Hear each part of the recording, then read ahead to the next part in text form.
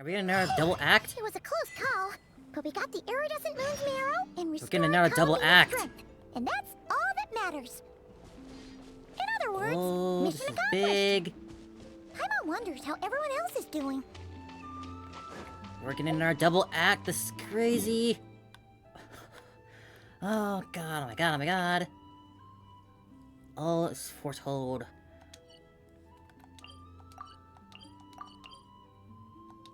Are you really the closest port?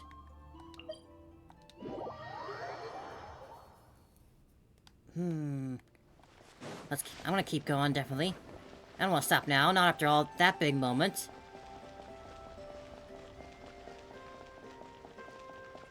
Yeah, come on.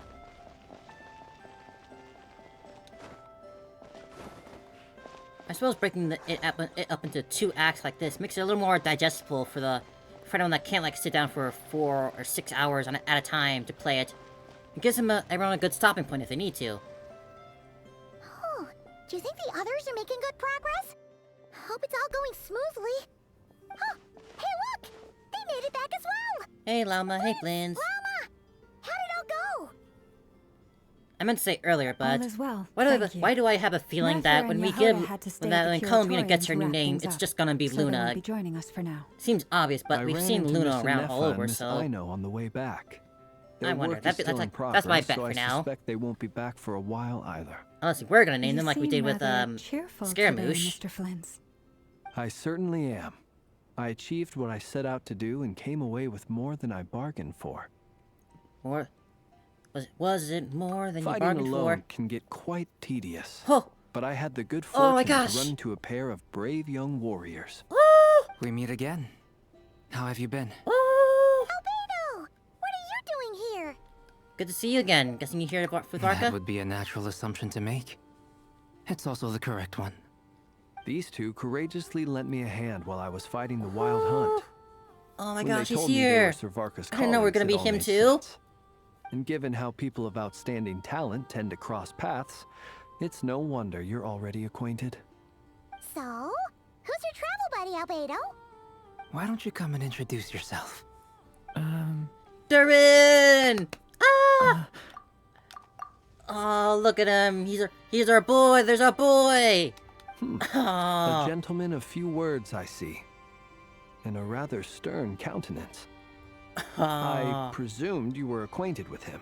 Is that not the case? those horns. You gotta be. It's nice to meet you. Again. Oh, We've technically met before. he looks great. Wait a sec! You're Mini Durin! Not so many That's anymore, right. is he? It's me. I'm glad to see you again. Oh, you By look the way, great, buddy. He says it's okay if you drop the mini. Yeah, I'm not as mini as I used to be. Oh, he's adorable. Interesting, isn't it?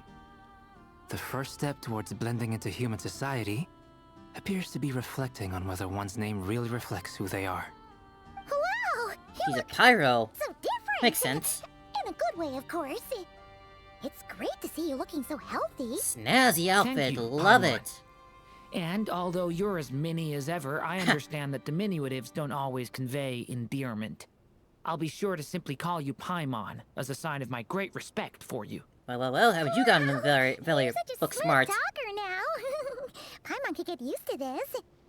From now on, you may refer to her as your esteemed guide, Paimon. Little Paimon is pretty tiny after all. Personally, I think our little Paimon is the perfect size. Very huggable When size. people call her little Paimon, it's just because she's so adorable that they can't help themselves. Exactly. If that's not a sign of endearment, what is?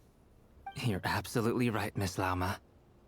My brother still has a long road ahead of him when it comes to understanding human relationships. Oh, I call him your brother. Anyway, That's speaking cute. of long journeys, didn't Columbina, leave with you? How come she isn't back yet? Where did she go? She's been catching up with old friends. Wouldn't be surprised if she stopped for a cup of tea or 10 on the way back. Uh-oh. There they People are. talking about me. Hope it's nothing negative. She seems like she's in much better spirits after meeting her old colleagues. Judging from your expressions, I'm guessing it all went well? It's getting crowded here. I'll go grab some chairs. No need. This is a job for an alchemist. I'll whip some up momentarily. Thank you for your hospitality, ladies and gentlemen, but I was merely escorting my friends back. Archie will make her own chair anyway. Shortly, as we still have some things to discuss. It's been a pleasure, everyone. But this is where I'll say goodbye. Okay, it was good to see you again, Father. Thank you for standing by us. Oh, come on. Spare the formalities. I'm just glad I could help out some true friends. Aww. I understand. Well, bye for now, Harlequino. Oh, this place is hopping. It's probably a good thing one of us left. Otherwise, we might not fit all these people in. Are you saying we're about to run out of chairs? As a matter of fact, I am. Come on in and see for yourself. An Elegy for Faded Moonlight. Can't believe we have to see Minnie Duran here. I did not know about that. I could call Minnie. Dane! There you are! I knew you had to get involved in all this. I overheard your little chit-chat outside, by the way. With Miss Columbina's colleague gone, we should be back to the original crew plus the other colleagues I brought in. +2. Though, it looks like we have another new face. Someone else managed to rope in a colleague too? He's probably here for us. Frankly, you and Paimon are the only people I know here. Good to see you again, This Dane. here is Deanslip, colleague of Tibet's greatest guide, Paimon, and greatest adventurer, the Traveler. Huh. Not exactly colleagues, more sort of friends. Great When introduction, someone else Paimon. jumps in to do the announcing, you know you're speaking to someone important. Let's hear what he has to say. Note to self. Once Paimon knows your name, the rest of the world will soon follow. When he comes looking for us, it's usually something important. Paimon's guessing you've heard about the Wild Hunt, then. From the looks of it, you're about to hold a meeting. If I were to say that the Wild Hunt is our mutual enemy, would that earn me a seat at the table? As the saying goes, the enemy of my enemy is my friend. Mr. Dainsleif, there's a seat with your name on it. Though, I can't promise the same for everyone else. Hey, Albedo, think you can rustle up a couple more chairs? After all this time apart, Grandmaster Varka's first order is to rustle up a couple more chairs. God, I can't believe how good Duran looks. He looks so awesome. Is he being sarcastic? Hey, he's your brother. Why are you asking us? I've still got a lot to learn about the nuances of I human love how they put his conversation. horns on his head. I'm totally Trying to gonna copy decipher that for my next Albedo's way of model. speaking has been like jumping in at the deep end. Oh, good point. Paimon gets you now. Don't sweat it. There are people who go their whole lives without getting the hang of it. You're ahead of the game already. Look at you, Paimon, expert in the art of encouragement. Crying. I wonder what's taking Nefer so long. Perhaps you should go and check in with her. If anyone can hurry her Traveler along, can it's cry you. on cue. Good job for them. I just got back from the curatorium. Besides, aren't you curious to see what's taking her so long? Miss Nefer doesn't strike me as the type to share secrets. And since gathering intel is her specialty, I'm guessing she'd prefer to keep her methods confidential. Under such circumstances, would it not be tactless for me to impose? Oh, but it's fine for me to impose. Well, you're a What can regular I say? imposer. You have an unrivaled ability to garner people's affection, Miss Moonchanter. Besides, you have far more in common with her than I do. All right then. You're both Dendro. Impressive. She barely fought back at all. I admire your powers of persuasion, my friend. As I'm sure Miss Lauma will realize soon enough, the trick in life is to always pitch in with other people's responsibilities so that you can be selective with your own. Another trick is to simply hide in the background. Spoken like a true sage. Or introvert. Anyway, looks like we've got some time to kill before the meeting. Let's take a little breather, folks. And feel free to chat amongst yourselves. We'll get down to business once the other two arrive.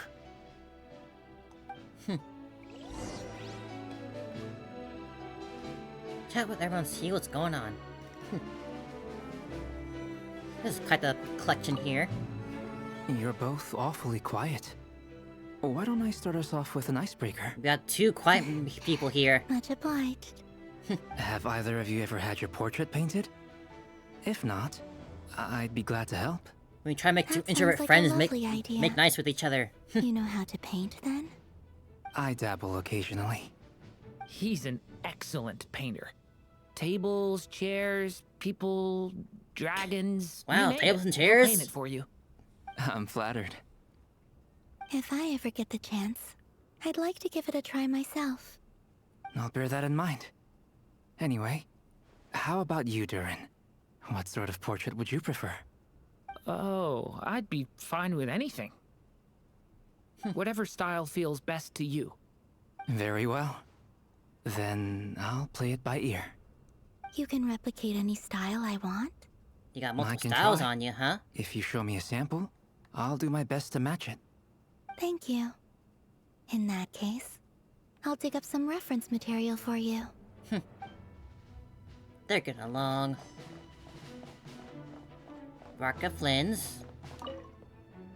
Truth be told, I can't remember the last time I was in a meeting with so many people. You're not alone there, my friend. The Lightkeepers also struggle to bring everyone together for a serious discussion. I don't doubt that. I've only ever met You're two talking about Retniki, picking up around one here? You got being papers you, on the and floor and other spider being webs that in the young corner guy, there. Itlua.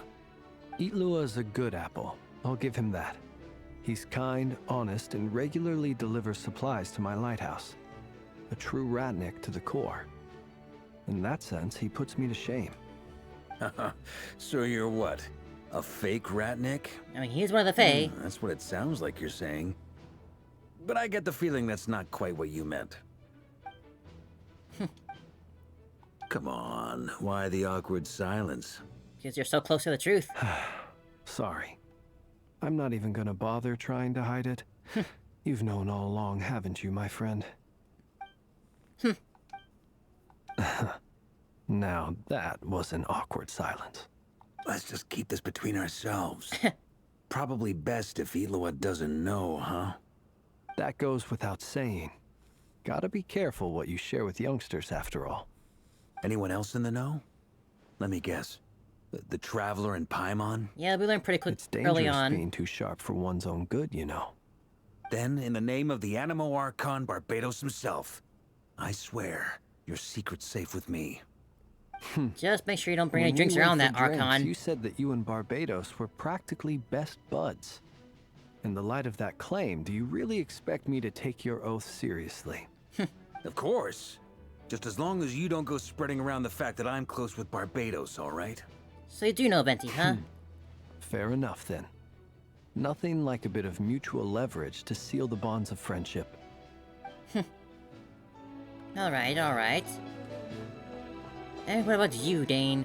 Always showing up the most random times, huh? Is there something you'd like to say to me? Yeah!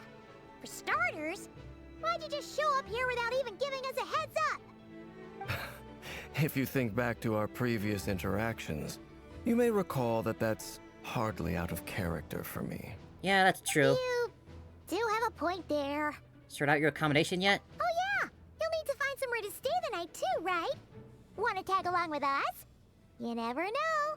We might get a group discount. Sure, let's do that. Oh, really? Great! Paimon will handle it. Didn't expect him And to in agree so return, easily. We can get Dainslift to be our very own personal bodyguard. You're thinking out loud again. If that's what you had in mind, you should have said so sooner. I'd be happy to help. Are you really ordained? okay, Even though then. they've been most friendly and open I with know we're us. only kidding, but good to know. Anyway, since we're all here together, we might as well watch each other's backs. That's just what friends do, right? Indeed. Thank you. Is this really our Dane? I've never been seen him this nice and open.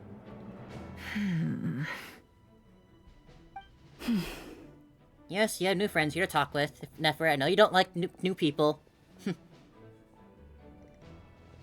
Ah, Miss Nefer. You made it after all. But what about Yehoda? I'm here to give you an update on how things are going on our end. Once this is over, I'll be heading straight back to continue my work. I left Yehoda back at the Curatorium to watch over things while I'm gone. Huh. So much for just this once. Don't jinx it. Shh! Not so loud! We're on a roll here. What if she remembers and suddenly decides to back out? Did you say something, Mr. Varka? Huh? I didn't say anything. Right, Flint's? He's all over there. Must have been a frog. They get so noisy around here at nighttime. It's like they're putting on a concert in the background. Indeed. Anyway, before we begin, there's a few introductions to make. Let me start by saying that it's an honor to be speaking before so many distinguished colleagues and We got collaborators. a real star-studded cast here. First up, we have Miss Lauma. As Moon Chanter, she's the leader of the Frost Moon Scions, a local religious community in Nodcry. Then there's Miss Nefer, boss of the Curatorium of Secrets, an intel gatherer extraordinaire. Nefer is leading the investigation into Rerir's background, assisted by Yehoda and Lauma. From the little I've heard, they're making some great progress. Over here, we have Mr. Flint's, a ratnik and guardian of the abandoned lighthouse. In our last operation, he courageously distracted the wild hunt to buy time for the rest of us. For those of you who've never met, this is Mr. Albedo, a renowned alchemist and captain of the Knights of Favonius investigation team. By his side is a new face for us all, myself included, Mr. Durin, who has come to lend his aid. Next up, we have the Moon Maiden and former Fatui Harbinger, Miss Columbina. Then we have the Traveler, who's earned more titles than I could possibly hope to list out, so I'll spare you the rundown. And Paimon, the ultimate travel companion and quite Hey, he said possibly it. the best guide in all of Tevat. Hell yeah, Varka. Wow! That's a lot of people! Great turnout! Miss Nefer, it looks like you might have another job coming your way, so, congratulations on the booming business, I guess. You think I haven't got enough on my hands as it is? Who's looking for me now? That would be me, Miss Nefer. I have a commission for you. This one you'll definitely And be interested you in. Who I am doesn't matter right now. What does matter is that I'd like you to gather more intelligence about the Rerir of Solnari. Well, it's not as if we never take on anonymous commissions. But in your case, I'll have to decline. Oh? I'm gonna take a wild guess and say your job's probably more hassle than it's worth. Something about you seems like bad news. It's my eyes, isn't it? Conrian, I assume. And what's with the mask? Are you trying to hide your identity? In any case, the fact that you're even still alive raises an awful lot of questions for me. Oh, you already know his name. You've heard it before. My name is Dainsleif. And yes, I am from Conria. As I'm sure you're aware, the Rerir of Solnari's real name is Rerir. He was once an acquaintance of mine. Really? Then you must have been quite an influential figure yourself. You flatter me, but none of that matters anymore. My point was simply to clarify why I have asked Miss Nefer to investigate Rerir's background. So you're both from Conria, and it sounds like you used to be friends? What am I missing here? Surely you already know how he became one of the Five Sinners. Offering to help us, I assume. I'll tell you everything I know. The history of Conria, the names and identities of the Five Sinners. I remember it all like it was yesterday. Ooh. I Story have time? never spoken openly of this before.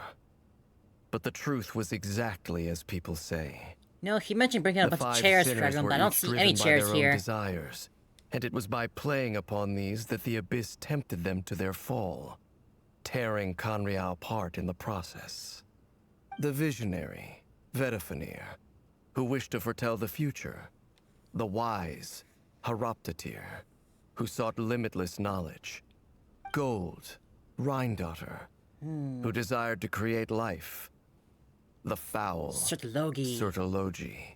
who pursued supreme strength. Skirk's And master. last, but not least, Rerir of Solnari, Rerir, Ravager of the Moon. That's his name, Of huh? the 5, Rerir is the only one who remains a mystery to me. Ravager, huh? He never harbored grand ambitions. So what changed in the space of a single night? How did he come to fall like the others? In other words, you're saying that his change came as a shock to you, and you have no idea what actually happened? I gotta assume That's something happened to the right. wife, right? You mentioned how the Abyss tempted them, which led to their fall. But what did that look like in practice? And what other context can you give me about the events of that time? The more detail you can give me, the better. Strangely, now that it comes to it, I hardly know where to begin. The fateful night took place during the era of the Eclipse Dynasty. One day, my elder brother, the visionary, Vedifenir, was summoned to the palace by the Vinster King, only for the king to gouge out his Ooh. eyes and cast him into the dungeons. Damn. When I came to hear of this, my fury knew no bounds. I gathered together every ally I thought I had, and together, we set a night to storm the palace and free Ved. Centuries on, the memories of that night still haunt me, like a never-ending nightmare. We broke through the palace gates, just like we had planned, each striking towards our separate targets. But then, I was betrayed. Even Vedifenir, the very person I had come to rescue, abandoned me and partook of the Abyss's power. So, That damn Abyss. it's personal after all. Then tell me, Mr. Dainsleif, what price are you willing to pay? You, of all people, must know that nothing comes for free. I cannot say what price would be worthy of such a commission. But know this. Rerir was not always a madman. Believe it or not, there was a time when he was just an ordinary man, working for the Conrian Intelligence Service. Uncovering the truth of Rerir's past is the only way to unravel this mystery. But before you decide if you will accept my commission, I will tell you more about him. Enough, I hope, to help you plan your next move. Please, come on. Sounds pretty good to me. Feels like we just flagged down a random passerby, only to discover he's actually a master strategist who has a score to settle with our enemy. Must be all the good karma I've been building. Who knew that being a Conran friend would come in handy? Can I borrow your halo? It could be useful in the lighthouse. I already lit up the lighthouse. Enough with the wisecracks. Besides, isn't that lamp of yours bright enough already? Relax. It was meant to be a compliment. If that was a little over the top for your liking, I'll make sure to tone it down next time. I'll give your proposal some serious thought, Mr. Dainsleif. Let's speak in private once the meeting is over. Before that, there's a few things I'd like to share. Oh, she speaks. You recount the meeting in Nave, and how the Eris of Moon's Marrow was retrieved from the Crimson Moon space. You make it clear the Nave chose to help you of her own accord, then conclude by reporting about how the hearts of the three moons are finally in your hands. Now that we've united the hearts of the three moons, your power should be greatly enhanced.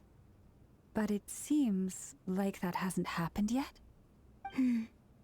I believe it will take a little longer. Like next You've patch. done so much for me, so I want to be completely honest with you all. Even though I'm doing a lot better now, the truth is, my recovery will likely be an ongoing process. From the moment I was born, my power has been slowly ebbing away. And that is because Tevat has never accepted me. Even with the moons united as one, it seems my rejection cannot be undone. So far, I have yet to find a solution. It may turn out to be a problem that will plague me until the day I finally leave this place behind. Even so, I will do everything in my power to help you drive out the Rerir of Solnari. As Arlecchino put it, this is not about chasing the spoils of victory, It's just a gesture of heartfelt gratitude. Kutar. She seems a lot more energetic and positive than she did when we first met. Defeating the Rerir of Solnari will be no easy task. While my strength slowly recovers, we'll also need to gather more intel. Naturally. We should take all the help we can get if we hope to defeat him.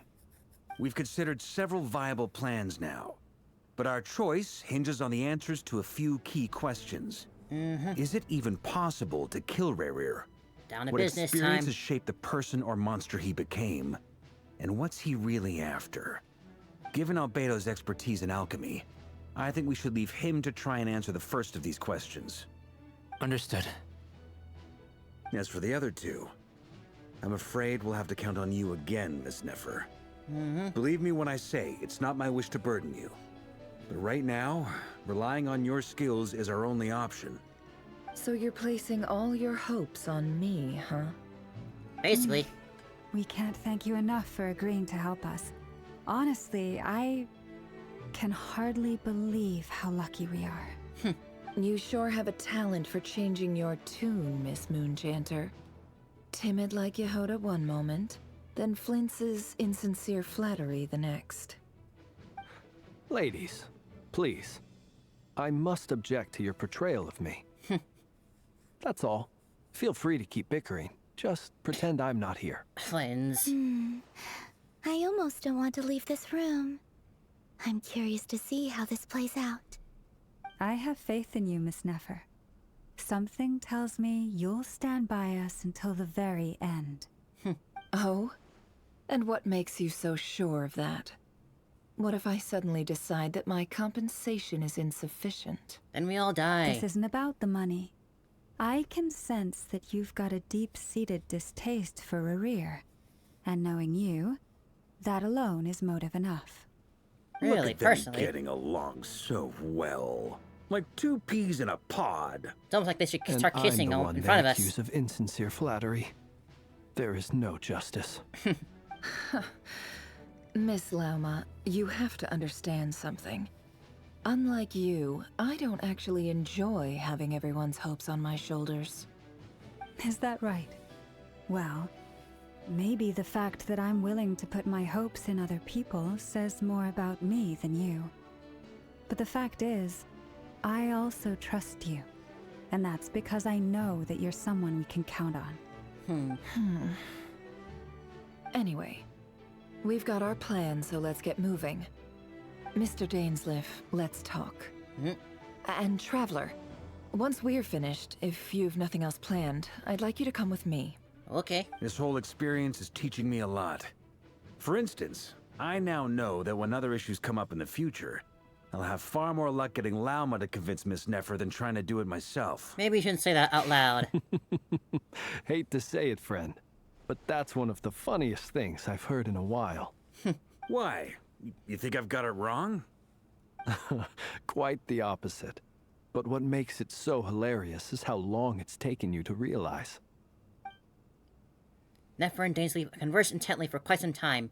From the gravity of their expressions, you can tell how heavily the next stage of the plan weighs upon them both. After a short chat, Albedo and Duran head off with Varkan on what they describe as a sample finding mission. Lauma steps out for a while, then comes back loaded with emergency medicine. She tells you that while people rarely expect to get hurt, it's her duty to be ready when they do. You and Paimon wait patiently for Nefer, and can see how well everyone's working together. Once Nefer's finished, you follow her and Lam back to Curatorium. Waiting for our flashback arc.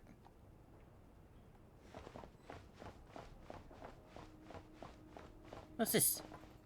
Message board. I've never seen that before. I'll have to check that later.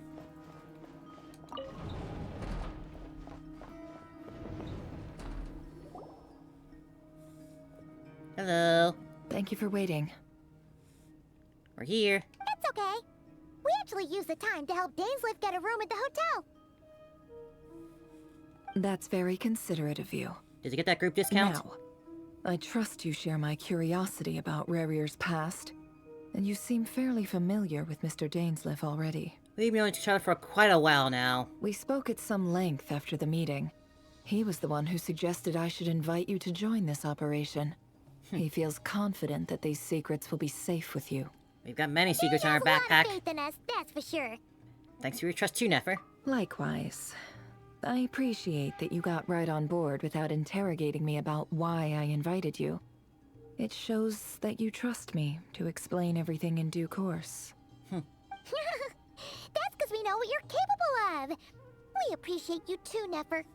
You might have been forced to help in the beginning, but this time, it was your choice.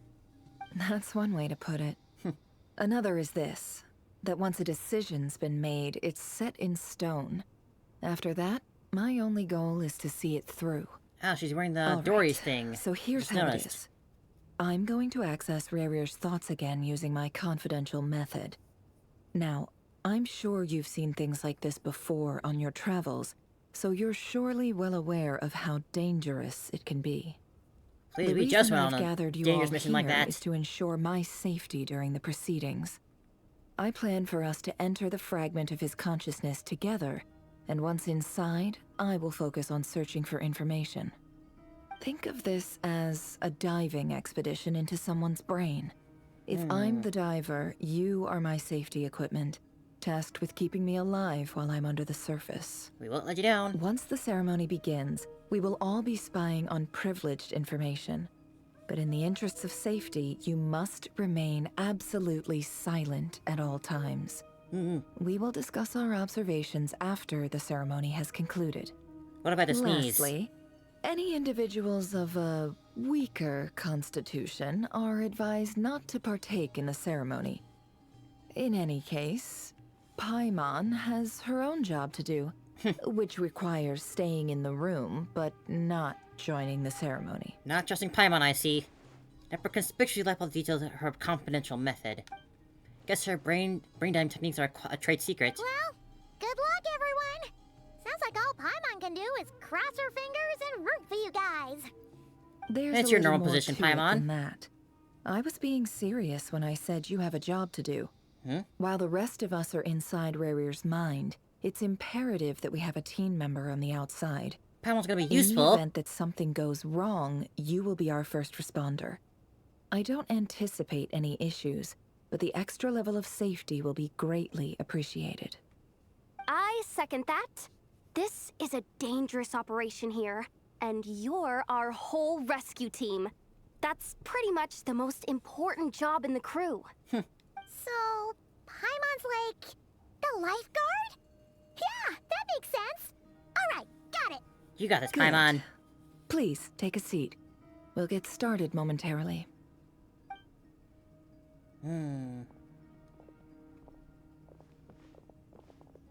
So, did Mr. Dainsliff tell you anything else? Imagine he told you a He lot of told things. me that he believes Rerir kept some big secrets in his life.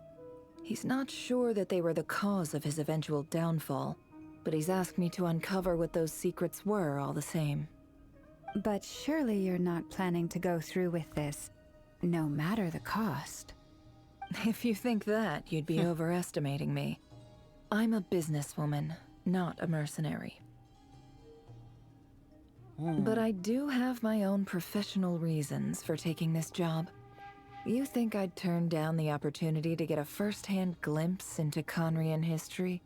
No chance. Yeah, that makes sense. Well, as long as you don't let morbid curiosity get in the way of safety concerns, we're good. We'll do whatever we can to help you. You're such a killjoy. She got some incense, candles, and almost feel like a summoning ritual. Seems like Nefer still has no intention of sharing her trade secrets, but now's not exactly the time and moment to pry. I see there's a chest set on the table. Could it be something to do with her intel gathering methods? All right, I'm good to go.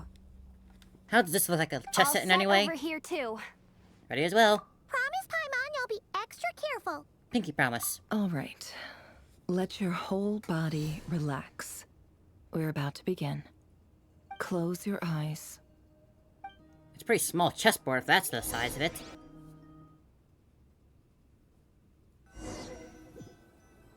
What are we seeing this time? Phew. Could this be his office? Pretty standard setup. Bookshelves, paperwork, files. According to Dainsliff, Rerir used to be an intelligence operative. Chances are there's plenty of top secret intel stashed away in this room. Is this where you keep your secrets, Rerir? Oh, we got documents on Can't people say there. I'm not looking forward to this. Oh, I have my action buttons this time now. Last time I didn't have them. Does that mean we're gonna get into a fight here? A file tucked inside a folder. The title reads, Dear Breakfast Shop Owner. Such a cute weapon. It's a list of names. But at this stage, I have no idea who any of them even are. A device. Wonder what kind of encryption technique this is. Seems like it has to be inserted into that camouflage device nearby. Aha! It's an audio recording. Oh? Please, hear me out. I can't shake this feeling that someone's been spying on our house. Oh? No, I'm not being paranoid. It's true. I saw someone dressed in all black. It was a couple of days back, but that was on another street, not near my house. I swear, I know what I saw. There's a note in the margin. Surveillance of the Runforther residence has concluded. We apprehended the target and filed the mission report last night. Could the voice in the recording belong to one of Rerir's targets? More of the Crimson Moon people?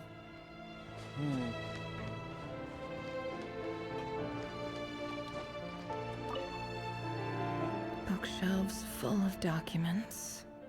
Looks like these are all files, packed with the personal details of individual Conrians.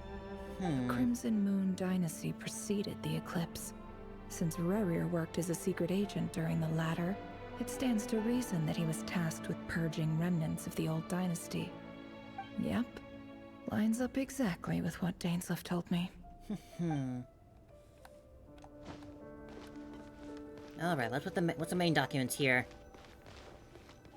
He looks even gloomier than last time. I wonder what's changed. Best sit down and get comfortable. Today's files are in. Time to wade through them, just like usual. Male, 51. Occupation, cook. Confirmed Crimson Moon descendant. Has maintained frequent contact with other descendants over the past year. Poses a threat to the dynasty. Neutralized.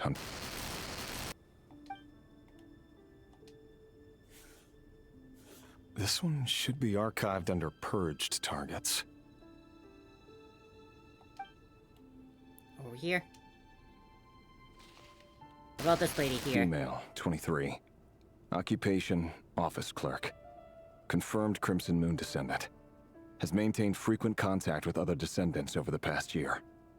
Poses a threat to the dynasty. Neutralized.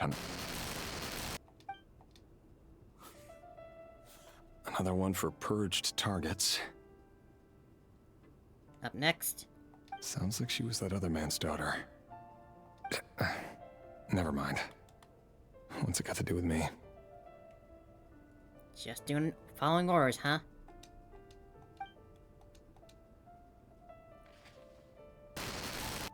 Male, 40. Occupation, teacher. Confirmed Crimson Moon descendant. Has been observed making contact with other descendants during the past year. Poses a threat to the dynasty. Neutralized on...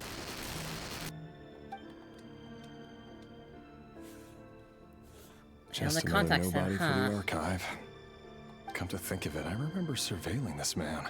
That's a kid in that Kids one. like his never would have been considered a priority in the past. Huh.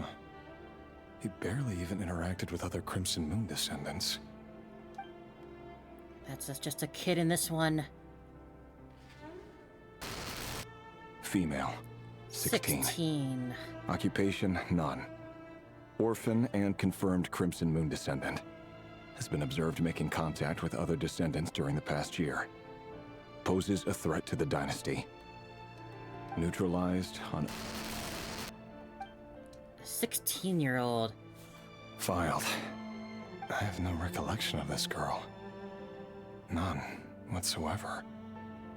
She doesn't seem to be anyone important, but Man, this is... then again...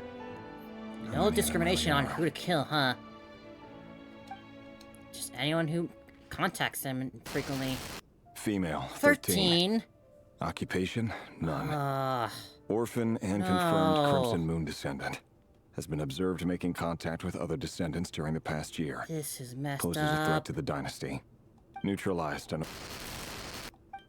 Just a kid. Filed. They're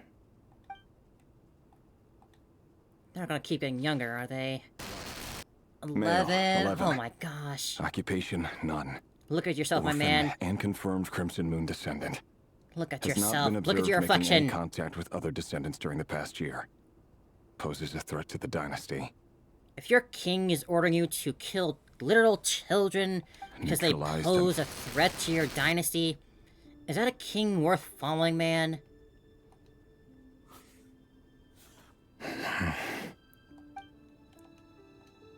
What about this one? They keep getting younger. Male. Oh my 6. god. Occupation, none. Orphan and confirmed Crimson Moon descendant. Poses a threat to the dynasty. Yeah, you're starting to shake now, aren't you? I can hear in your voice. It's funny, isn't it? Your job is becoming both harder and easier at the same time, depending on how you look at it. Sooner or later, the Crimson Moon descendants will be completely wiped out. But as their numbers dwindle, they become harder and harder to track down. That's not how it is. Fortunately, Oh, who are you talking to here? most of the able-bodied adults have already been taken care of. The remaining weaklings will be increasingly easy to deal with. Stack just doesn't go away. No! No. My job is to ensure the survival of the Eclipse Dynasty. I saw something flicker in his The only way to do reflection that there. is by eliminating any and all potential threats.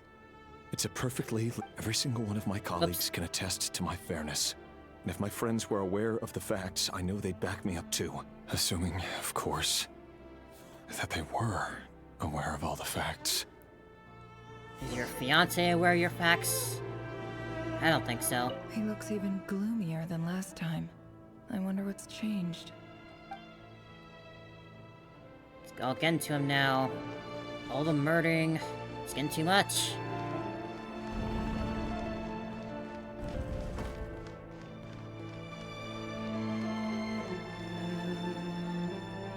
Mr. Vedifalnir, it's been quite some time since we last met. Rerir, I trust you're here because you have something important to discuss. He's breaking. Forgive me. I wasn't tuning out, it's just, I noticed you didn't even phrase that as a question. As if you knew I was coming. Tell me, does someone in your position ever feel the need to ask questions at all? It is indeed within my power to foresee certain things. Things like your arrival. I was just thinking. It won't be long before I'll be inviting both you and Dane to my wedding. That isn't a lie, but nor is it a fact as such. It's a wish, isn't it? No fooling a prophet, is there? Ever since that day we met for drinks, I knew it was only a matter of time before you came looking for me. Oh boy. Does it feel good? Knowing how the future will unfold. I'm afraid the notions of good and bad fail to capture the complexity of what such a power entails. Once you've seen what will come to pass, it can be all too easy to succumb to fear and melancholy. Unless, of course, you learn to abandon these feelings. You fear my silence, and long to hear the words I left unspoken that day. That's right. You must have noticed my reluctance to broach the subject. And the He reason knows is his simple. relationship is gonna fall because apart. the truth could never Something's have gonna lived happen up to your hopes. that girl. For both our sakes, Such words are better left unsaid. The burden of prophecy was never meant for your shoulders. So who exactly do you deem worthy to hear your prophecies? None but our exalted king? Or rather, our king as he once was. You're closer to his majesty than I am. You must know better than anyone how much he's changed. You say that as though it is to my benefit. Yet precisely because of that, I dare not speak rashly. A king can turn out to be the most virtuous of rulers, or a tyrant more terrible than the most vicious of dragons. You are so wise and far-sighted, yet still you would have me live in fear of the unknown? That's just natural. You make a fair point. Especially That's how it given should my be. No one silence should be able to alone see the was all future. it took to send you spiraling downwards. Very well then. Let me offer you some advice. And I say this not as a prophet or a visionary, but simply as the brother of your friend. For many reasons, there is very little chance of your marriage ending in happiness. If happiness is what you seek, you should find another fiancé. Damn. Oh, can't say I'm surprised to hear that. There's that same black fog again. Could this memory belong to Thelindis? Guess I'd better tread carefully. Seems to be the pattern here. Could have been that Thelindis was the one who turned him so twisted. Hear me out. This time we finally got a clear look at his face and learned his true identity. His name is Rerir, and he claims to be one of the king's guards. What did you say? A cruel irony, isn't it? The man you're set to marry leads a double life as a brutal executioner. Why are you telling me all of this now? No women and children are Simple. spared. It's because I want you to kill him. You are the only person he would never suspect. No, absolutely not. I would never dream of doing such a despicable thing. So you'll just stand by and watch him slaughter us to the last? Do not forget that the blood of the Crimson Moon flows in your veins too. Oh. The blood of the Crimson Moon? What does that matter now? The dynasty has long been dead and gone. Oh no. You think that alone is reason enough for me to throw away everything I have? Why wouldn't it be? You two were once a child of the Crimson Moon, just like me. Don't tell me you've never felt so much as a flicker of fury for the way we were trampled into the dust. As long as you promise to They're gonna end up abandon killing this each other. pipe dream of restoring your dynasty, I can try to persuade him. Or have him persuade the Vinster King. Persuade the Vinster King? Yeah, I don't think so. Not this far in. Not this far in. Do you even know why he's so obsessed with hunting us down? Why he keeps trying to force us to hand over our secrets? Over and over again? Or why we refuse to give up on restoring the dynasty? The Vinster King. A blind fool. His eyes clouded by powers from beyond this world. A petty little man with a miser's heart. And he dares to sit upon the throne? Mark my words. Sooner or later, Conria will fall. And it will be his doing. If you can't bring yourself to do it, so be it. Just you watch. It won't be long before calamity descends upon us all. Well, they weren't wrong about that. Of Solnari. That really is quite a secret you've been keeping from me, Rerir. But who am I to talk? Am I really any better? I've kept my own past a secret this whole time too. Love should be built on honesty. But ours was born from lies. And yet, is it really so wrong to hide things that would only make life harder? He's gonna If we get a don't paper cover that up has the her parts that no execution one else date should written on see, it. He's gonna How absolutely can we lose go on it. pretending to be normal? Vedifulnir must have known all this. And that's why he made his prophecy. In the end, nothing stays hidden forever. But I won't just sit by and watch this disaster unfold. I'll do everything in my power to protect what I cannot afford to lose, no matter who I have to face.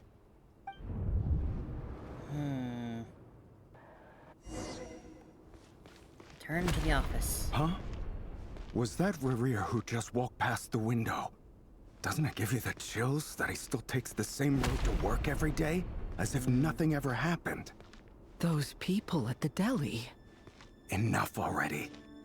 They're clearly pretty taken by their own disguises, so just smile and play along. Pull the rug from under beasts like that, and you'll risk having your throat torn out. Deli? Oh. They're talking about those people from the opposition. Right. I'd almost forgotten they used to run a deli. People of no consequence always vanish so easily. And no one even remembers them. They seem to remember them. You're the one forgetting. But surely you can see he's not the man he pretends to be. So many have died already, and they say that the king's madness grows with each passing day. We're not going to survive this, are we? But why does it have to be this way? Do we really deserve to die just because of the blood that runs through our veins? Felindis, are you even listening? Sorry, Freether. My mind was off wandering. I heard you, though. You're talking about what Rerir said. He's just following the king's orders. He's a secret agent, and it's his job to hunt down rebels and dissidents. By the time you first met him, he'd already taken lives. Maybe he was using you from the very beginning. No. Oh, man, Rerir what a has soap no opera idea this I have is. anything to do with the Crimson Moon. My family are only distant relatives of the main lineage, and besides, my eyes are perfectly ordinary. Truth be told, apart from my teacher, pretty much no one knows I have any connection to any of it. It's been a long time since my Is it gonna family be that severed these ties. kids are gonna expose her? But as Orlog said, who could possibly talk sense into that raving lunatic of a king? No one. I'll work something out. Trust me, I'm with you all. But for now, you need to keep yourselves hidden. Don't let anyone find you, anyone at all. Don't forget that Rerir is an Eclipse operative. You need to be extra careful when he's around. And when I am too. For now, don't come looking for me. And if anything happens to me, just act like we've never met. If even you can't escape this, what hope do the rest of us have? But after all this time together, surely he wouldn't lay a hand on you. I won't speak in his defense, nor can I give you a clear answer to that question. But I'll do everything I can to put an end to this. Here, hold on to this. If an opportunity to escape presents itself, take it. You'll be glad you took some spare change. You call that change? But what about you? I've got a job, and there's still money coming in. But you can't go anywhere right now. Please think about yourself for once. So she is helping them. That's gonna get her caught. Oh man.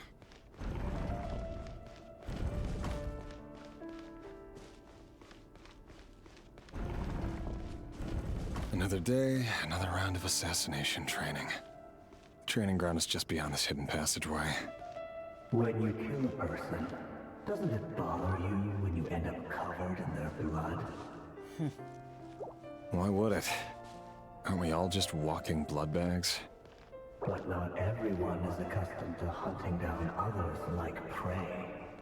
You've been a hunter for so long now, you seem to have forgotten that most people don't just go around killing one another. Leave me alone. Oh, those are dummies. I thought they were covered bodies for a second. Oh man. No more lies. Make sure you have a firm grip on the handle. Then choose your angle well. Keep your movements light and brisk. Prey won't sense a thing. I know that.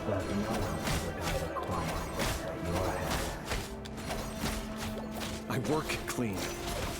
No traces.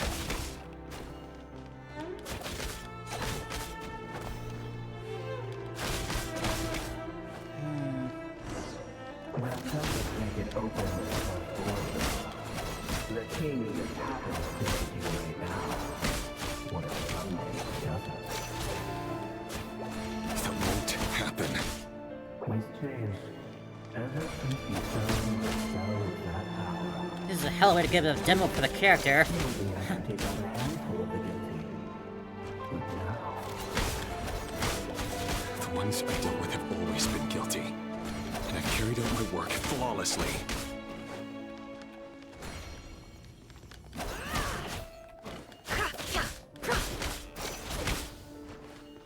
Can't hide the truth.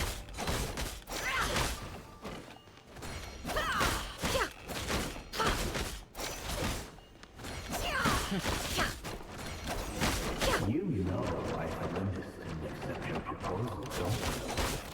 Was it because he didn't trust you? Something else. I don't know if I'm doing her moves right. Oh. I was about to say I don't think I'm even doing her combos right, but don't think that matters right now. Delindis, do you still remember Orlog? Orlog. The boy who was pretending to sell flowers. You spoke for quite a while, didn't you? Yes, we did. What about him? He was arrested 2 days ago. Chances are he's already dead. Is that a name we saw in the documents we are crossing out? I just don't get it! After everything he's done, why do you still stand by him? Or does it mean nothing to you that people keep dying? No, that's not... Just hear me out. I need to go now, Delindis. They're looking for us. You take care too. If you ever need a place to hide, come find us.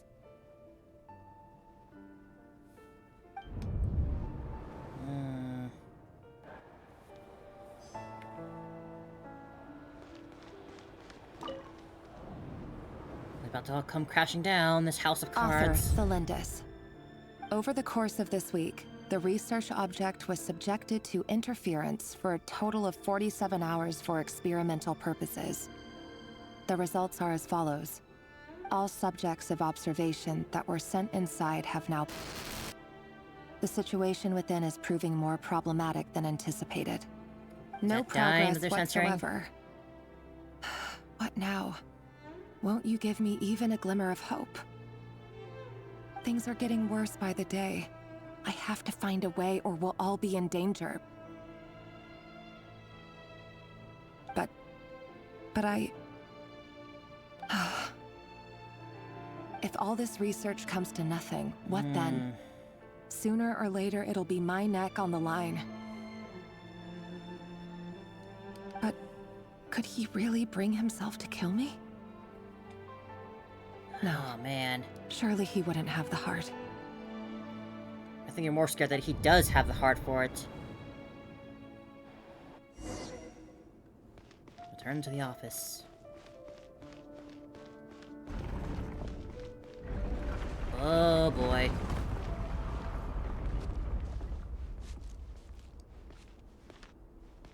Why won't you just let us go? We don't even know each other. All we want is to live ordinary, peaceful lives. You want... to live?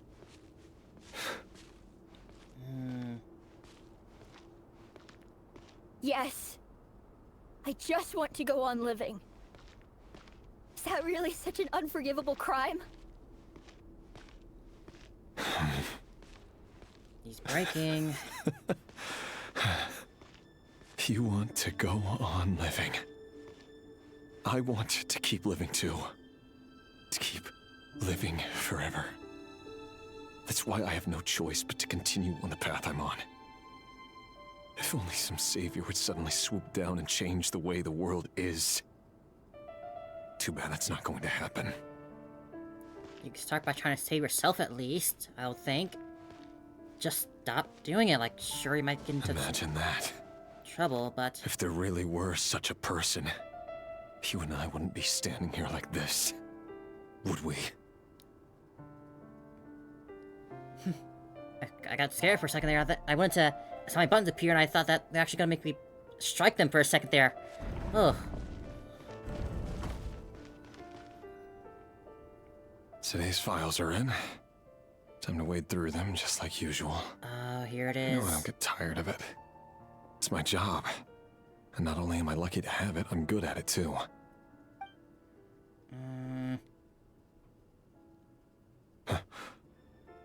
Wait. There it is. That's... Thalindis?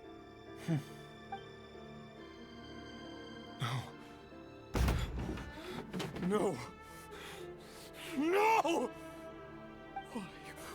Why? But you bear no mark of the Crimson Moon. How could you possibly have anything to do with them?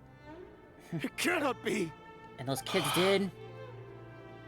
A diluted bloodline. Carefully concealed. I see it now. You've been living in the shadows just like me. What a fool I've been. Numbing myself with talk of justice. Even imagining my friends would back me up. But in the end, Irminsul? Finster King! How far are you going to take this? From the direct bloodline to secondary offshoots? And then what? Today it's the descendants of the Crimson Moon. Who will it be tomorrow? Now you're getting it, finally. Will you not rest until everyone down here is dead? No. This cannot go on. This is where it ends. About time you got figured that out.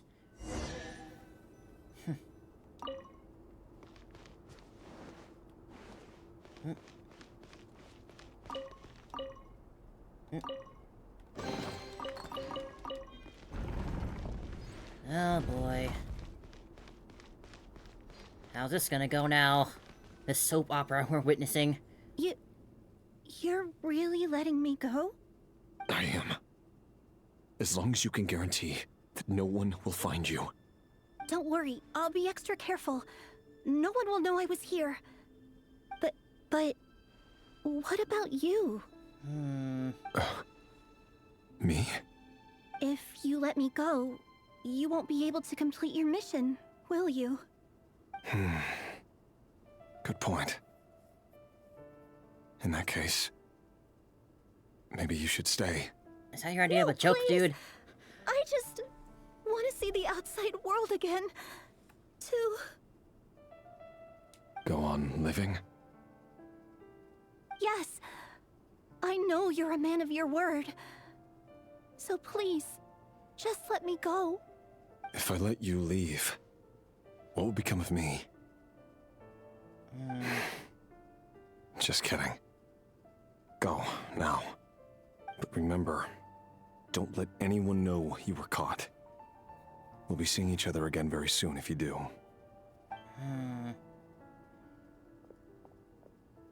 Even shadows in the dark must live by a code.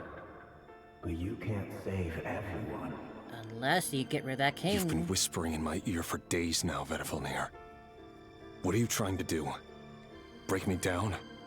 I only say this because you long for an answer to your problems. Let her go, Rerir, or you risk losing everything. I will not abandon Thalindis. Then you'll need a little more vigilance and a lot more power. The world is changing, Rerir. Keep your eyes peeled for your moment of opportunity. That voice used to be so unclear. But now I know exactly whose it is. It's Vedavelnir.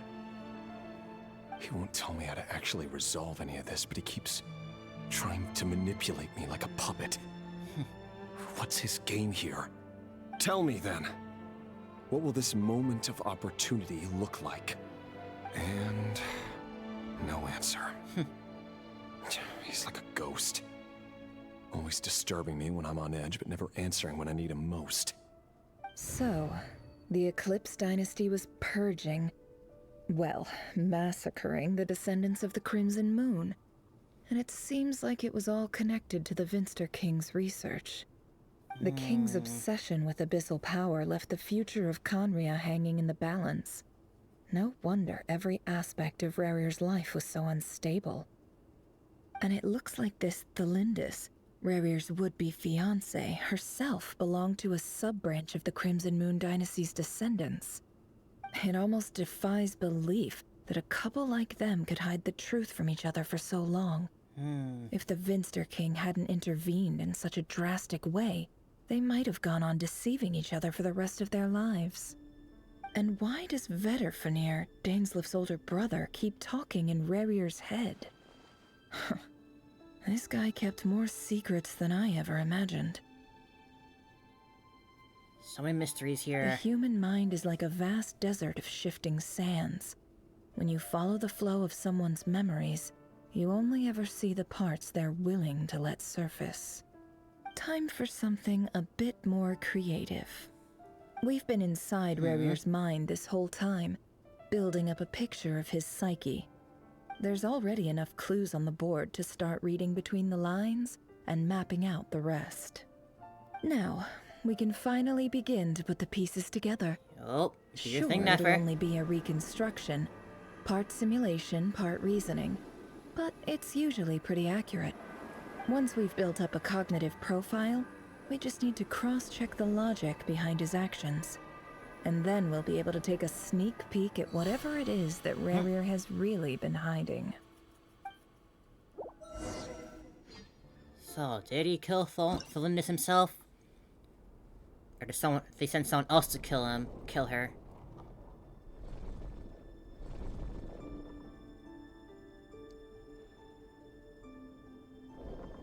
Rerir, are you there?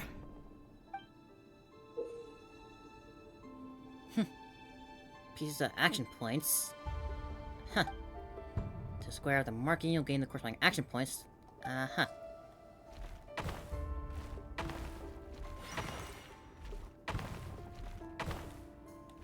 Oh, that's backwards.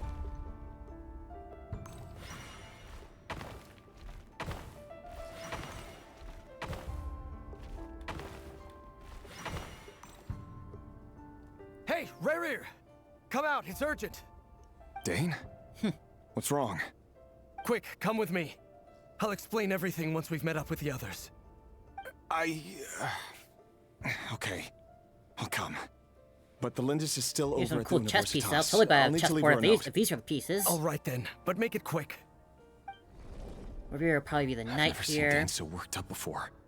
Whatever this is, it must be big trouble. Maybe Dane would be the rooks, maybe?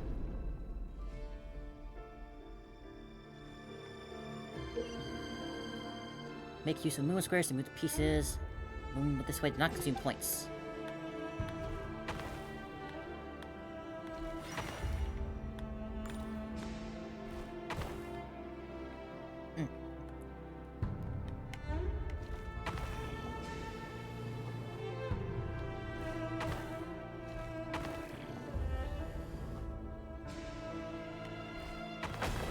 Ah.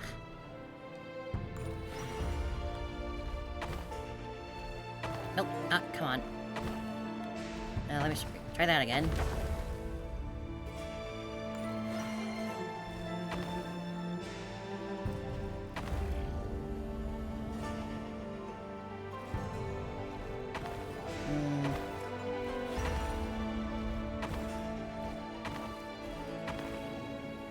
There we go.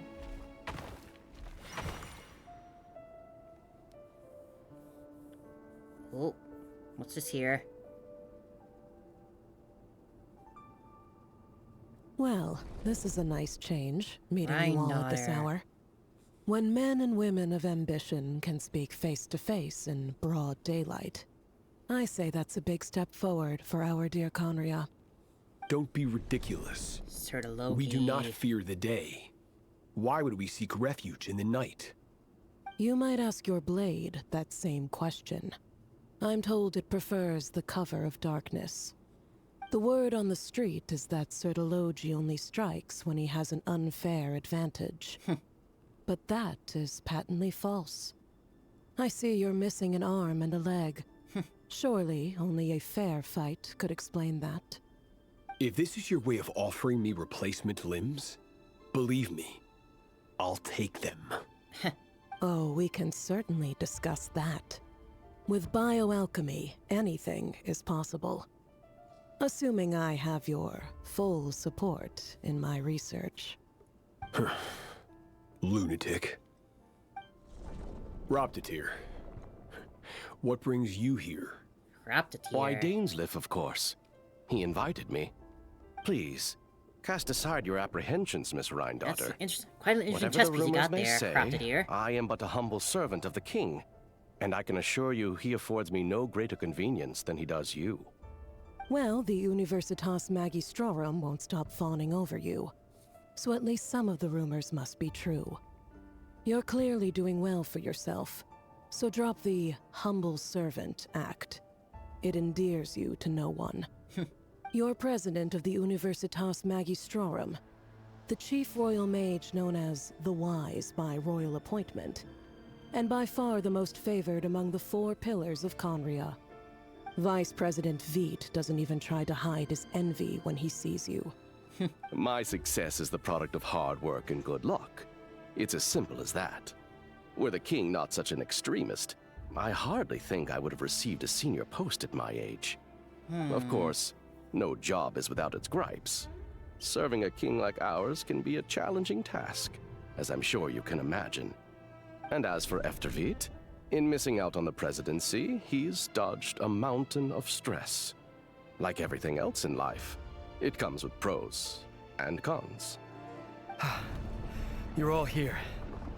I apologize for the short notice, but it was an emergency. Okay.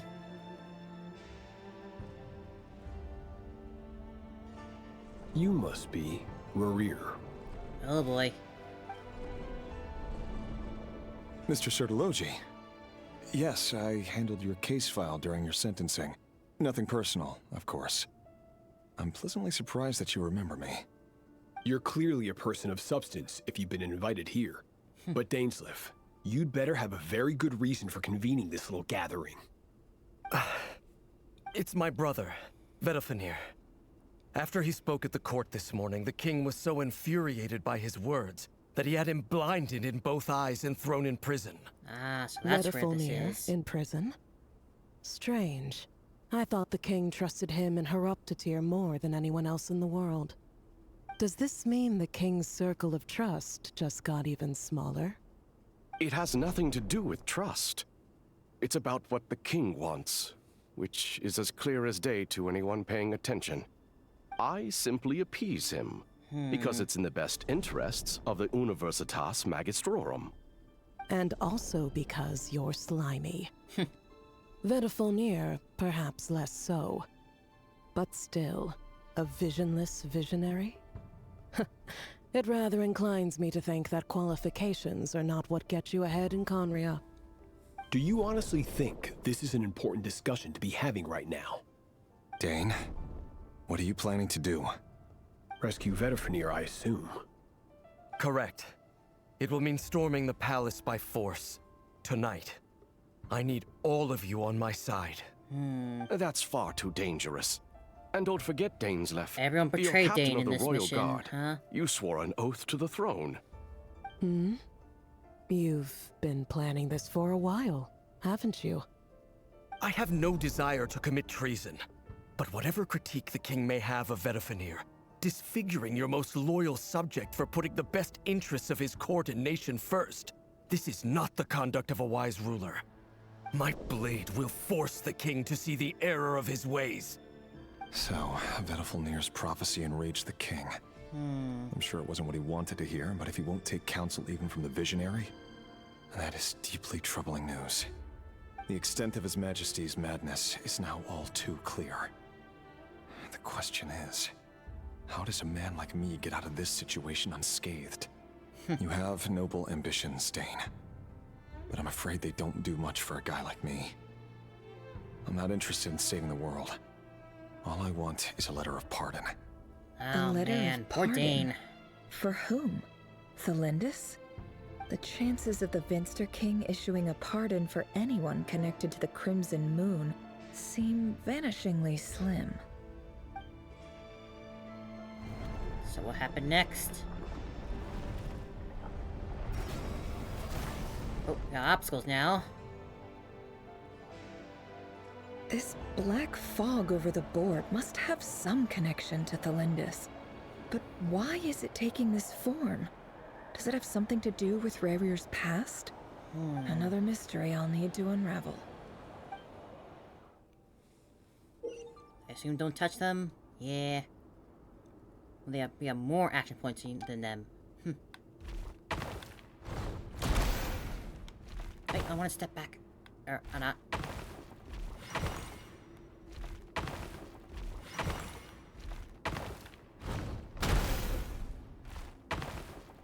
Oh, that's not good.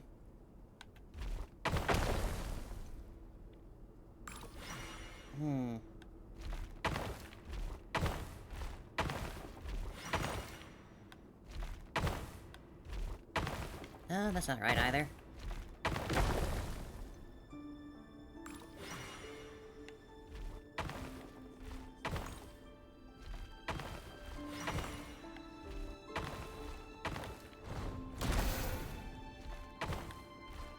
There we go.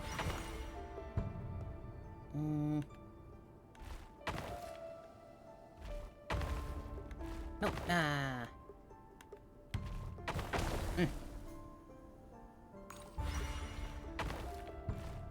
This way. Can I make this? Just barely.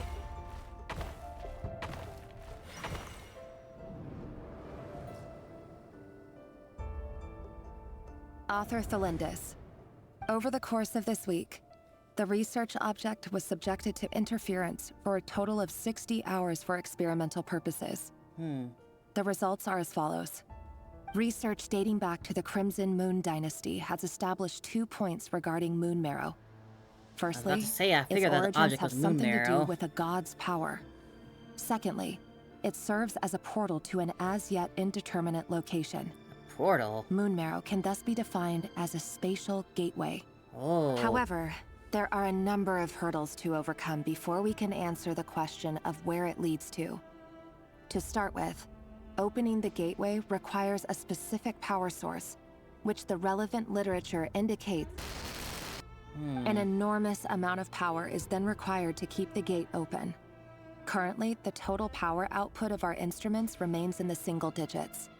To make matters worse, I am now the only staff member remaining in the Moon Marrow lab. The Universitas Magistrorum recently decided to move most of its personnel into abyssal energy research, which has stymied all Crimson Moon-related projects. This is not a wise move. I have always maintained that placing all our hopes in a single source of power is risky, especially one as poorly understood as this.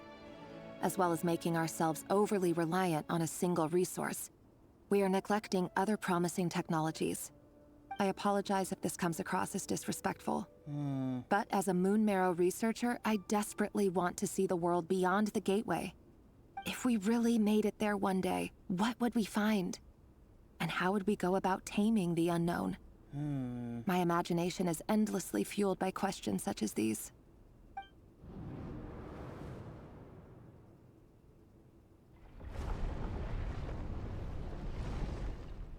But when does a comet become a meteor?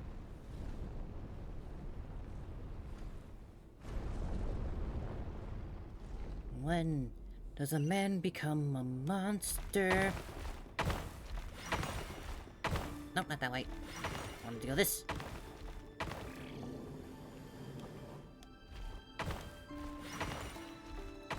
A little bit.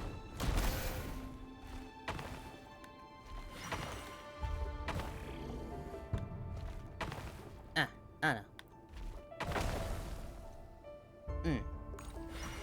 Back here.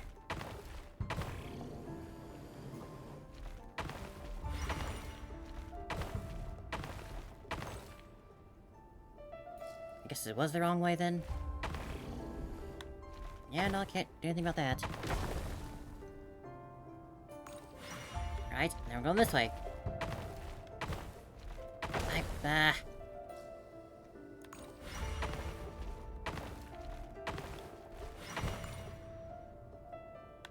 This way. Ah, or not.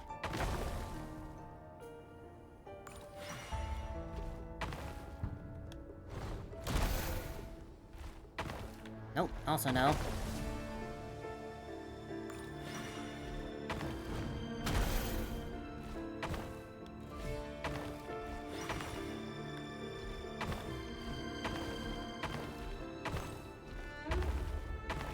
There we go.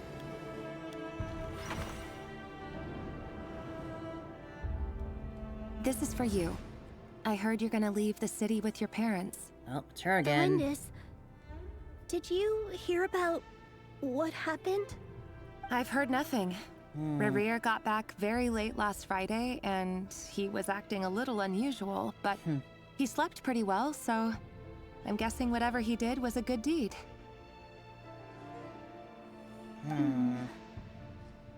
You never saw him, and I don't know what he did. And this conversation never happened. You understand?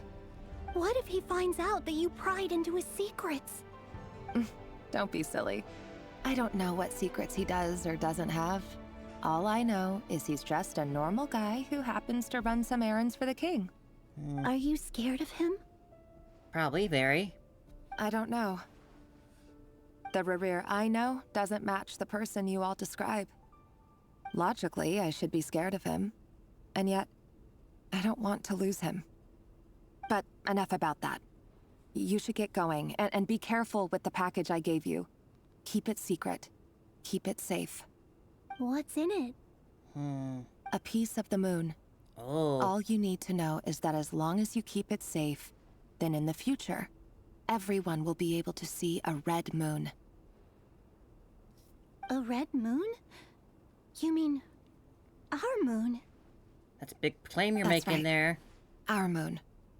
Promise me you'll look after it. I promise, Lindis. The Crimson Moon bloodline will never die out. Its light, the color of blood, will become like a fire that flows in our veins, no matter how long it takes. At least they've got her on their side now, that's for sure. The Crimson Moon people.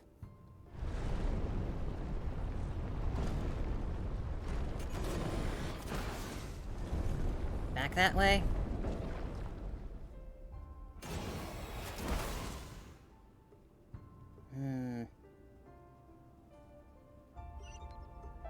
Okay, buddy. This way. Huh? I didn't want to jump back.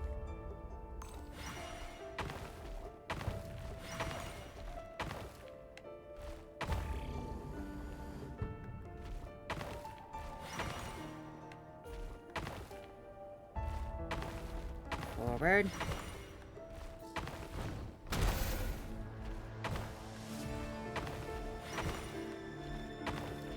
Nope, nah. Forward. Well, shucks.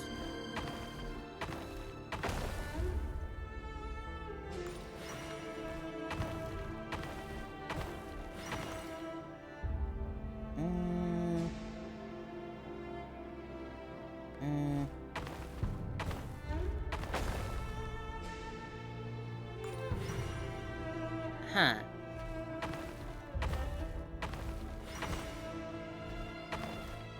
Nope, wanted to go back.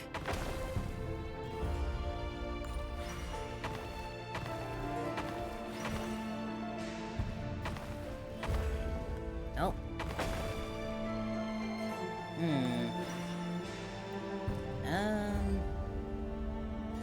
Oh, maybe... No, not that. I wanted it to go like this. Sometimes the directional inputs on this are not the most accurate. There we go, now I'll get rid of it.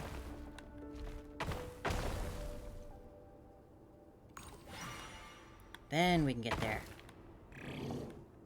Come on. Back. Forward.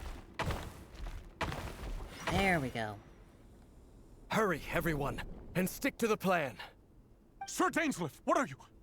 Is this treason? You know what happens to those who betray the throne. Please, don't do this! You mean it's the same thing that happens to everyone else here? All the Red Moon kids and stuff like that? He has betrayed all of Conria. If you have any love left for justice in your heart, you should join me. It's showtime. Dane and his group will handle the troops in the palace. Then Hraptatyr and Rhindaughter will disarm the security measures. My job is to enter the prison and rescue Vediflnir. Stay safe. Wish me luck. Look after my brother. Draw your blade. It is time for justice to prevail. Ah, Dane, he wanted to do so good. Things just did not work out for him.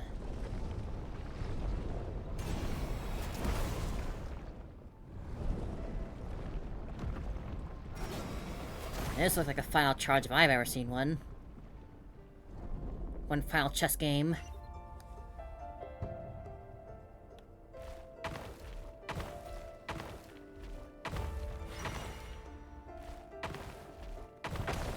Ah.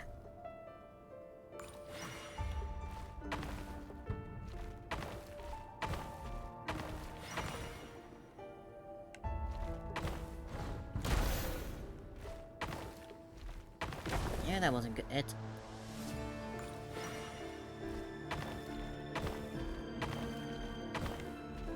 Back. Forward.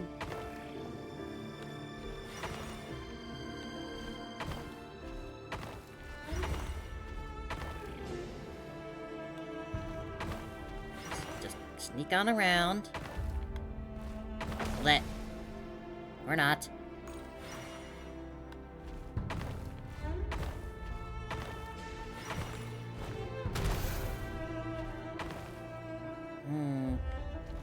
Back.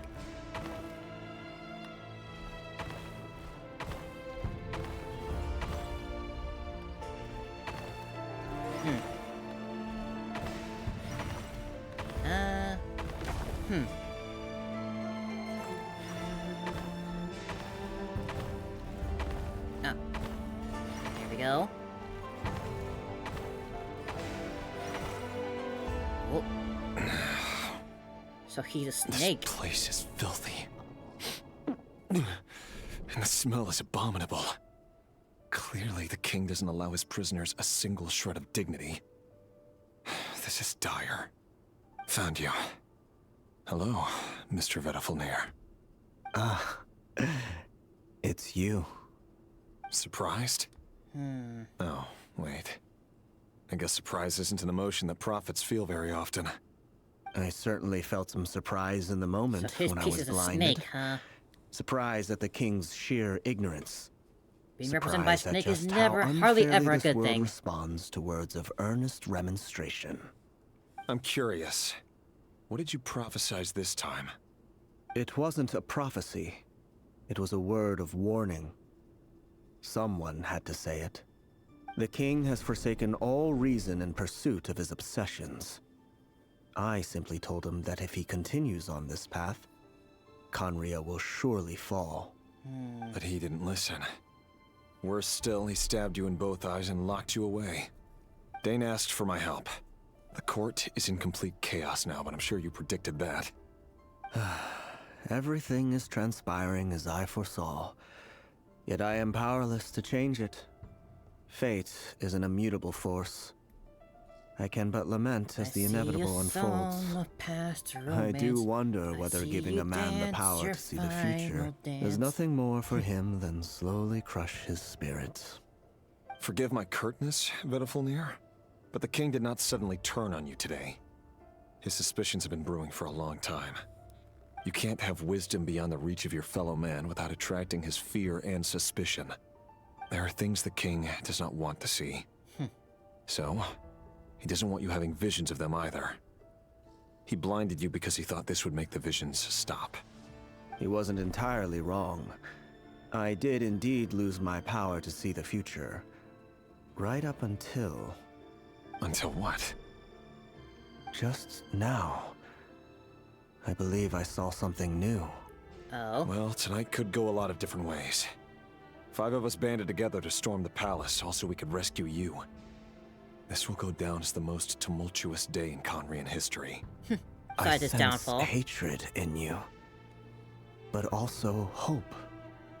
A desperate hope that with the tyrant deposed, that will be the end of the story. But this is not the end. It is the beginning of a new chapter, in a whole new story. There are many men of honor and courage in this world, Rerir. But you are not one of them. You're not here for justice, are you? You're here for yourself. Is that a dagger? Interesting. Why not the polearm? It was always your weapon of choice. With your abilities, I don't doubt that you were able to recover some of your sight. But I also doubt that you want to make an enemy of me right now. Of course not. We're on the same side, aren't we? We could be. But I need you to be honest with me, Vedafalnir. At this point, you're my only hope for the future. You mean your future? With your beloved, Felindis? Yes. And I know there are bigger things at stake here. A dynasty, a nation, maybe the entire world. But forgive me, I care first and foremost about myself. I can't abandon the one I love to save myself. I just can't do it. But you see a broader picture of the future than I. You see the solutions to the biggest problems of our age. So tell me, what is my solution? What's the answer? In matters of fate, answers are either right or wrong. What will be and what will not. Maybe you are willing to pay a certain price in the pursuit of happiness, but unfortunately, fate does not negotiate. That is the cruelest thing about fate. It is unmoved by your sacrifices. That can't be true.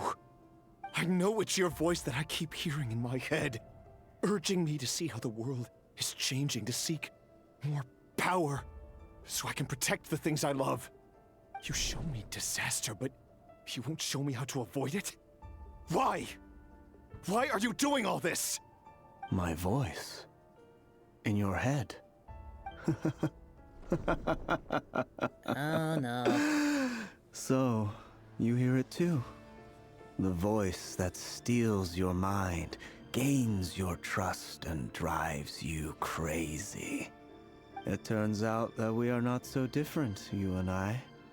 Vedafalnir just broke into the strangest smile I've ever seen in my life.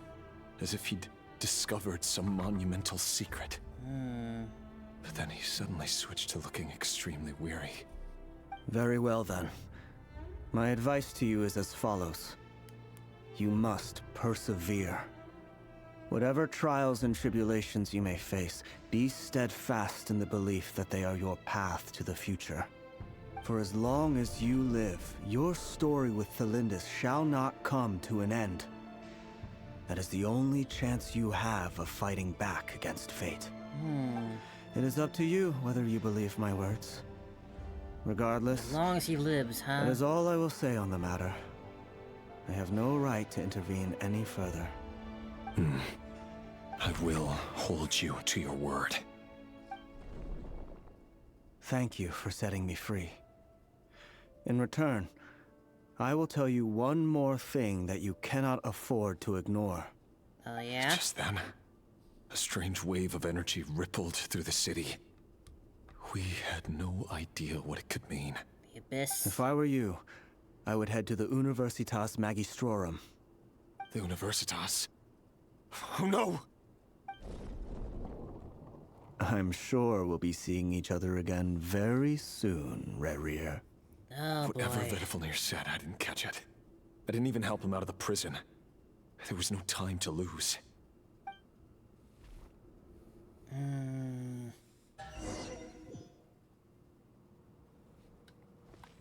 Are we at the tragedy time now?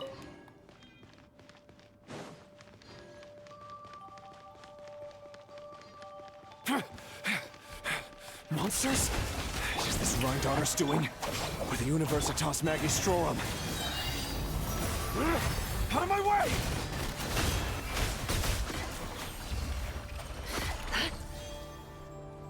Oh, the Universitas. That reminds me of a rumor I once heard. Allegedly, the king installed secret mechanisms in the palace and around the city. No one knows where they are or what kind of power they hold. But if they were ever going to activate, it would probably be on a night like tonight. Oh boy. Help! Hold on! Don't let them anywhere near you! Save me! I can't! Ah! That sounded like an explosion. So, the rumor is true? The king really went through with it. What other means does the king have at his disposal? They must run on power from the Abyss. He's been completely lost for a long time to the Abyss. Research, anyone over at the Universitas will be in grave danger. I have to hurry.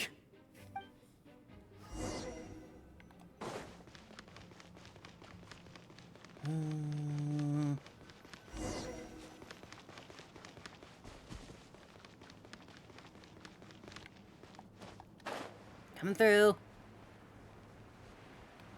Oh, we entered an arena. Our bond is strong. Branch into song. Can't hide the truth. Time to come clean.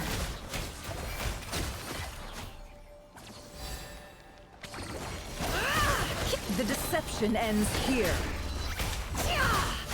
It all adds up. Time to come clean. Regicide's blood money. That's quite the name. Shower me with praise. By the frost moon of old. I'll settle this. Let the world collide. Seek within. No more lies.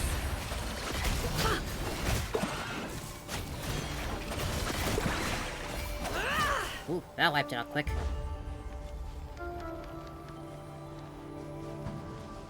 Lindis. How are we gonna find you here, huh? Another one of her memories. Monsters at the Universitas Magistrorum? Why now? Such a mouthful of a name. Oh no, they're coming. It's no use. The table won't hold out much longer. The weapons. Where are the weapons? Of course. All the lab equipment was upgraded after the inspection last week, but the new weapons haven't been allocated yet. I'm done for. Is anyone there? I need help! No, no. Ah! Stay back! Please stay back! Please!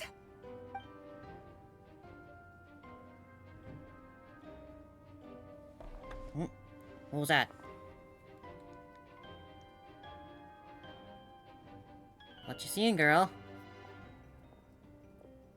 Still in this?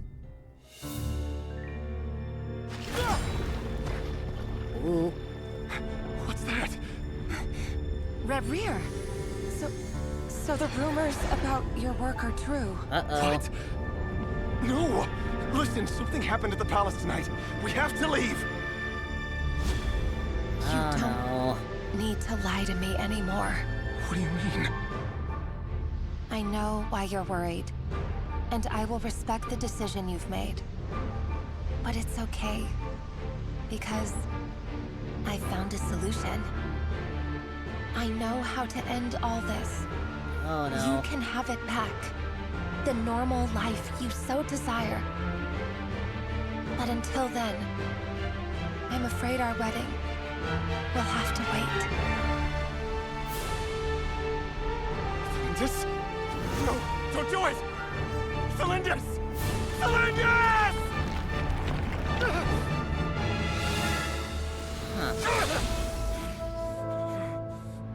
I told you, Rerir. Let her go. You will find someone better. God, I love this art. No, I won't do it! I have to save her! By what means exactly? A lowly pawn. You lack the power and the strength of will. Do you know a way? Tell me! Come to the palace. Join us. Oh, man. Rerir, That thank sword, goodness. isn't it the Traveler's Sword? And take your share. The original one? You made it. Not you too.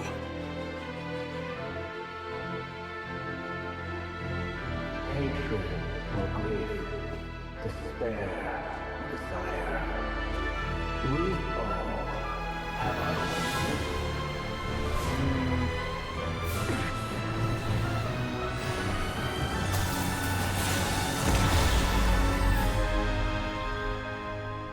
Rerir. Rerir. Thlindis? Were you daydreaming?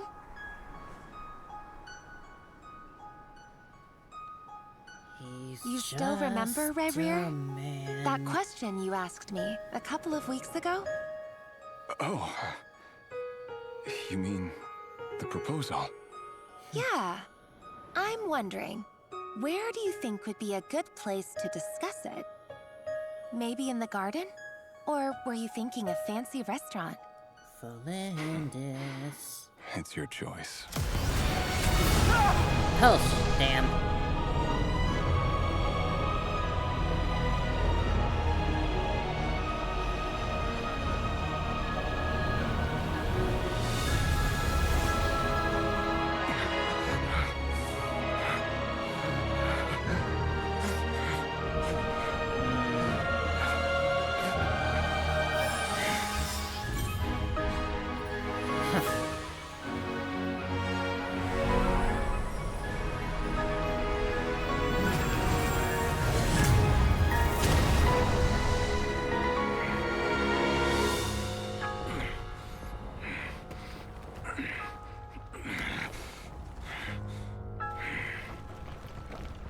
I will find you.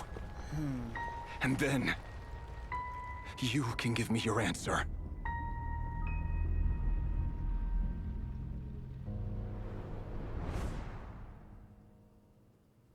Damn, I think that was like the longest one they've had of that type of art style cutscene. So that's how the Raker of Solnari was born. A monster created by circumstance is a monster all the same. Viewing other people's thoughts for too long can get uncomfortable. Right now, I'm feeling a strong sense of loathing. He's trying to feel what he nutshell, felt. The story of Conria is what happens when the truth falls by the wayside. Everyone tells little white lies, and before long, you have a huge pack of lies that destroys everything. Whew. Time to get back. His past is filled with sorrow, but the tale of any fallen civilization is one of endless tragedy. Cruel as it may be, that was Conria's fate. That it was. Flashbang to wake up.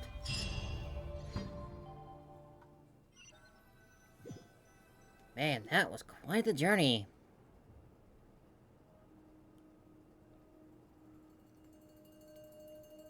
Everyone, I'm back. Can I get a standing ovation? Ooh, that's our boss, Nefer. How are you holding up? Feeling okay? She's fine. Boss is a pro. Yes, I'm fine. You will have seen the events of Rerir's life through my thoughts. It's now clear that he is just a regular nobody, driven by personal tragedy, as he said himself. A nobody driven by tragedy, huh? There's only so much we can know about him from his memories alone, but they did give us a clear glimpse into his life in Conria. However, I would not consider Rerir to be a nobody. He was deeply involved in the events of that era. Yeah, that's Yet, definitely the case. when the catastrophe of a generation strikes, nobody is safe. Sounds to me like you're speaking in riddles again. Is this you How are urging me Logi not to and abandon Reindar the are people convinced of to join the Notcry Abyss? in their hour of need? That's not what I meant. Although I do hope you choose to remain a part of the plan. Without you, the mission ahead will be all but impossible.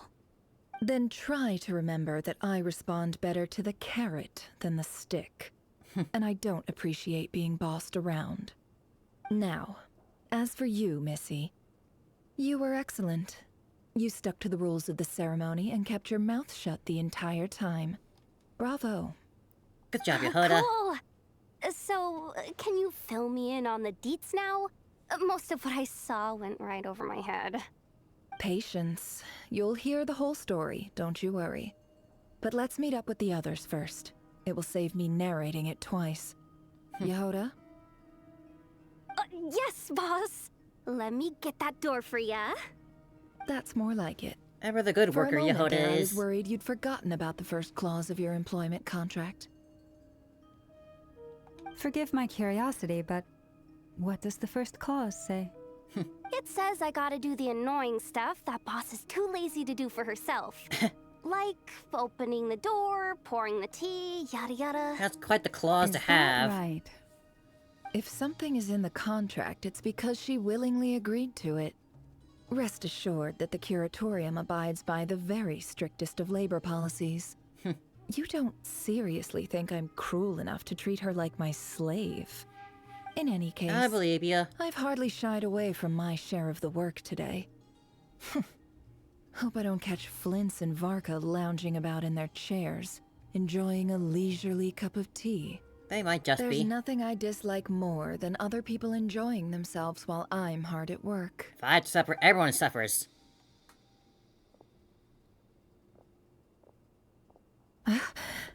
Oh, what's up? Oh no. What happened?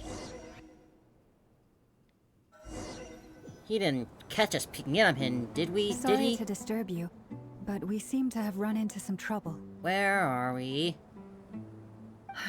Evidently so. Don't worry, I'm not about to leave you to fend for yourselves. I'm not that kind of boss. And it would go against the Curatorium's labor policy. I'm sorry? What did you hear me say? I wasn't talking about labor policy. Wait. Uh-oh. How long have I been standing here? Not long. You just appeared by the door a moment ago. Oh no. Where are we, though? Why are we not Boss, concerned about that? What's wrong? You look like you've seen a ghost. We've been tricked. We never left at all. Somehow I hallucinated that whole scene back inside the office. Hallucinated? But how? He caught us. He must have caught us. How indeed. This place should heed my will alone. All thoughts and actions that occur in here are just a result of pawns moving across the chessboard in a carefully calculated manner. And nobody has access to this chess set but me. So you control everything in here? That's how it should be, it seems. More or less. But yes, it's a special technique of mine. Has anything like this ever happened before? Only once. It was the first time I used the chess set. Is there any similarity between what happened then and what's happening now? Must be that person that's just trying to help them. My thoughts are a little turbulent. There's gotta be at least someone which else was out there also the trying to case help my first time. Rerir. Is there anything I can do to help? The first clause of your contract clearly states that I only need your help with things that I'm too lazy to do myself. Meaning, you're not feeling lazy right now? Wow. Meaning, this is not something Yehuda can help with. The chess set is a personal treasure that I she's still alone lazy, though. understand. I must be the one to find our way out of here. Boss, it's fine. Really. Let me do something useful. Oh, listen to you. Whatever would I do without you, Yehuda? Ain't she a cutie?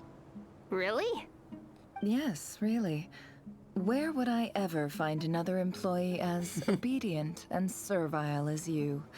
God forbid anything ever happens to you. Don't jinx it now. Oh, okay.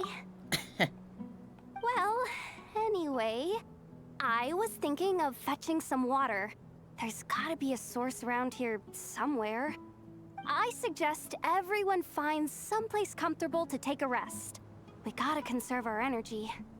Even though all this chess malarkey doesn't exist in a physical sense, mentally speaking, it's all real. And so is our tiredness and fatigue. You don't want to dismiss mental fatigue. Just because it isn't physical doesn't mean it's any less serious. Mental health is important too. But anyway, I got your backs, so don't worry about a thing.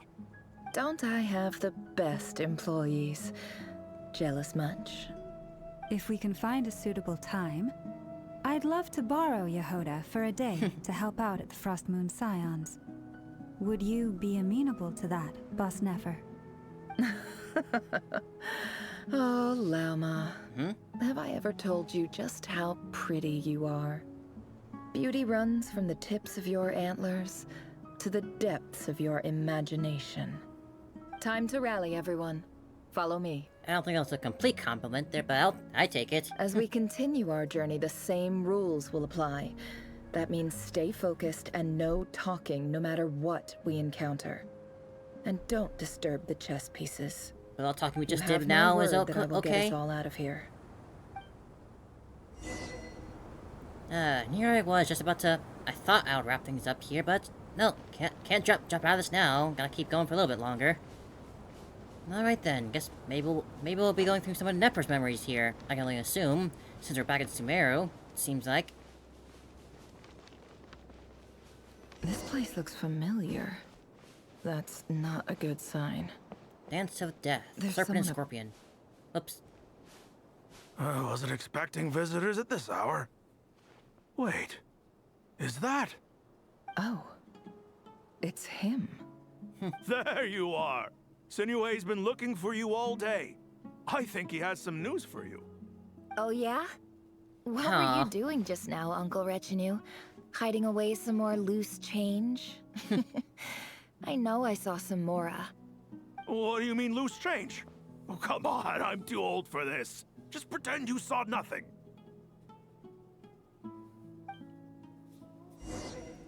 So we're little Nefer now, huh? Grew up in Aru village, I assume this is. It's a little different from how I know it, but still definitely Aru.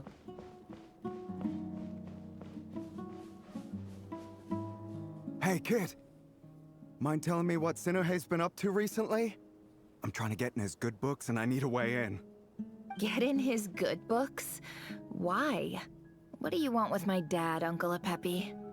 I've written a new song. I was hoping to showcase it at the next festival, but I'll need his approval. A new song, huh? I'd love to stay and listen, but unfortunately, Uncle Retinue says my dad's looking for me. Well, there's plenty of time and I'm not going anywhere. See that pile of stones? I'll be sitting there warming up my vocal cords. Come find me when you're done. Pile of stones. Got it. I'm actually gonna get to see little Nefer. I wanna see her.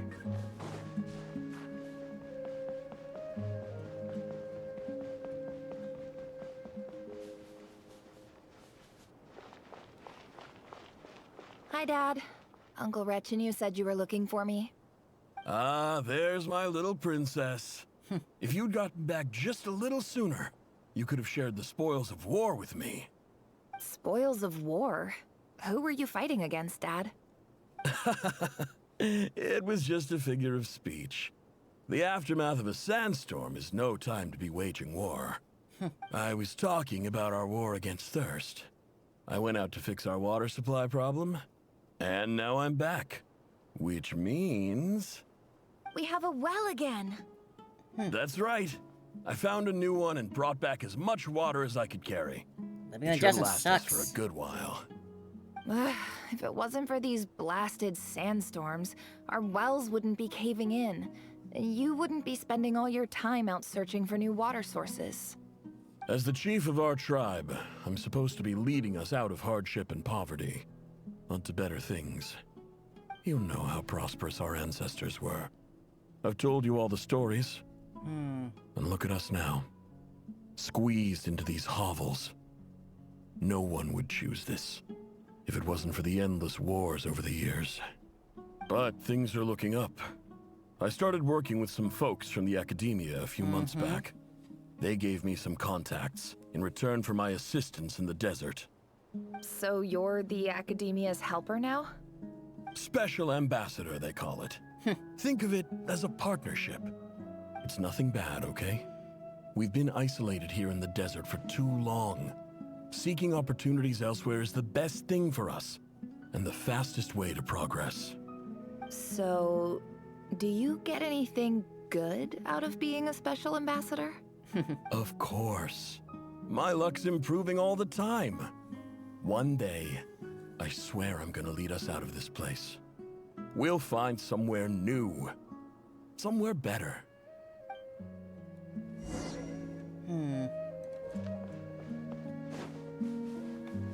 Came from nothing, and yet she climbed to the top herself, huh? An admirable story. What other kind of troubles did you find along the way, huh? Serpent and scorpion, huh?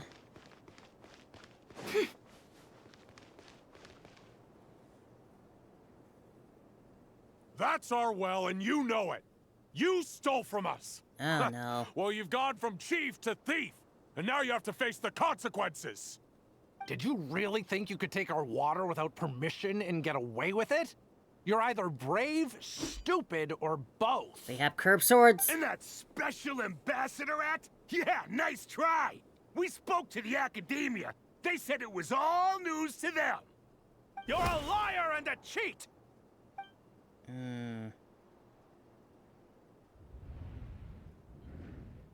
Oh, man. I heard Yehuda gasp, but I don't blame her. Most people are terrified by the sight of blood. Corpses strewn across the ground. The wounds are clearly from scimitars and daggers. The desert dwellers' weapons of choice. There's a handwritten note on the ground. Let's see what it says. Halil, this is Sinuhe, chief of the Shimti tribe. Surely you remember me. I was the one who helped you and your colleagues avoid the quicksand in the desert. This is my second time writing to you. I assume my last letter must have gotten lost in the mail, as I didn't receive a reply. I hope this one makes it to you safely. I'm writing to you because I need some help. That sandstorm the other day completely blocked up our well, forcing me to look for another water source in Iab and Unut territory. It was a matter of survival. Praise the gods. The well of the Iab tribe was intact. It was my last resort. I drew what water I could and left, but not without being spotted. I fear they will retaliate. You told me to write to you if I ever needed help. You said you'd be my ally in the academia. I urgently need you to formally recognize my title of Special Ambassador and send some of your people to assist me for a few days. It's the only way I can convince them that this was the academia's decision and prevent them from retaliating. This is an emergency. Please send help as soon as possible. Looks like this letter never got sent. The writer died a grisly death, and the letter was trampled into the ground. It's badly defaced. Some parts are barely legible. What a ridiculous lie the surviving Shimti tell. Their whole village was butchered over a sip of water. Man. That's certainly rough. But you should never climb above it all, huh?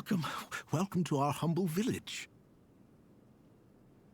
I thought you would at least have the courtesy to provide some respectable libations. This is the finest wine our village has to offer. I promise.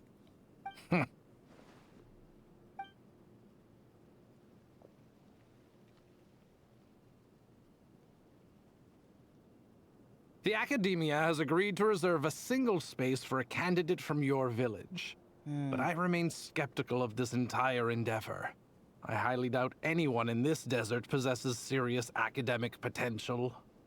Please, have faith. If not in us, then in our god. The child we found shows great promise. I beg you, take her away from this place. Give her a chance. Don't let her talent go to waste. I don't recognize her. New arrival? She showed up here a few days ago and we took her in. She's a really bright kid. Please help. I'm begging you. So, where are you from? Nowhere special. Just a sand dune. What about the rest of your family? How many of you are there? Just her. Just the one. It's only you?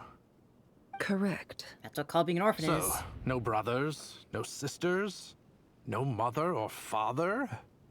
Any who have slept on a bed of sand, I call my brothers and my sisters.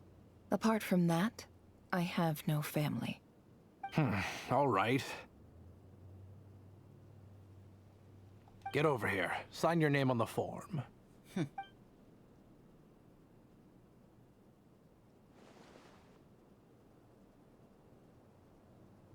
Nefer? You're rather fair-skinned for a desert dweller. So even they call it out, huh? You happy, Internet? You happy?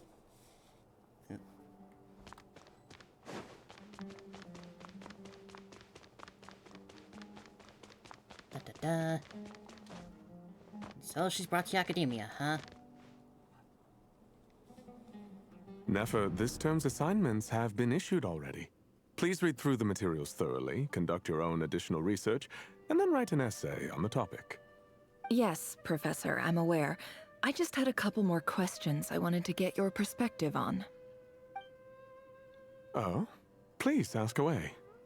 Well, I saw the other students' problem sheets, and I couldn't help but notice that my assignment is much easier than theirs.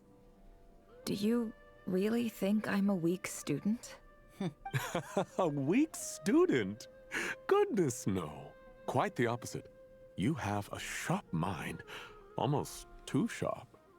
I think what you're saying is, a weak student wouldn't have noticed the discrepancy.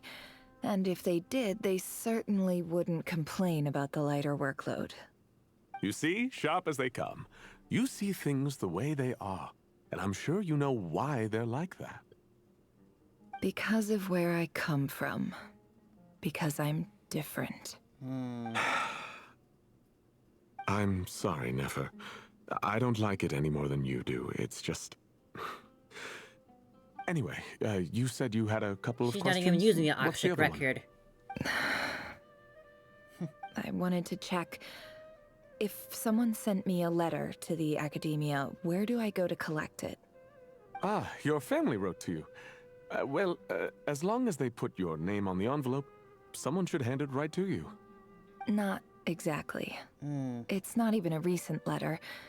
I was just curious where the mail would end up if no one collects it. The House of Dana, I expect.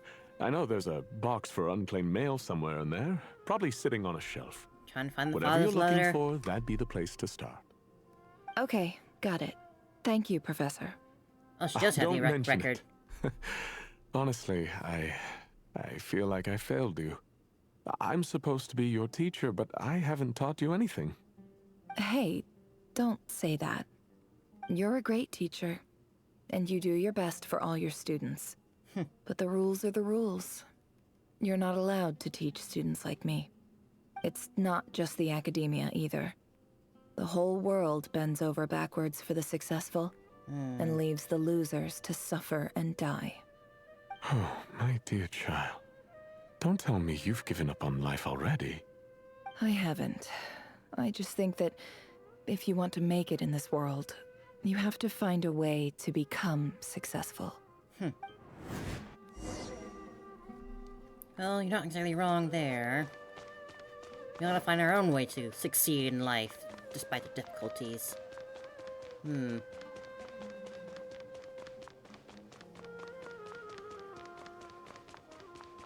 What do we have here? We're gonna find the father's old letter. This must be it. A big cardboard box full of unclaimed mail. And probably some letters that ended up here by mistake, too. Let's take a look.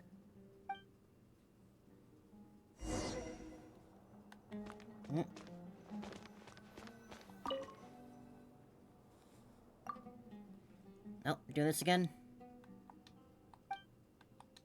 A dilapidation survey from Port Ormos.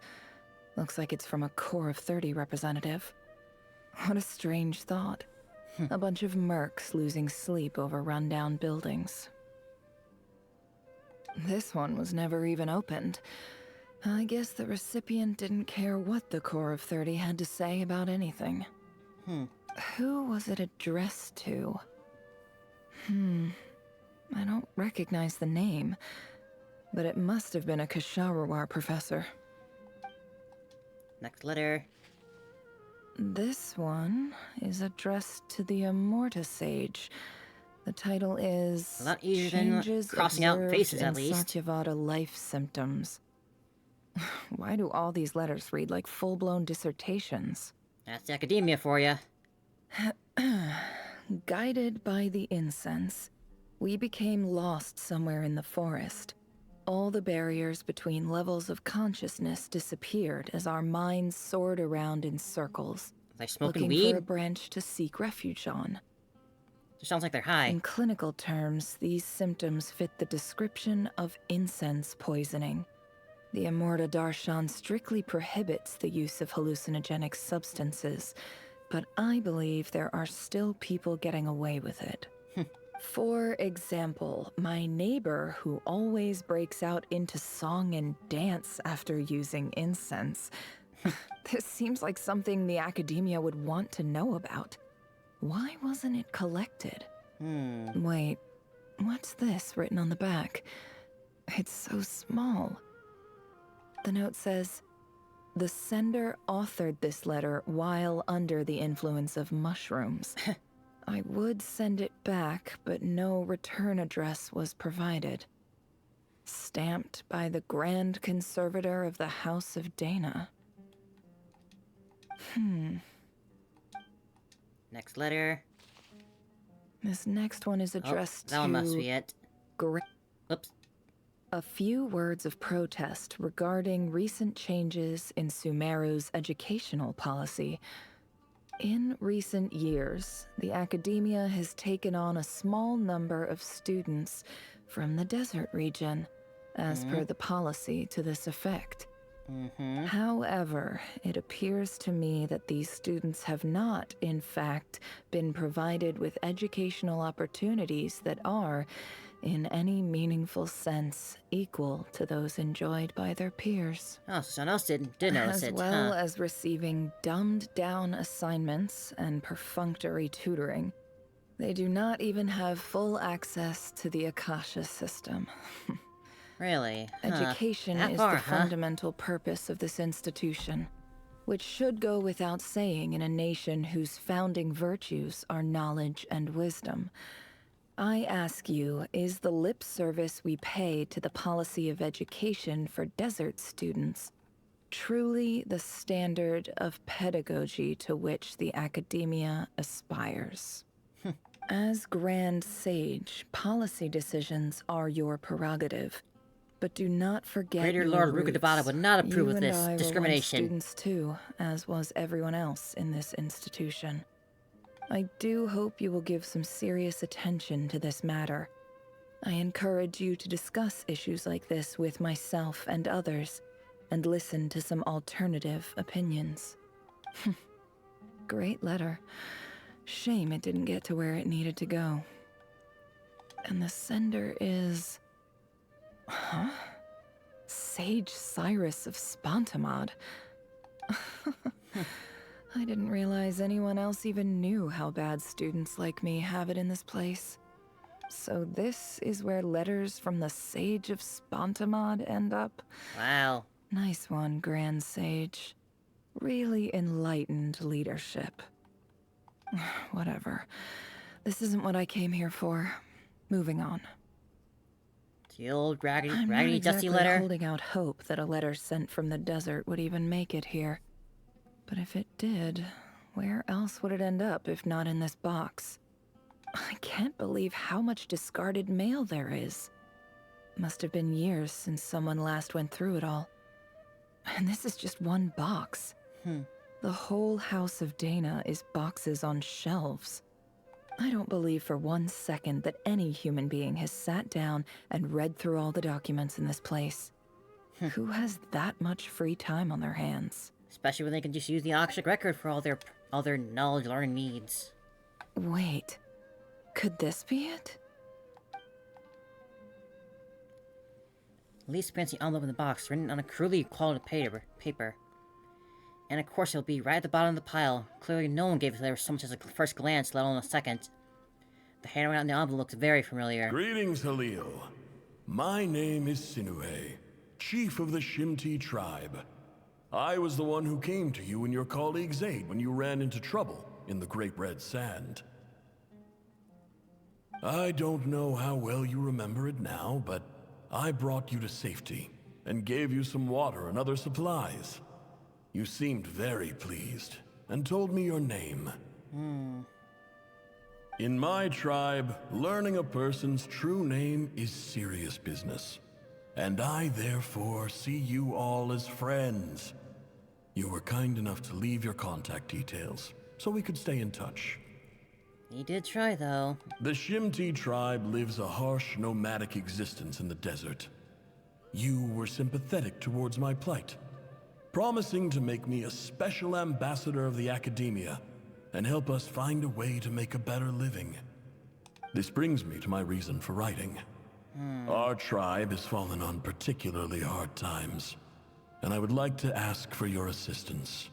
There was a terrible sandstorm a few days ago, which blocked up the well in our land. To ensure my people's survival, I had no choice but to venture into Iyab and Unut territory in search of an alternate water source. The Iyab and Unut are descended from the Thamudians. While we trace our ancestry to Tulatala, we worship the Lord of Flowers and have had relatively good relations with our fellow tribes up until now. I found a well belonging to the Iyab tribe. They declined to help us, but I really had no other option. So I took some water to keep me and my tribe alive. My actions are certain to incur their wrath. When we met, you assured me that you would be my ally in the academia. I would like to take you up on that offer. Maybe this guy just wasn't as high-ranking as he could have been to actually have any say and sway that could back up his words and wanting to help. That aside, the last time you were here, you mentioned that the academia had started accepting students from the desert, and I told you a little about my daughter, Nefer. We have next to no resources here in the desert, and my power and influence are limited.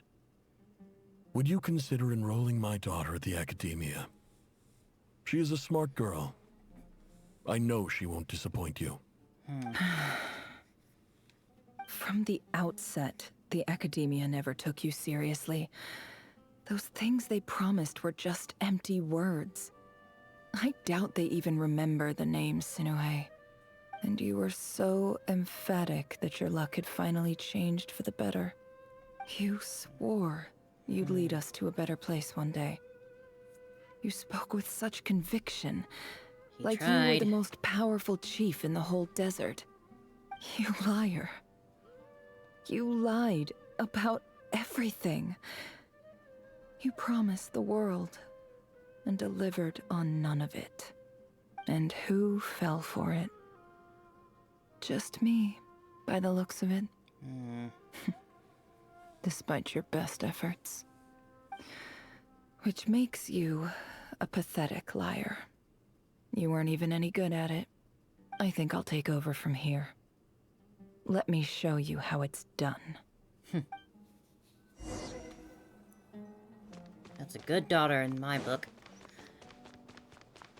Wanting to do good by her parents when they were scorned. She's a good kid. Bid farewell to Kada Yuan. I just came to say goodbye. Thanks for everything you've done for me in my time here. Nefer? You packed your bags. Where are you going? I'm quitting. Something's come up in my hometown. Gonna head back and deal with it. Huh? But this was a hard-won opportunity for you. You know that better than I do. It was. But it doesn't matter. I have more important things to deal with, and they can't wait. Oh, and I didn't want to overfill my bags, so I left some incense on your desk. What's wrong? I thought you liked incense. Although, I did read somewhere in the House of Dana that it has hallucinogenic effects. Don't use it all at once, alright? Isn't this the stuff I'll you go brought hotboxing from your your room. hometown? You're just letting me have it? But you said it's a rare and valuable commodity. Yeah, about that. I lied. It's not rare at all. There's this bunch of ruins near my hometown that are practically overgrown with this plant. It's not worth much. Keep it. It's fine. But Nefer... All right. That's all from me. You take care. And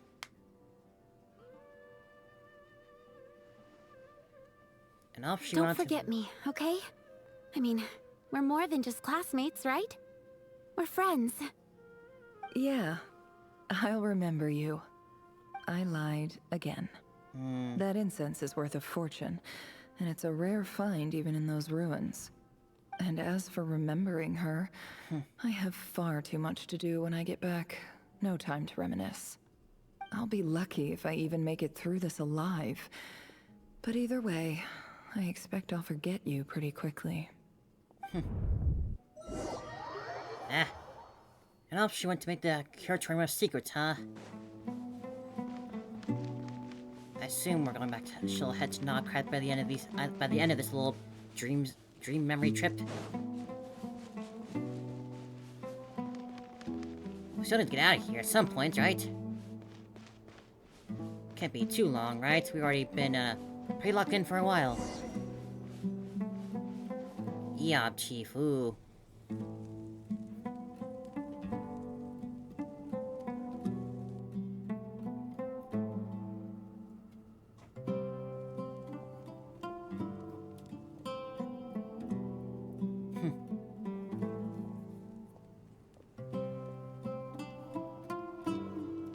It's a pleasure to meet you, Mr. Arif.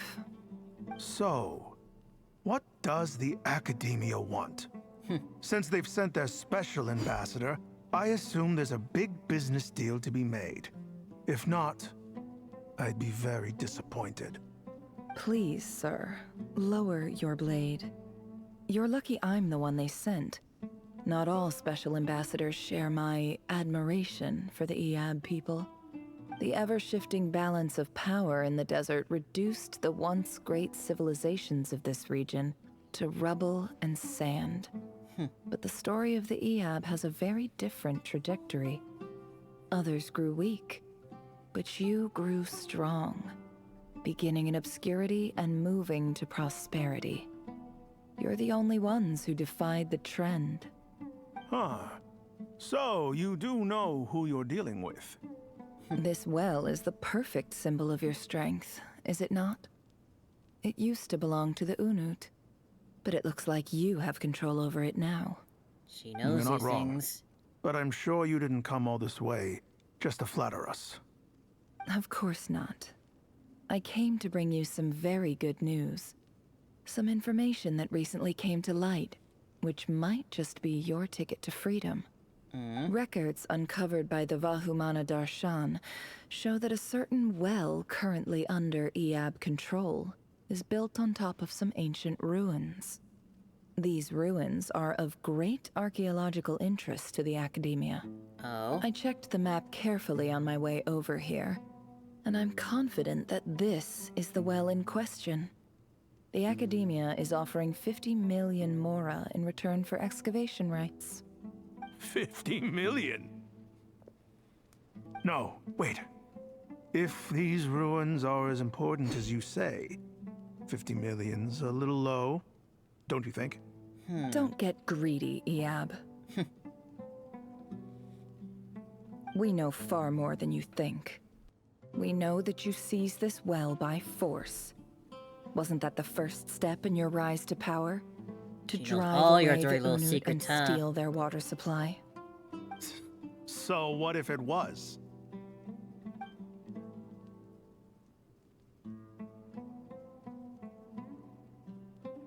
Don't worry. As unscrupulous as it was, it's something we're willing to overlook. The Academia is only interested in dealing with the de facto power holders in the region. I hope I am making myself clear. And I hope your words are the truth. If I find out the Academia is trying to play me, I'll hunt down every one of your people and make you watch as I cut their heads off one by one.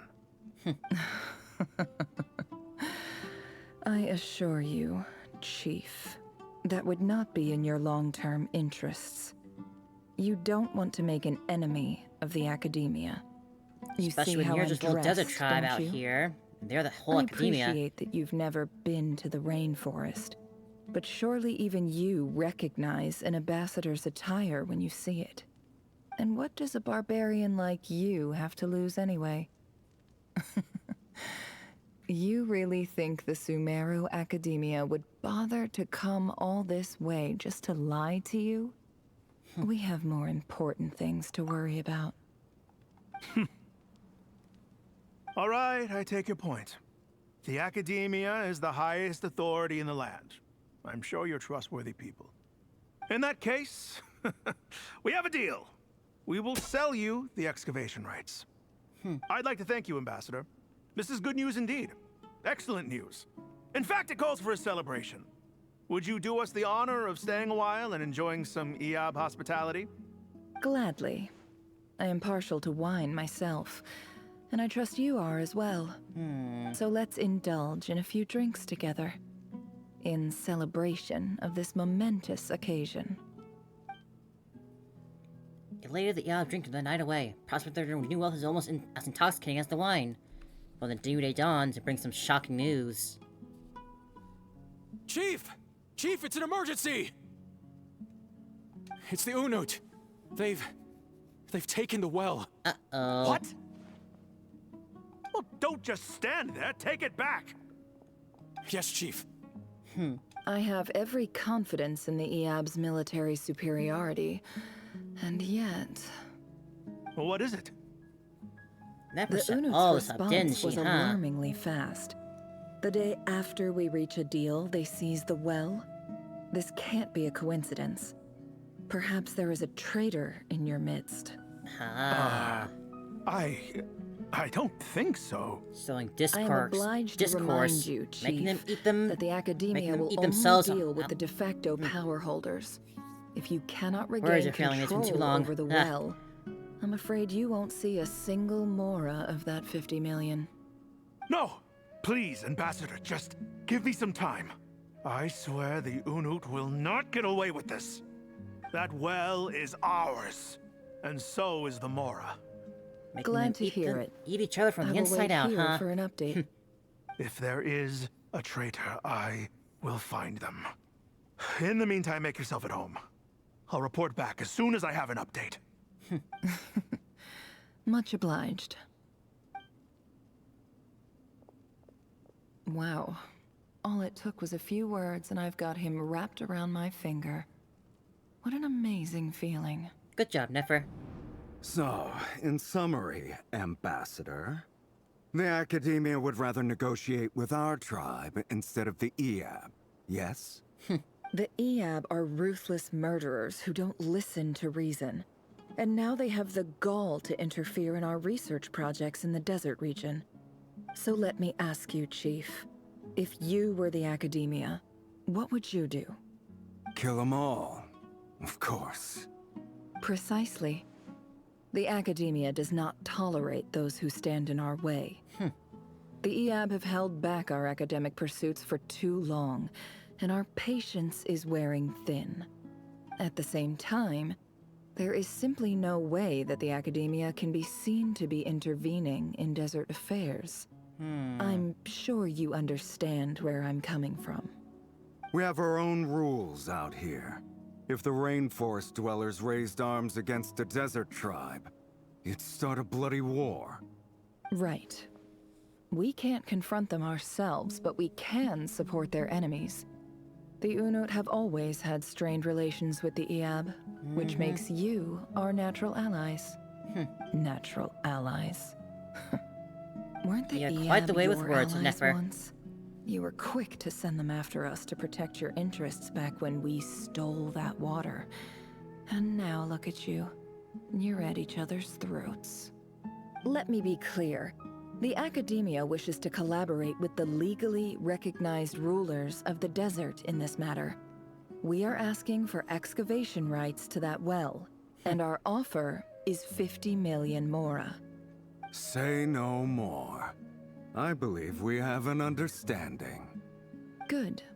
Then I suggest you get to work. Get us access to that well, and the mora's yours. You see, Dad? Lying is easy when you know how. People will believe anything. Ha ha ha. Nefer gets her revenge after many years, huh?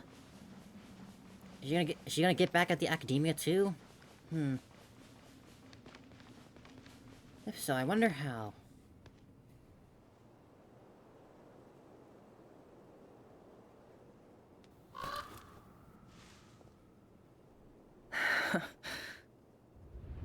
Damn.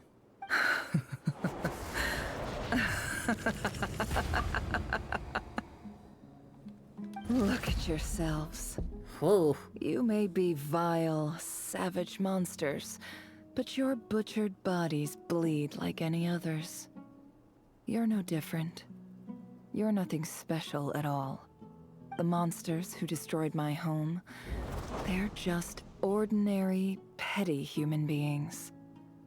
What a joke. Damn. I think we're even now. Maybe I've even done the desert a favor. It's a better place without all these people around. Oh, Sinister. My But deserved. gullible fool of a father. Perhaps if you'd been as ruthless as I was today, our tribespeople would still be alive. In this dog-eat-dog world, a chief needs to be tough to survive. But you couldn't do what had to be done. So I did it for you. Nefer, it's okay. All of this is in the past now. I believe I remember you promising to remain silent. Yeah, but even so. Yehoda, is there anything you can do to ease the tension? You know her best. You got this, Yoda. It's your time to shine. Alright, time for a sharp turn onto a completely different topic. So, anyway, that's enough of that. When are we getting out of this place? Feels like we've been walking forever. I'm getting pretty tired. Oh, Alma, you tired? Yes. If we Very can find smooth, somewhere to Yehoda. sit down, I could certainly do with a rest. It's not far now. There should be a temple just up ahead. Is this situation about to reach its conclusion? Yes. Really? A temple? That's where this story ends? I guess that's how things go in the desert. It'd be a pretty similar place. I've been to a pretty similar place with a friend from desert before. Desert dwellers can never escape their destiny. Or so everyone says. I never wanted to believe it, but looking back now, I'm as desert as they come. You mentioned a temple. What's waiting for us there? My biggest trade secret of all. Your chessboard? Then I'm guessing it's where you got your power from. The power to peer into other people's minds. I didn't know you were clued up on any other religions. I'm no expert in the history of Sumeru, but since you come from the desert, I would imagine it has something to do with King Deshret. And some pillars who served him. They're major figures in this desert belief system, too. Sounds impressive. I have some friends with connections to this stuff, especially the, Hermanubis. Oh, I know who you mean. General Mahamatra Sino. The spirit of Hermanubis dwells within him. That's Boss Neff for ya. She knows everything. Sino's hardly a figure of obscurity, but I know about Sethos too. Ah. What about him? Is he a big deal or something? He's Sano's brother. Well, he's not a small deal, let's put it that way. You definitely know your stuff. Please, this is the bare bone basics. Save the flattery. Thanks for your patience, everyone. I'm sure it's been a lot to take in. With any luck, that's our exit just up ahead. Lead the way.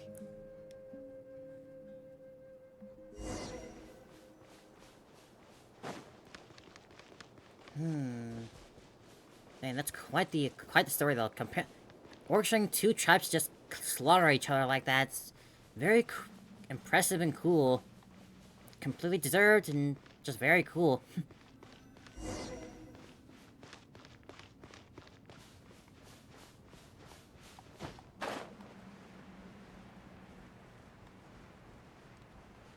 She's definitely earned my respect, that's for sure. I suppose this moment will also double as her getting her vision.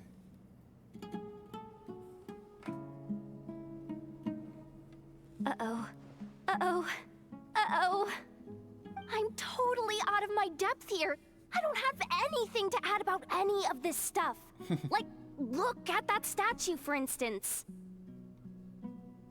Pretty big. I want to do the whole name-dropping, this girl knows her stuff thing too, but I've never seen anything like it before. A statue with the head of a bird. Looks like something out of the King Deshret mausoleum. That's Thoth, the Ibis King, one of the 7 pillars of King Deshret. The legends say that he, the Crocodile King, and the Goat King were the 3 retainers of King Deshret. Let's take a look.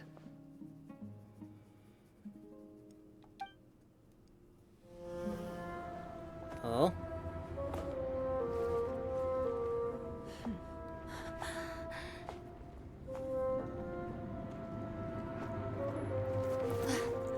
Oh, the cat!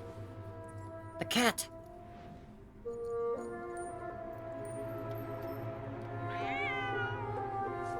Kitty cat! It's just Ashru. So, all is well? Guess it's no ordinary cat.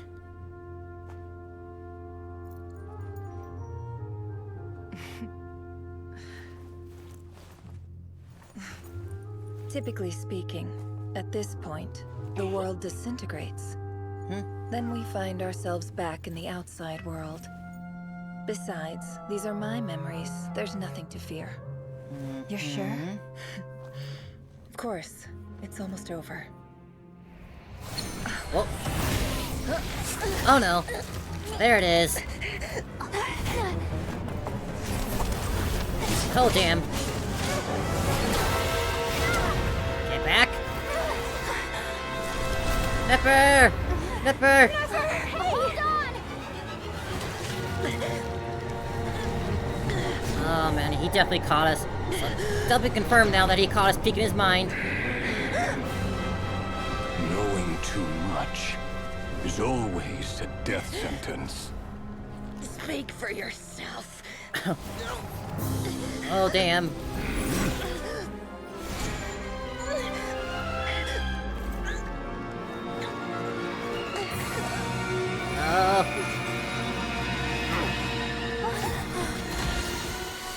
Thank you, Dory!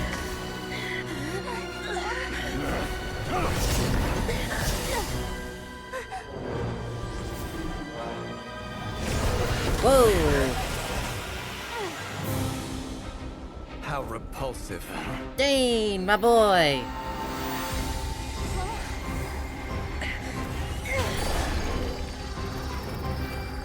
Oh.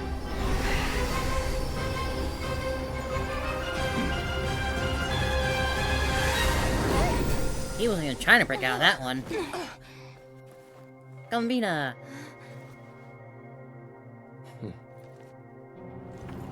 Uh-oh.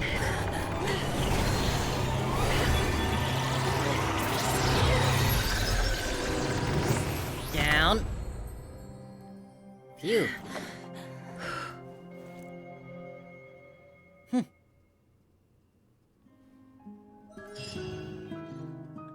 Oh man, that was quite the journey. Double feature, double journey. Timed that pretty well, didn't I? That you did, Columbina. Good job. It's okay. I'm just glad no one was hurt.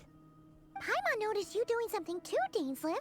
Were you helping get them out? Of course. When I asked Nefer to conduct this investigation, I was not naive to the dangers involved. I had a duty to ensure your safety. Good to know your sense of justice is still intact after all these years. I take that to mean that you saw the truth. That comes as a great relief. That I it did. certainly That we did see. And thanks to your help, I also managed to trap Rerir inside the chess set. Temporarily. Whoa, really? How'd you manage that?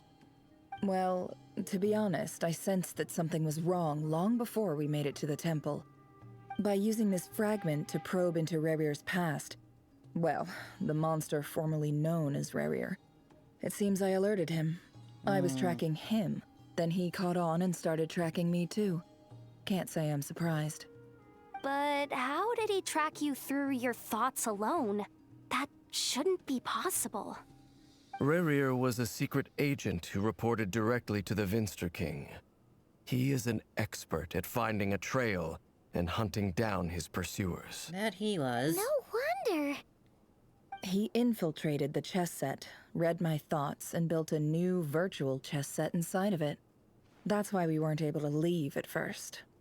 Speaking of your chess set, it's quite a remarkable item. Would I be right in thinking you have some connection to King Deshret? You overestimate me. I only have a connection with one of his underlings, the Ibis King. No big deal or You anything, all just the saw Ibis how King. this came to be. A long time ago, the Eab massacred my tribe, the Shimti, in our home village. A few years later, I enrolled in the academia, where some new information came to light. The Unut and the Eab fought a bitter battle over the rights to a well, all for the sake of a non-existent 50 million mora. The Eab ultimately won that confrontation, but their victory came at the cost of almost every warrior in the tribe. The final blow to the Eab came at the victory feast, when an Unut assassin beheaded their chief right before my eyes. Damn. The remaining Eab fled and have been scattered to the winds ever since. Having gotten my revenge, I returned to my hometown, where to my surprise, the nearby temple was still standing. There it was, seemingly immune to the relentless hostility of the desert, while my tribal home lay in ruins. As I stood there gazing at the temple, I noticed a cat just outside. This cat, as it turned out, was home to the spirit of the Ibis King. He led me to a gate deep inside the temple, and there he made a deal with me. This chess set is my gift from the Ibis King. The chessboard within is made to the same specifications as the one in the mausoleum of King Deshret, and represents his power of piercing analysis. With this chessboard in its container, I gained a certain ability to perceive hidden secrets. Now, you could conclude that the Ibis King simply wanted to give the people of this world the power to seek the truth, but I don't believe that's the full story. Every god plays favorites. Their hearts are as fickle as any humans, full of secrets, perversions, egotistical tendencies. But precious few gods are willing to admit this. It is the same with all powerful forces, including fate itself. Their gaze falls preferentially upon a select few. As you rightly point out, this is an act of favoritism. If you're alluding to the Abyss, then yes, I agree. Gather the others. It's time to share everything I've learned. For real this time? Before long, the group is gathered in the office.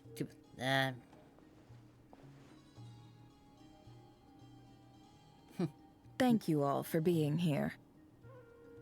As promised, now I did why some they've further been so off for the investigating into Cattery Tower Rerir there. of Solnari's background. I am pleased to report that the investigation has been most fruitful indeed. The Rerir of Solnari, real name Rerir, was once a Conrian subject who served the Vinster King. I will now share the important details of his story. Please save any questions or comments for the end. Yes, ma'am. Well, yada yada yada happened and blah blah blah happened. At the Vinster King's behest, he gathered intelligence, assassinated descendants of the Crimson Moon Dynasty. Yes, we just went all through this. Spoke of his fate, left a reflection of the moon, till he could serve the waters and gain the pound of that yada. In contrast, Rerir's own life was like a reflection of the broken moon. When stormy winds of fate blew across the water surface, it was utterly destroyed. Thalindus smuggled away a piece of the moon before disappearing through the mysterious portal, passed down the ages, finally falling into the hands of the knave. What lies on the other side of the portal? Is it really a whole other world? Thalindus never had a chance to share the findings she found there. Neither did Rerir, who followed her in. So that's why he's so obsessed with the moon. A tragic tale, to be sure. But it does not excuse his many transgressions. True. No matter how much Rerir suffered in the past, the fact remains that he is what we know today as the Wild Hunt, wreaking havoc upon innocent lives in Nodcry. He becomes more dangerous with each passing day. If left unchecked, it is simply a matter of time before all of Tevat suffers the consequences. This is a threat that the Knights of Favonius cannot ignore. A question for Miss Columbina. Forgive me if this is presumptuous, but have you ever seen the spatial gateway that appeared in Rerir's memory? Never.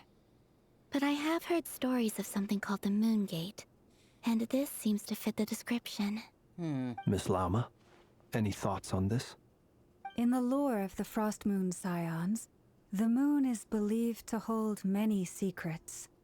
Some sources speak of ancient knowledge, others of a gateway to the unknown. The term Moon Gate is one I have heard before. But as is the case with all of our legends, there are no records of any first-hand witnesses. We cannot know whether it truly exists. I think we have pretty much Then proof back as it is to already. Miss Columbina. As a moon goddess yourself, do you have some idea of where the Moon Gate leads to? Not at this stage, sorry. You hold it just in the background, playing the cats, playing with the I do hold the power of cats. the Frost Moon, and my strength is recovering well. I can sense that the gate would open at my command, but... But there's more to the power of the Frost Moon than that? Yes. A moon goddess has the right to open the Moon Gate, since it is a path to the moon.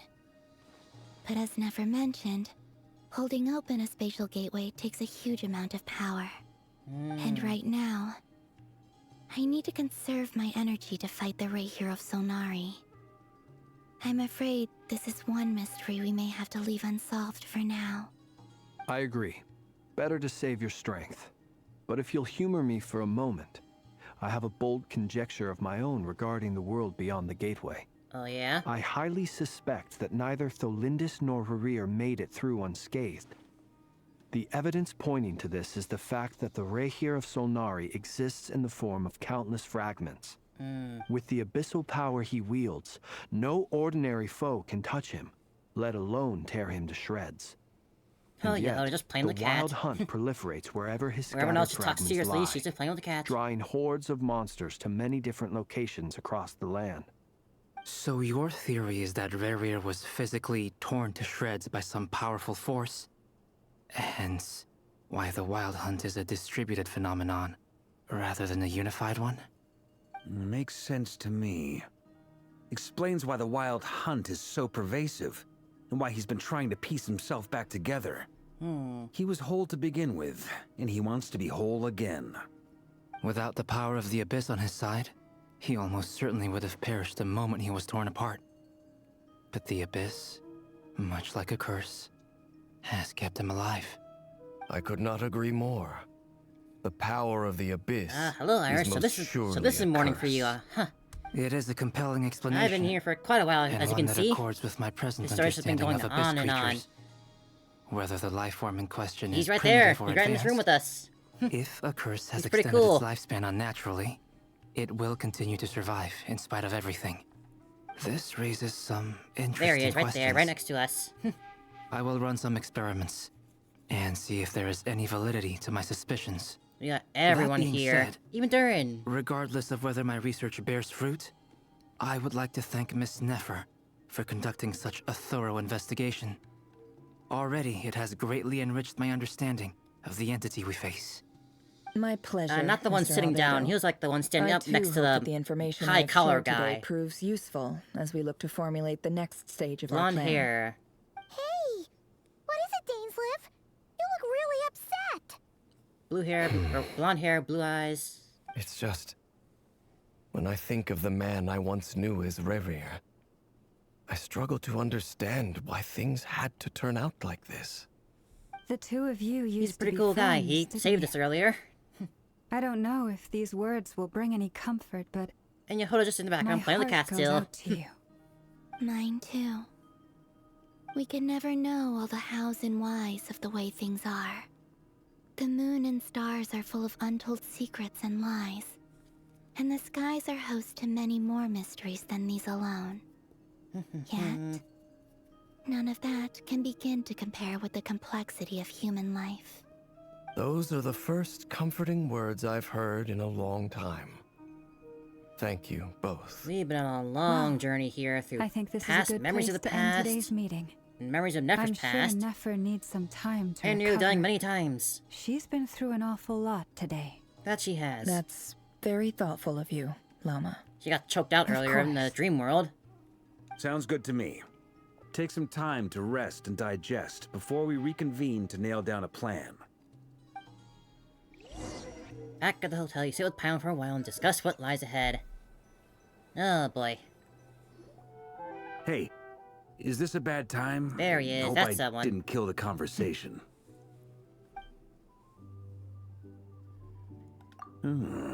Nice room. Oh, I'm not yeah, coming in, though. definitely feel that every now and then. I'm It's still just looking a for a job hotel myself, world. but I can definitely relate If to it's that. all the same, I'll just stay out here. I might not look the part, but I'm technically a knight. Barging into people's private quarters isn't the kind of thing we do. What are we talking about here, Varka? We've been at this for a long time. I definitely need some rest too. I did not expect to go for this long today. Nefer went back to the curatorium to get some rest. But before she left, she shared some things with me that I thought you should be aware of. Meal for me, I should be going to sleep by now. Although I should she already managed be to asleep. trap the Rerir of Solnari inside her chess set, there's no guarantee that the power of the Ibis King is any match for one of the 5 sinners. Their powers are beyond our comprehension. It's only a matter of time before he finds a way to break out. I kind of imagine We have to come up Varka with a having a big plan bushy and take beard care when of we him were before that hearing about happens. him. I just kind of imagine that for him. I figured that might be the case. So, how long have we got? Well, I asked her that same question. She talked for a long time, but for the most part, it seemed like she was trying to convince me how precious her chess set is. What a long and storied history it has. It felt like some kind of sales pitch, you know? The kind where you end up handing over Mora against your will. Well, she is... Anyway, after all that, she finally answered the question. 2 days, at most. Of course, always 2 days. The maximum time we can skip forward in the game. Can we even recruit enough help in that time? That remains to be seen. Going to war with a single Which man. brings me to the second issue. Dainsleif is obviously conflicted about this whole thing. But given how little time we have, there's no way we can pull this off without his help. We need You all have some kinds of history help. with him, right? Do you think maybe you could talk to him for us? I'll see what I can do. Great. I appreciate it. All right, on to item 3. So, Albedo, Durin, and I put our heads together and came up with a plan. Oh, yeah? Can't promise it's gonna work yet, but at least it's a start. What is Durin gonna We do figured here? we'd Is he bounce gonna help the us idea out? off you first. We'll explore it further once everyone's recovered. Oh, ask away. Oh, Paimon's dying to hear this. All right, so here's what we're thinking. Nah, figures. Nope. Lies out the current plan. It's a shocking plan, but nothing can phase the greatest traveler of the truth and the trustiest travel guide in the Tibet. Didn't take you long to get behind it. We felt a little uneasy about Fine, roping you fine. into Keep your this. secrets. I mean, firstly, you're not locals, and secondly, none of us are your boss. You're well within your rights to refuse if you so choose. As if that was a Roping choice. us in? Why would you even say that? We know the stakes here. It's all of us against the Rerir of Solnari, or none of us stand a chance. Mm-hmm. I choose my words very intentionally, I'll have you know. I like to think there's an art to striking a down-to-earth tone even when the stakes are through the roof. You seem pretty good at that. I have a few thoughts about this plan. She speaks. I'm all ears. I think we can be more flexible with how the roles are allocated. In my view, the most sensible lineup would be like this. A rarity, the traveler speaking. I see your point, yeah. But if that's how we're going to approach this, you'd better make sure you're ready. We going on the front lines for this? To be clear, I don't doubt your abilities. Far from it. Oh, he's an animal. I just want to make vision. sure. I just noticed that. Are you really willing to take all this on? Makes sense. I want to do everything within my power. The Rerir of Solnari is a truly fearsome opponent, and if I do my part, it'll greatly reduce the risk for everyone else involved. Well, that tracks with what I've heard. We shall be the vanguard. Teams mentioned in her letters that you're so diligent it's almost Have a good day. Have a good look at your work. Thanks for hopping in. Hope you have a good one. And rewards in situations like this, but you seem to just march as soon as towards this cutscene danger ends without a and moment's I'm let go, I'm hesitation. definitely calling it a Of night. course, everyone I'm appreciates very a tired. fearless pioneer.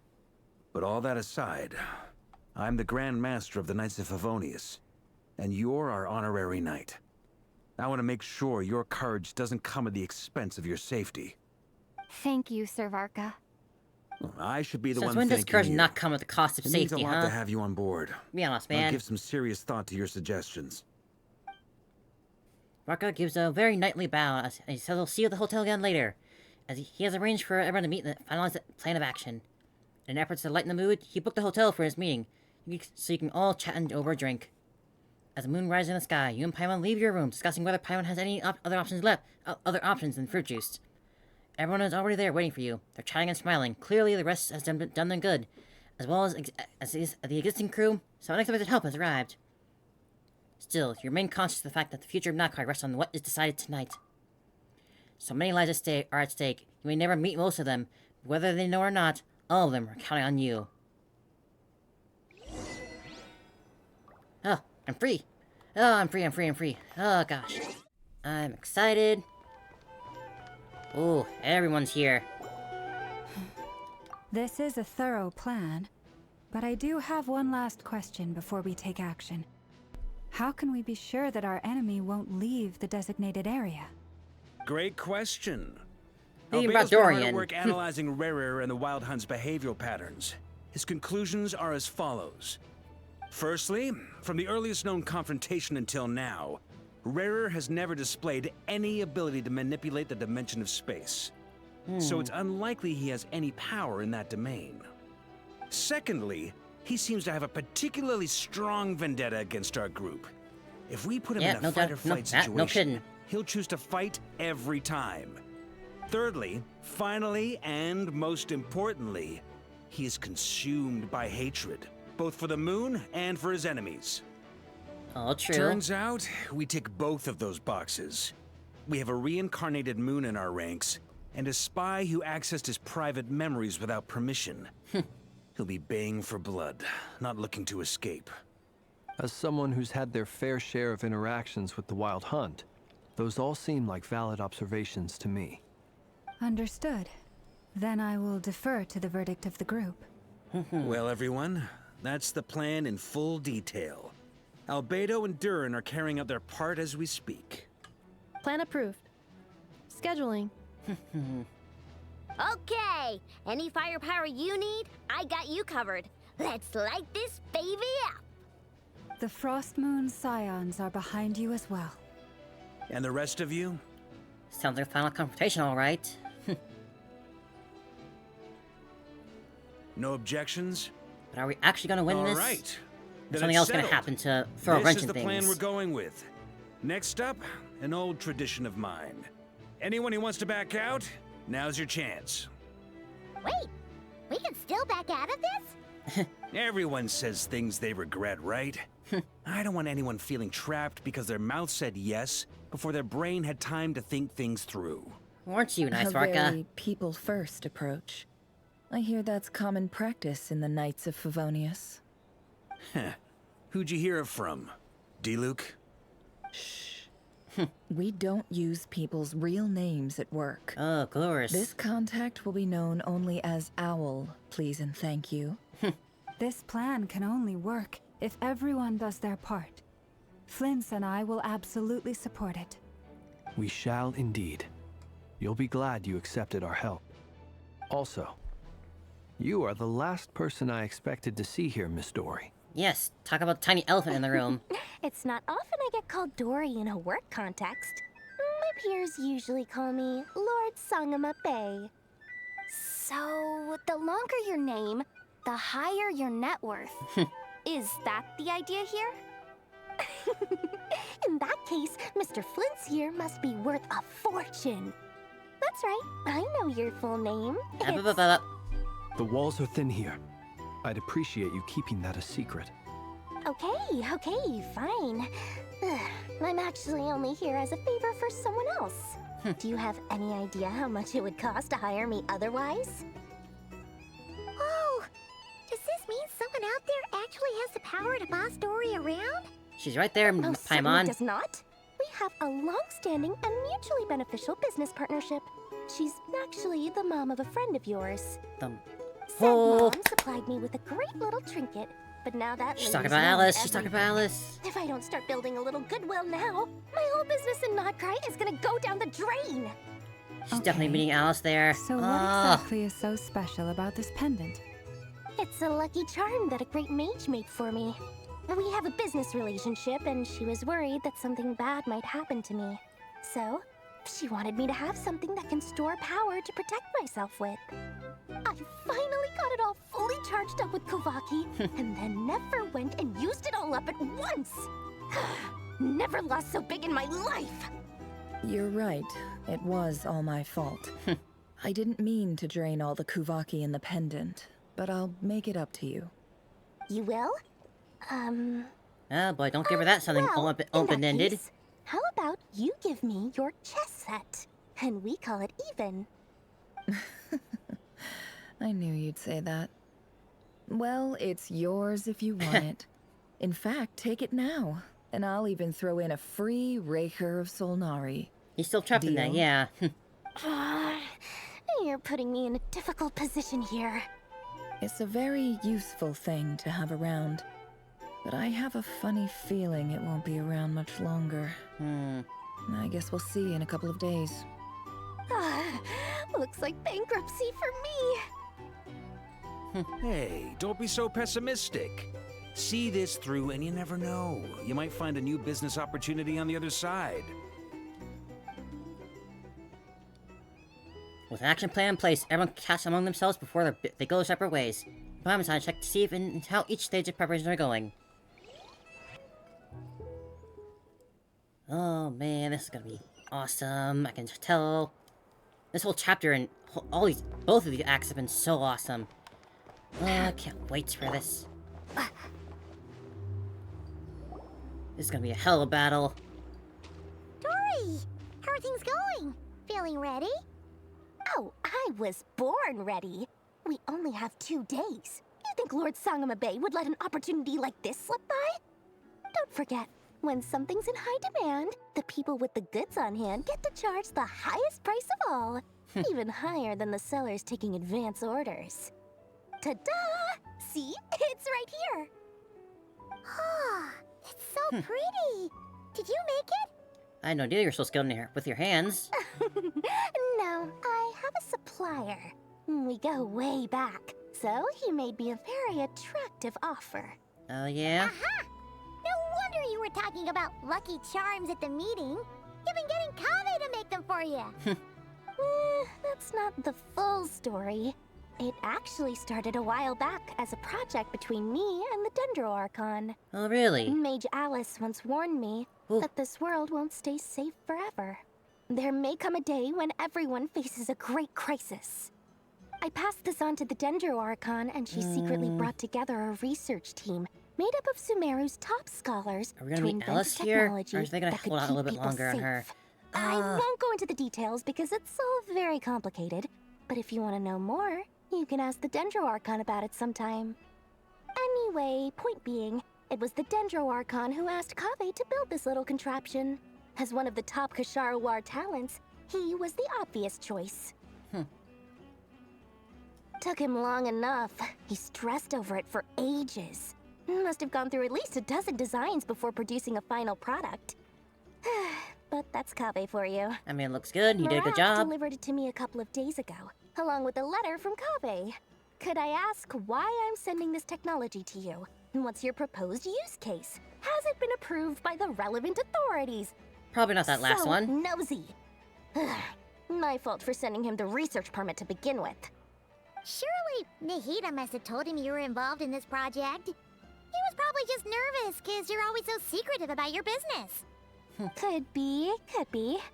Anyway, I just replied, let's hope there never has to be a use case. Because it would involve grave danger. Fair enough. But it sounds like he was just being cautious.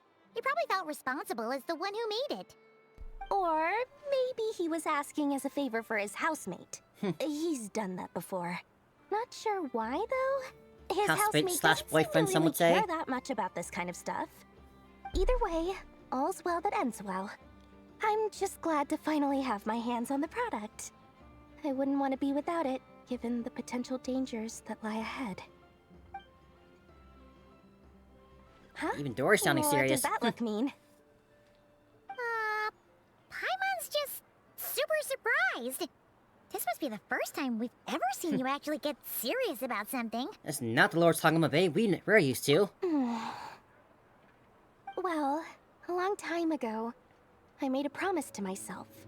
I promised that I was gonna live every day of my life with a big beaming smile. Obviously, Mora plays a big part in that. But there are always gonna be times in life when you have to give something back. That could mean paying back a debt, returning a favor, or showing some kindness. Alice has been a huge help to me over the years. Well, She Dory. was the first investor I Who'd ever have thought you'd be such a had. deep character? And I want my investors to know that Lord Sangamabe is the best in the business. And more than that, no one knows what the future will bring. Whatever happens, I want to make sure the Dendro Archon and all of Sumeru is prepared to face whatever comes. So that pendant, you never intended to ask for it back, did you? Oh, that? I was just making sure Nefer and I are square. Don't be thinking it was some sort of benevolent act. I'm no saint, so don't She's treat me actually like pretty something nice, I'm huh, not. Dory? My priority is doing the business that I want to do. So long as my conscience lets me, but it usually does. That's the Lord Sangama Bay business model. Alright, if you say so. I do say so, and that's the whole point. I'm a businesswoman. Don't go trying to figure out what kind of person I am. You'll exhaust yourself. Much easier for everyone involved if you just take my word for it. Oh, and could you two help me get this stuff where it needs to be? Thanks so much. You're my favorite assistants. Are we really assistants if we don't get paid for it? Jumping around again. Action time. Albedo, Durin. How things going over here?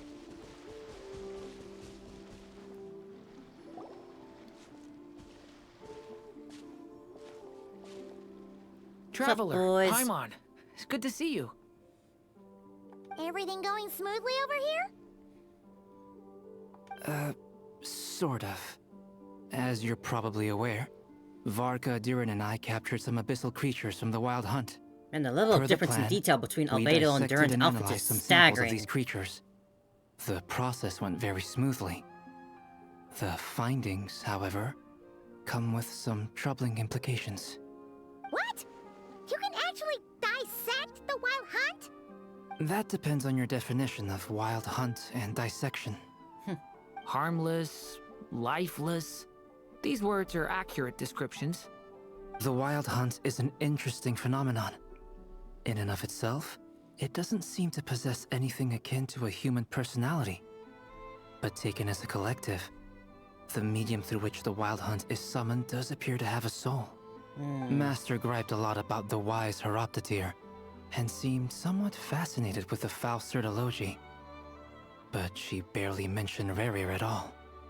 I don't think that was because of his lower social standing, though. Anyway, it's a pity. I should like to hear her thoughts on the nature of the life form he has become today. It's a strange mix. The furious energy of an abyssal being channeled through a fractured physical existence. A consequence of being torn apart by an unknown power. Perhaps the only explanation for his survival in this state is that he sacrificed a degree of individuality in exchange for a continued existence. Oh, sorry. Once I get talking about interesting research, I have a tendency to go on indefinitely. Back to our research findings. Essentially, they confirm my hypothesis. Rerir's corpse is completely contaminated by the Abyss, and the effects are irreversible. Yeah, I'll you figure could that think much of after this this as long. Rerir in mutated form. But in my view, even that would be inaccurate. In reality, his whole being has been consumed by the Abyss. In other words, he is now nothing more than a manifestation of abyssal power. Unfortunately, at present, we have no means of completely eradicating abyssal power. Hence, we cannot fundamentally destroy the Rerir of Solnari either. Oh, that's terrible news. So, that's it? We can't defeat him? Not even if we get the power of the Three Moons? Not defeat, but Miss maybe seal Columbina's away. situation is a difficult one. She can never achieve wholeness when the world does not accept her presence. It's as if her creator banished her to a place she can never be accepted. It means she spends most of her energy just on her own survival. Given the circumstances, it's only natural to despair. But we must see this plan through to the end. Time to kick off the backup plan. Which is? Oh, Paimon almost forgot! This is for you. Dory asked us to bring it. Ah, how wonderful. Well, thank you for making the trip. Durin and I will be heading off shortly. I'm sorry I won't be there to protect you in person this time. War's no joke. Please be careful. You too as well. All right then. Stay safe. Meanwhile, with Lauma and Varka over in Hisi. Oh, the drawings. Oh, those little drawing icons they have on the loading screen, they're so cute. What's going on over here? Are they evacuating?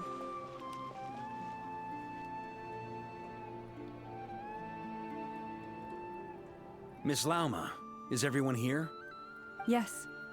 The fate of my flock is in your hands, Grandmaster Varka. Please keep them safe. My lady, what are you saying? Within the next 24 hours, we will face the biggest crisis the world has ever seen. This is not a burden that we deserve to bear, but I believe that we reap what we sow in this life. So I intend to act. I must do what I think is right.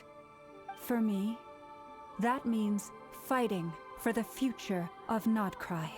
Heck yeah, Lauma. This gentleman is the Grand Master of the Knights of Favonius, Varka, Knight of Boreas. In my absence, please follow his lead. Hey, everyone. Guess I should introduce myself. Well, to start with, I know my way around a battlefield. Smooth, buddy, smooth. Biggest strengths are honesty and hard workingness. Anyway, You're doing great, point Barkus. is, You got this. I don't intend to let Lauma down. I'm gonna do everything in my power to keep every last one of you safe and sound. Ah, just that. Over with Dane and Columbina. Ooh, nice portraits. Over around here.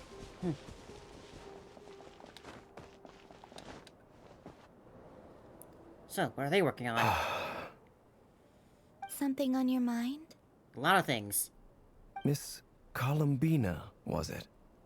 I believe that's how the others addressed you. That's right. Names are funny things. Have you always been called Dainslev? Yes. I take it your own name has a more complicated history. I mean, she's kind of got three, I have so a yeah. different relationship with names than other people. To be honest, I'm not even sure that Columbina is my name. At least, not in the same way that Dainsleif is yours. But it's what everyone calls me, and I go along with it. A lot of my life has been that way. I get so used to things that I forget to question why they are so. I never used to think much about where names come from, or what they mean to people. Maybe something's wrong with me. You're different from other people. I sensed it the first time we met. You're more perceptive than most. I'm sure your long life and rich range of experience explains that.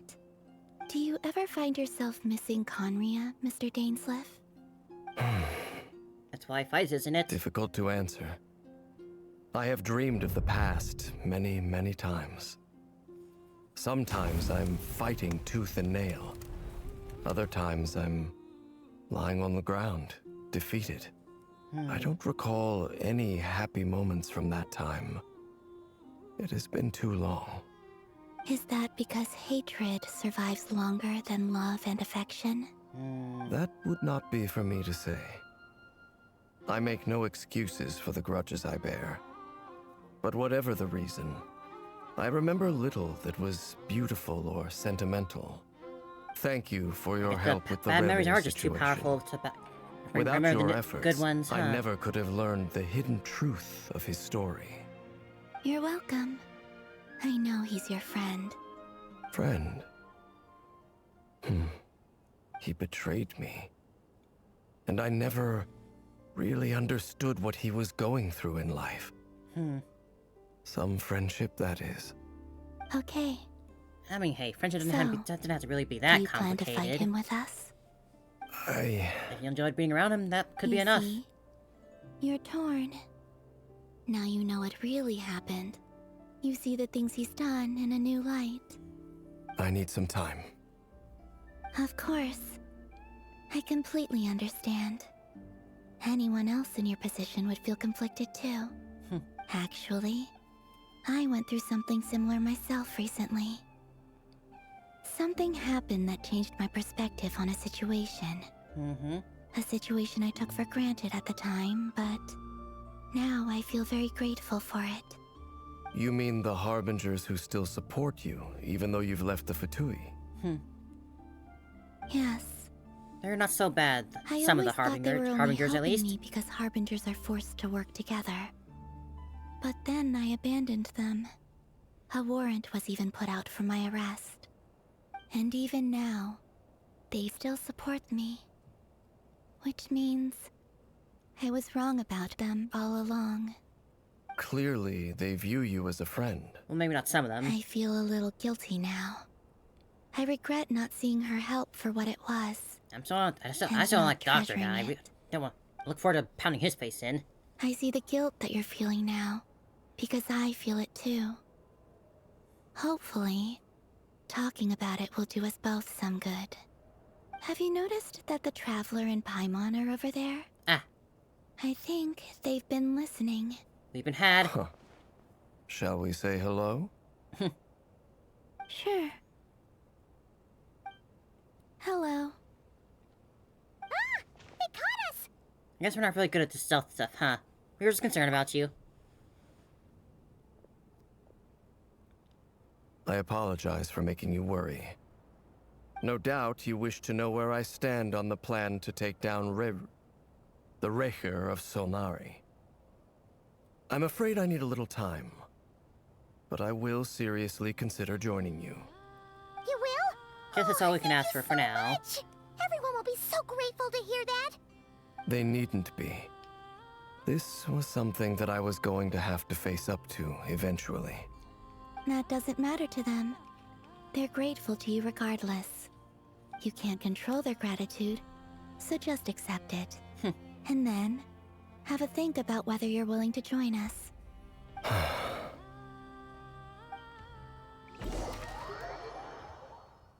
Now with Nefer and Lauman. It's nearly Cleanse. showtime.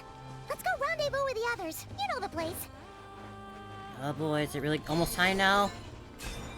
For our final battle, our final confrontation.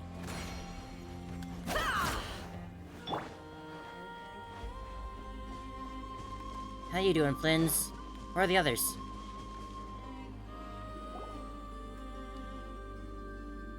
Ah, you're earlier than I expected.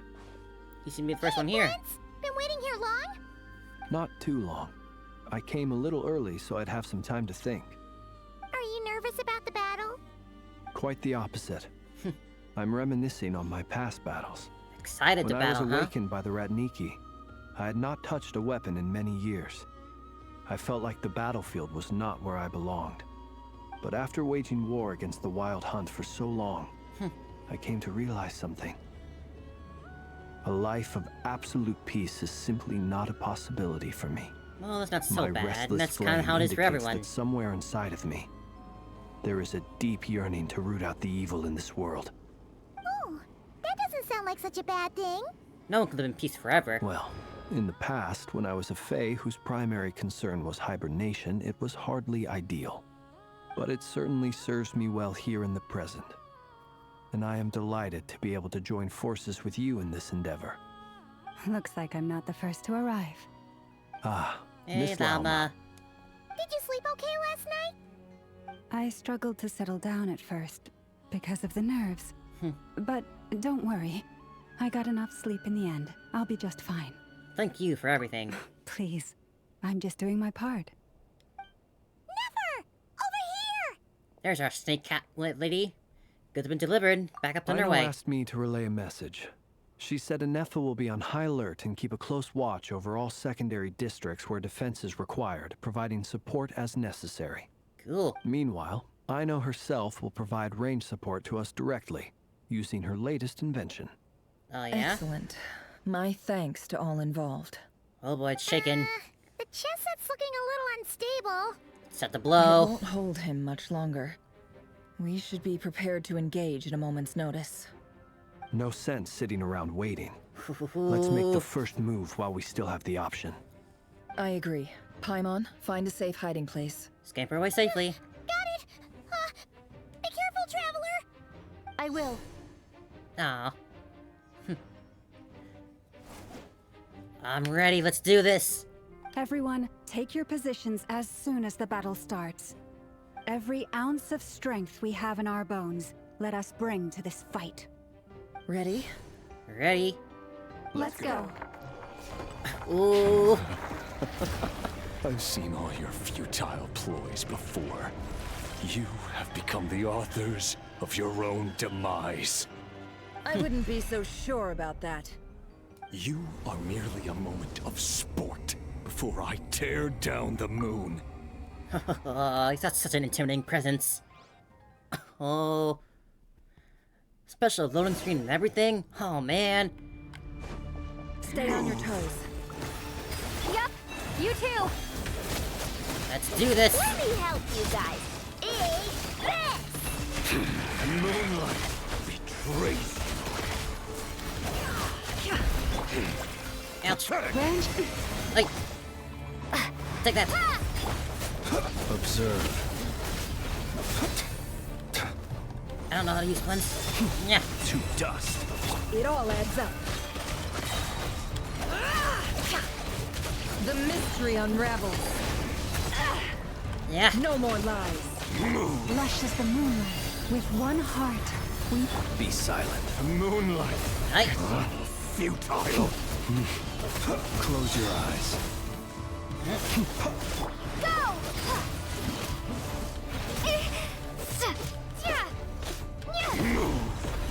Yeah. Pathetic. receive my blessing. Be silent. To dust. Close. Steady now. Futile. Can't hide the truth. Ouch. Moonlight betrays you. Absurd. Wipe out! Forest, protect us. Go, By go. the frost moon of old. Observe. Seek within. No more lies. What's this? With the moon, and so shall What? it end. The moon will protect you. Come in.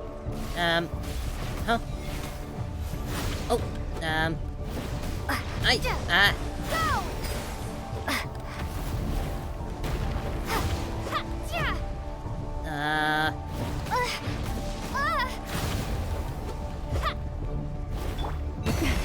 grave trip. Close your eyes. Do you see now? Oh, gotcha.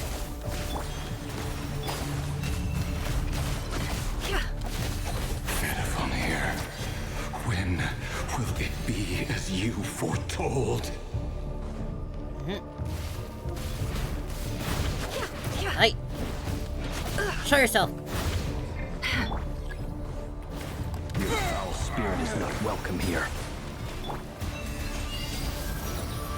Hit him with everything we got. Beware the creatures of the night. The deception ends here. Can't hide the truth.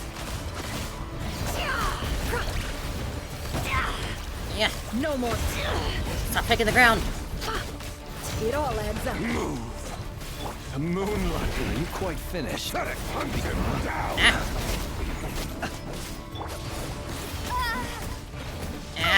Ouch. Move. Futile. Hunt him down. Ouch. The moonlight. Hunt him down. You poor lost lamb. No more lies. Move. Let's see what you're made of. Close your eyes. Observe. Go. By the frost moon of old. Water jet! It all adds up. Seek within. Down, boy, down. Let's see what you're made of. Can't hide the truth. No more lies. Forest, protect us. Close your eyes. Observe. To dust. For the everlasting forest. Almost there. It all adds up. Let's see what you're made of. Hey. Your little game of heroics is over. Moonlight betrays you. Who wants to go first? Bring it, buddy. Get out of my Oh, he's got a weapon. No! We've been separated. Whoa. You okay? Good enough. Where are the others? Stuck outside the barrier. I guess he really doesn't like us. Oh, man. I told you before. Knowing too much is always a death sentence. Be careful what you wish for.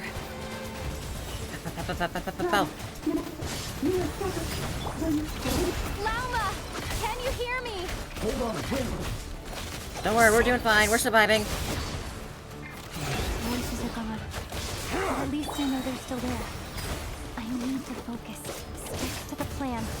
Remember my most important task. Stalling him. If I can stall him for long enough, the moment will come. Oh, what you doing over there? Oh, that looks bad. Zorp's clock, there. Ooh. Gimme. Got this.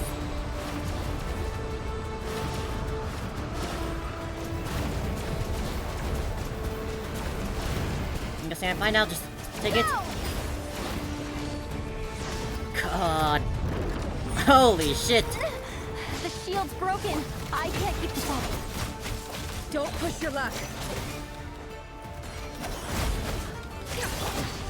Go! No more lies. Seek within. Come on.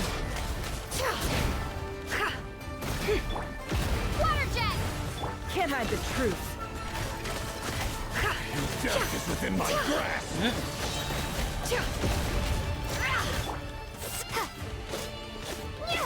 Go! The mystery unravels. No more lies. I need more hydro to make Nefer better.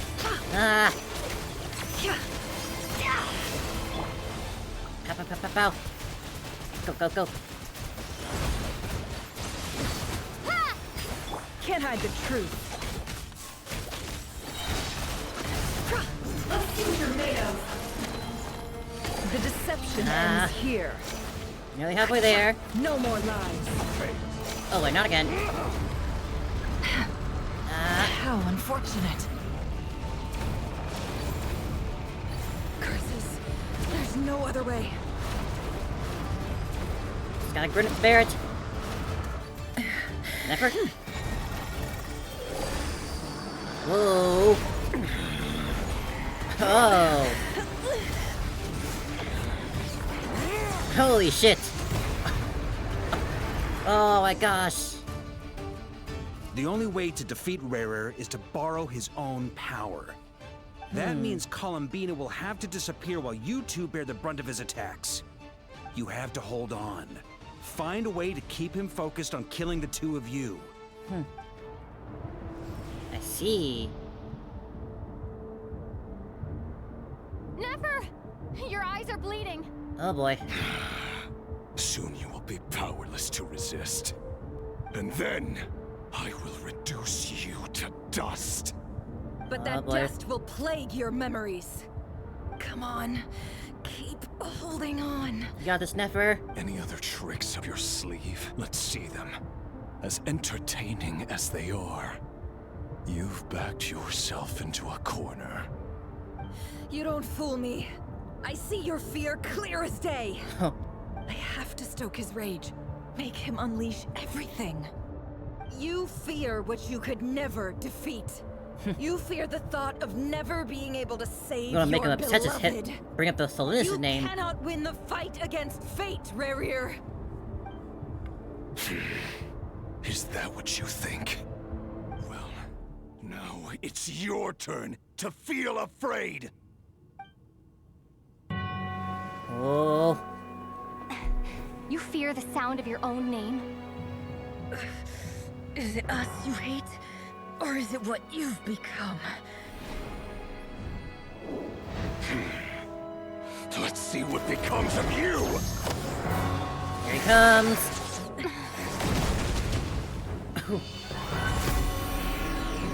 Oh!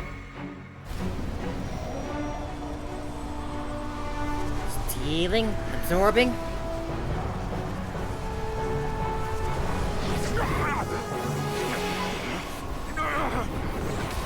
What's happening? That power. I've seen it before. Beto! Oh, look at Darren's wings! Oh, those are cool wings! His power is on another level. We'll need to use an alchemical array to convert his power into a usable form. Aww. Then quickly channel it into Columbina, rendering her powerful enough to compete with him. Look at her just laying around. I'll join you. I can help. If I release enough abyssal energy into a confined space, it'll create a potential difference, allowing us to extract a huge amount of elemental you go, Darren! energy. Next, I'll synchronize with everyone's minds using Pyro, then give you temporary access to their abilities and fields of view. But it won't last long. Can you see? Well enough.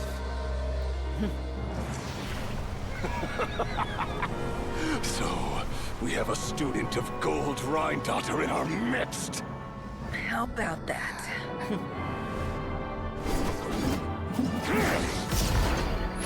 Here he comes! Whew.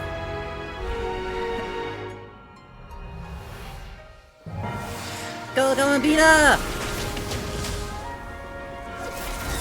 Oh. Ah. Oh.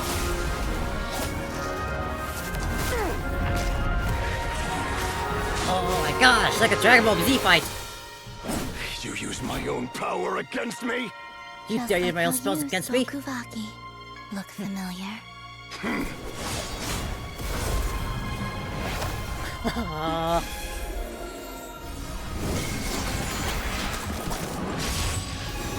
Damn!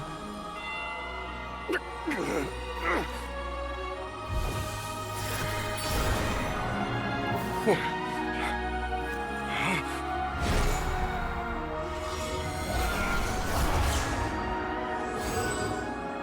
Don't you realize You don't have the power to hold that gate open. I don't, but someone else does. Dang. Goodbye, Rerir.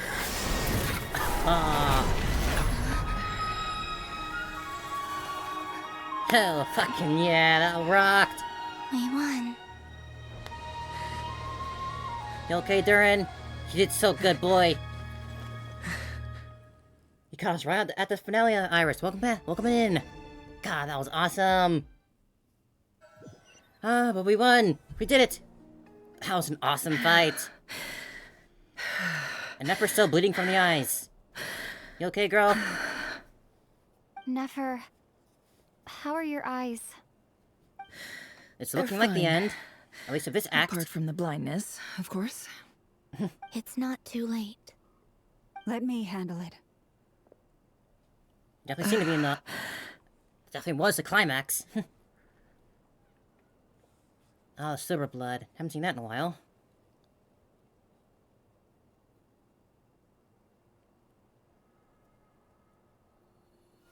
I almost forgot about that whole silver blood thing she has. Miss Nefer, it's not like you to lose your composure. That was the most reckless thing I've ever seen you do. Reckless how? It's just the business. The situation was critical. Our lives were at stake. We had to do something. Even so. Okay. I guess you're right. Under the circumstances, it was a wise decision.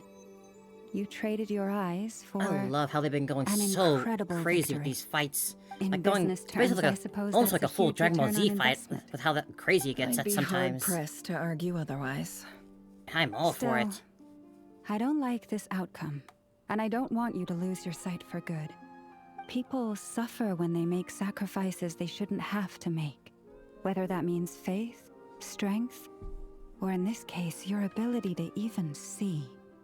I had hoped you could win without sacrificing so much as a single hair on your head. She cares so much. Thank you. Really. All done.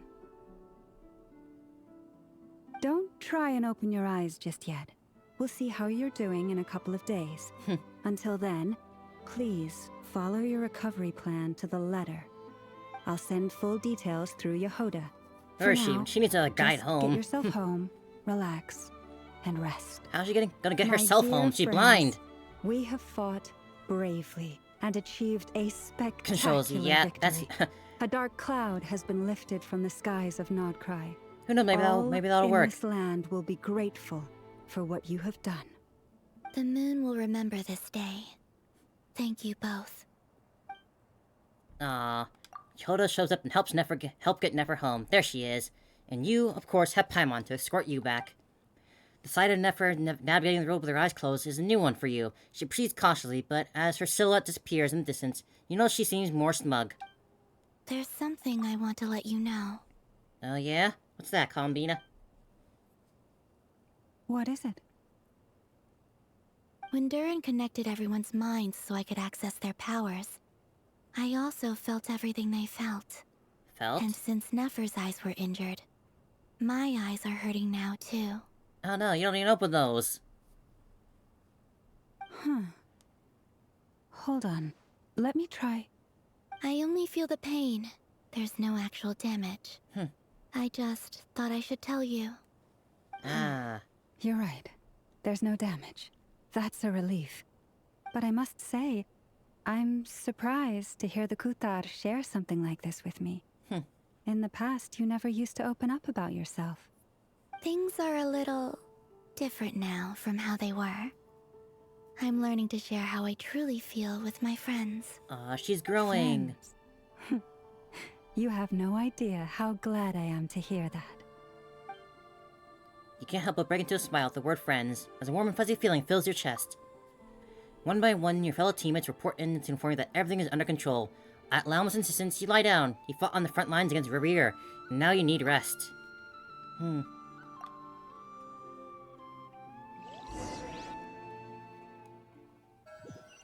Which one of them?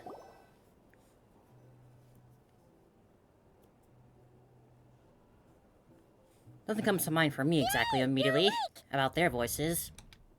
I do like their voices though, they're all very How are you good. feeling? Any aches and pains? Did you sleep well? Ah, I'm doing Columbina. alright, Paimon. No need to worry about me. Phew. Well, that's good. Paimon's been sitting on the edge of the bed worrying about you for ages. I'm still working on getting better at remembering like VA names and whatnot, and Paimon had to eat being able to all pick by them her out. lonesome. It's fun when I can do Glad that, to but hear you didn't starve. How was the food? Well, it wasn't the same remembering without names you and whatnot there has to never been share my it. strong suit, even with actors. Honestly, Paimon just can't relax when you're not your usual self. She couldn't enjoy the food and settle down to sleep. Well, I'm back to normal now. Oh yeah, and Albedo swung by earlier. He said to tell you to head to the tavern when you woke up. Varker and the others are organizing a victory feast and they want to celebrate with you. Like that, dandy. He also dropped off some medical supplies, but you seem fit as a fiddle, so... Yeah, that's my same mindset too. I just remember like where I might have heard them before with what character, but not like their actual people Wouldn't want to keep names. them waiting. Ah, yes. Echoes of Fate. Head to the flagship proper.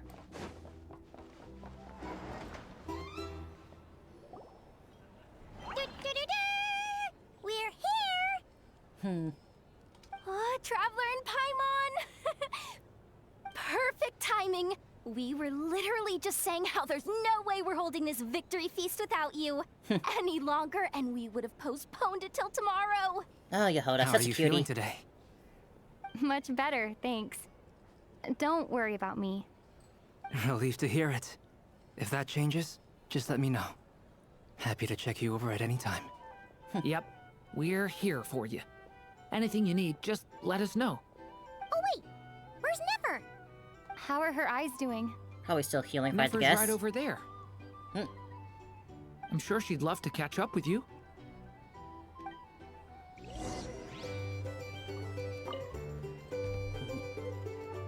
Oh, wait, without just repeating it. Ah, whoopsie, that was... We're here! Ah, whoopsie, whoopsie. Oh, Traveler and Paimon! Perfect time. How are you feeling today? Much better. I thought it'd be something else, Relieved just to like, hear just it. like a little side extra. I didn't think it'd full on repeat.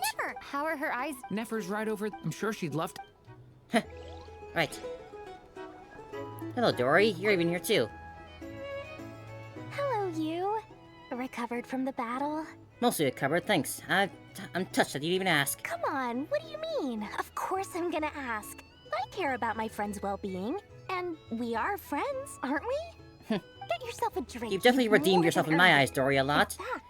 Thought you were just a scummy con artist, but you actually, she also got a good heart. Covered. Wow, really? What about Paimon? Has she earned it too? Has she? Please? Well, you haven't been through quite as much as the Traveler, but... what the heck, sure. Yay! Wow! Drinks on Dory! What a historic day. Well, remember for ages. Hey, keep your voice down, or everyone else is gonna want in too. You... Have you heard anything I've been saying recently?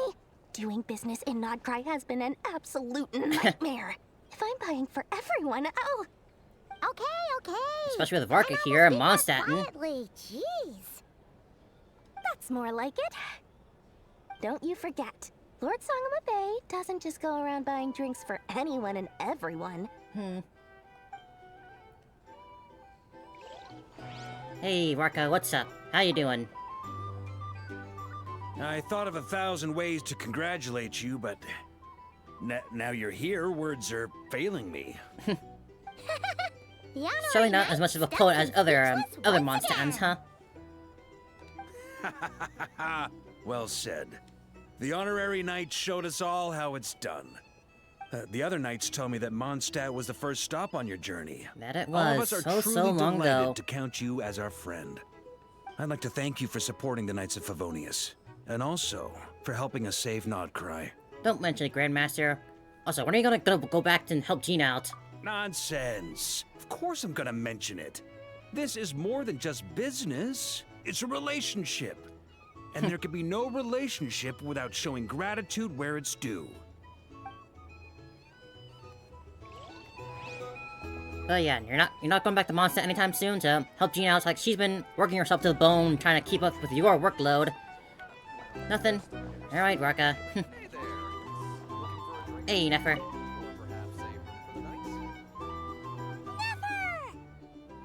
Traveler, Paimon, are you recovering well?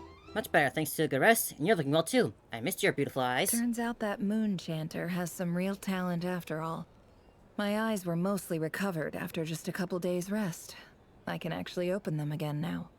Yeah, but you gotta be careful. Lauma says not to strain your eyes while they're still healing. Yes, thank you. I'm well aware. Yehoda? There she could is. I borrow you for a moment? I could do with an extra pair of hands. Oh, Oh, Thane's sure. also here. Coming. Did you hear that? I gotta go help Lauma for a second. You guys chat among yourselves. I'll grab us some drinks on the way back. Paimon, you still like them sweet? You bet! Make it extra sweet, because Paimon's earned it. Sure thing! Gosh, I can't wait to get Yehoda. She's so cute. What's on your mind? The Rerir of Solnari. Kind of a snake, don't you think? More of a wolf on my mind. No, definitely a snake. A poisonous one who spewed his venomous hatred everywhere. Her eyes are Anyone very who pretty. I seeks love how revenge out of creative hatred they for are with other everyone's people eyes has and not become quite a so far. snake. That's something my dad used to say.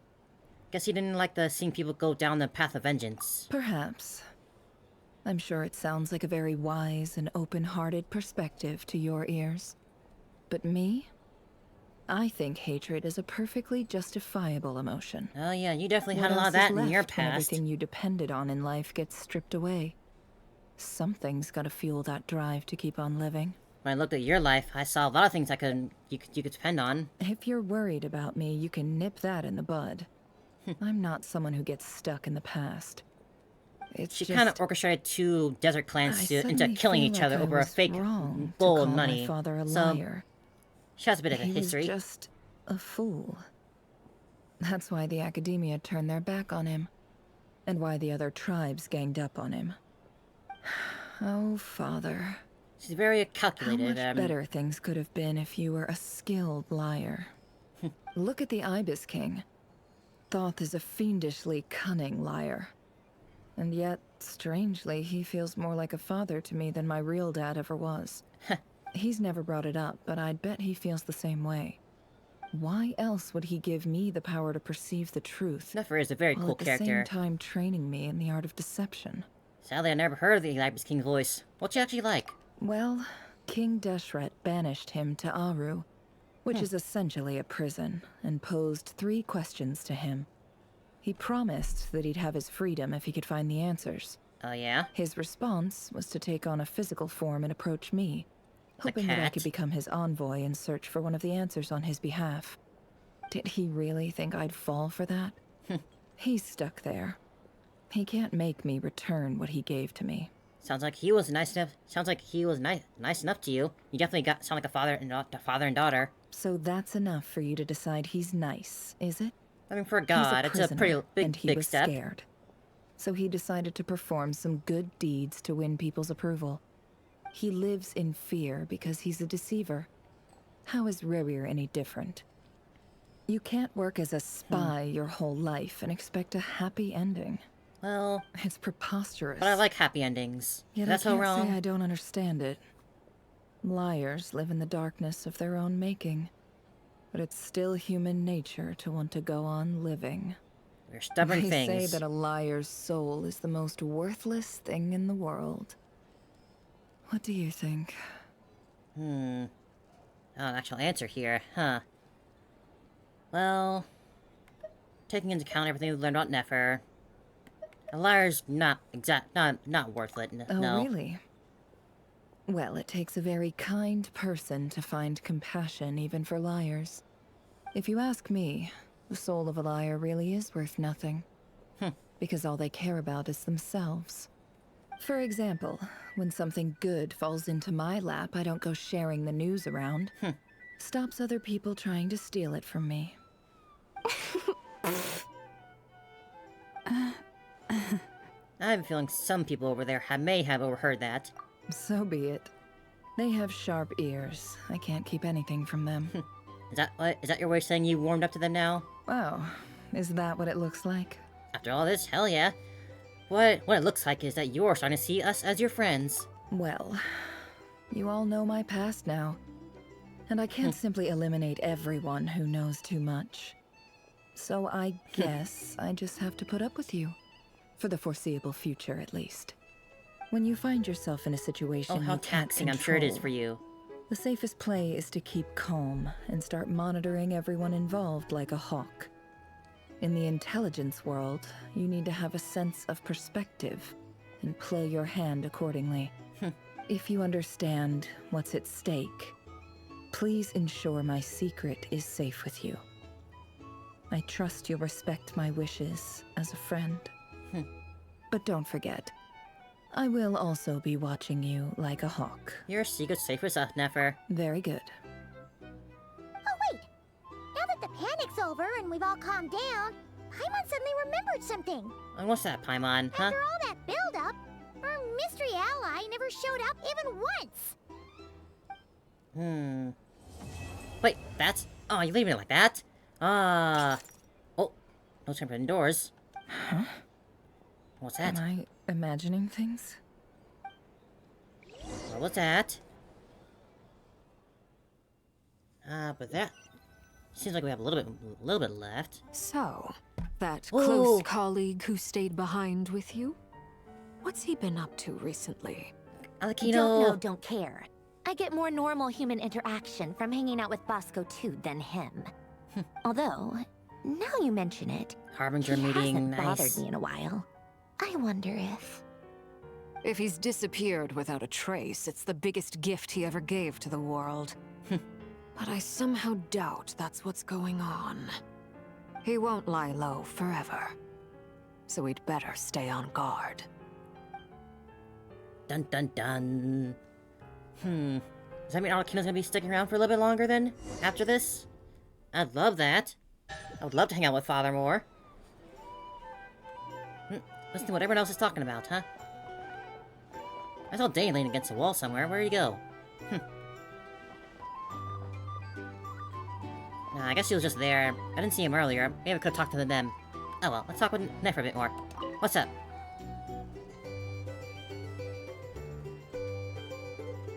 Ah, Lord Sangama Bay. How lovely to see you. I must thank you for the device you provided. It was an enormous help. Would I be right in thinking that it was developed by the Academia? Why come and ask me when you clearly know already? I mostly came to thank you. That's If more we could at least like get a peek at it. us, I'd be Gratitude goes so a happy long too. This would way be a with Lord perfect Sangama act. Bay. Play your cards right, and you might even stand a chance of becoming my long-term supplier. The chance to work with such a kind and charitable investor as yourself would be a great honor for the Curatorium. Huh? Charitable? Who said anything about charity? First time hearing about it. There's a door we know. Let's see. The first plot of land you purchased in Nodcry, your desert interests, and... Stop! What do you think you're doing? Exposing my investment history! It's nothing to hide from. They're all perfectly legitimate investments. And some of the land you purchased was with the intent of building a sanctuary? Yes, I heard about that too. Man, this whole thing has been a Dory redemption arc since we got to Nodcry. You're a curious case, Lord Sangama Bay. You don't like people finding out about your good deeds, do you? That face, wow. Oof. But I'm afraid no matter how hard you try to keep things under wraps, where there's a will, there's a way. You did it for Sumeru, didn't you? It was empty land that was gonna go to waste otherwise. I figured if I built something there, it might at least get some use in an emergency. Disasters are capricious things. They strike without any warning. I've lost family to a disaster before, and I don't want to lose any friends or business partners if I can help it. My elder sister used to dream of finding a sanctuary. Oh, you had a Somewhere sister? with plenty of food, water, and medicine. Where everyone could live happy lives. It was something I That's looked first I've heard into, of her having a but sister. after discussing things with the Dendro Archon, I decided on a more effective strategy. The tech people handled the tech, and Moneybags provided the Mora. It just made the most sense. It's a pity that so few people know the truth about you. Everyone says that you view everything in terms of Mora, and all you care about is growing your own wealth. That's definitely how the fan base reflected her back then when she first debuted. Everyone wants to be rich. It's human nature. So yes, I love Mora, and it's nothing to be ashamed of. But surely you have dreams of your own beyond just making Mora. You don't get it, do you? My dream is to invest in other people's dreams. And, you know, make a nice little slice for myself along the way. Geez, that line there. My dream is to invest in other people's dreams. That's basically what Phaidon's line back when, with his climactic moment in Star Rail. My dream is to make everyone else's dreams come true. Jesus, man, Dory, man. Just thinking about it makes me happy. That sweet, sweet sound of Mora. Thank you. For the device? And the pendant. Oh, that. I was just returning a favor. Don't worry about it. Seems like we've both been away from home for a very long time. Smear's a long way from Nodcry. So long that I barely remember what my family even looked like. That would be your mother, father, and sister? Yeah, though it's been years since my sister passed away. It's not like I want to forget them, obviously, but memory can be even more ruthless than the most calculating business person. Yeah, that it Beyond can a be. certain point, if something isn't helping you, it just gets rid of it. My sister can't help me now.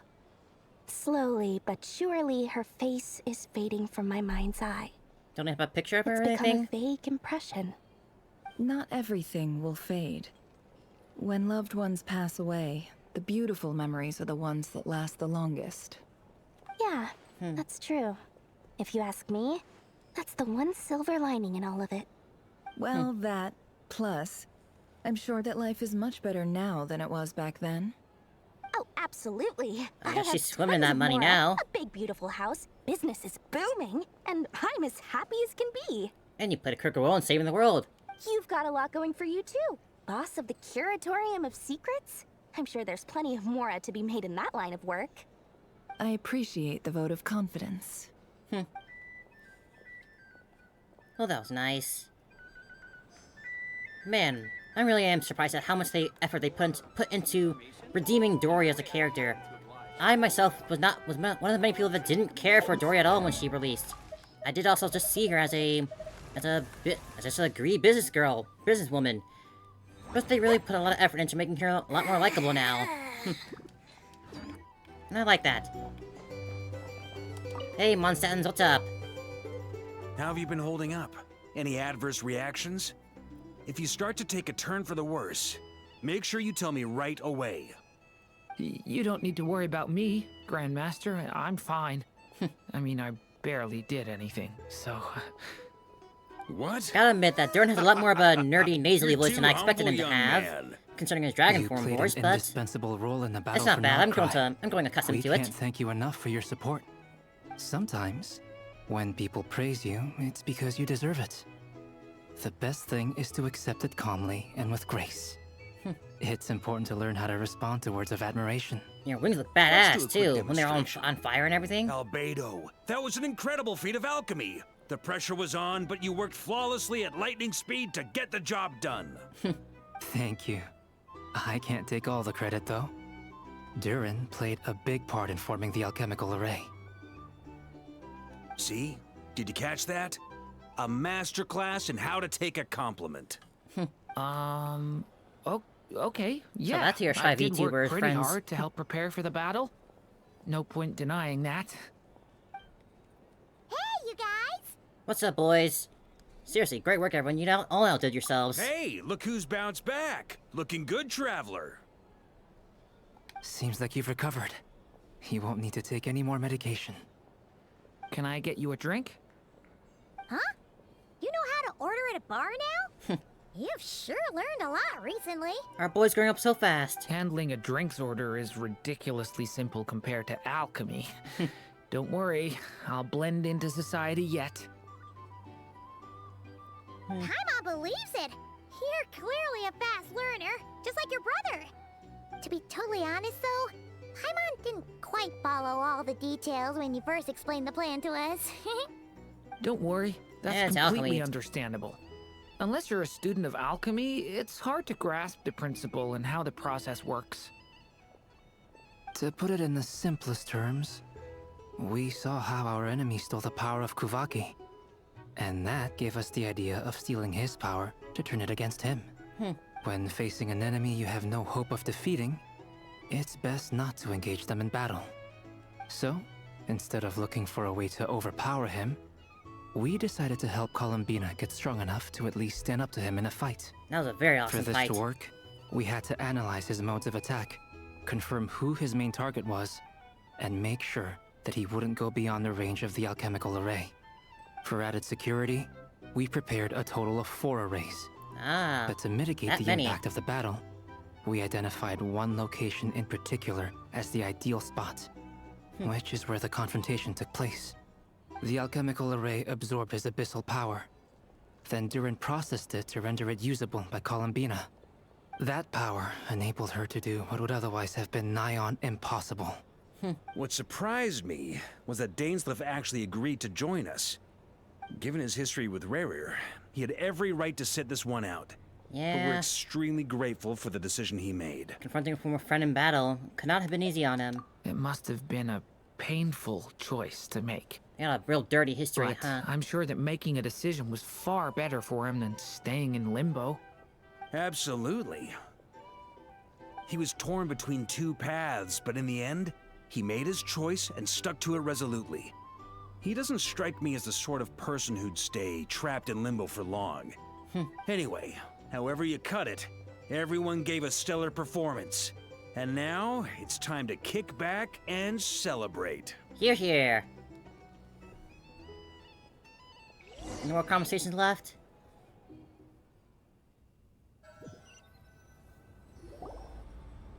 Oh. Now Columbina's turn. the only reason you're here. Yes. I've thought a lot about it. And I've realized that you Aw. and Arlecchino should be friends. Isn't that I sweet? think this is very important. So I felt I had to come and tell you. Well, this is a new one. I'm so moved. I can't even hold my teacup. If that's all, you can leave now.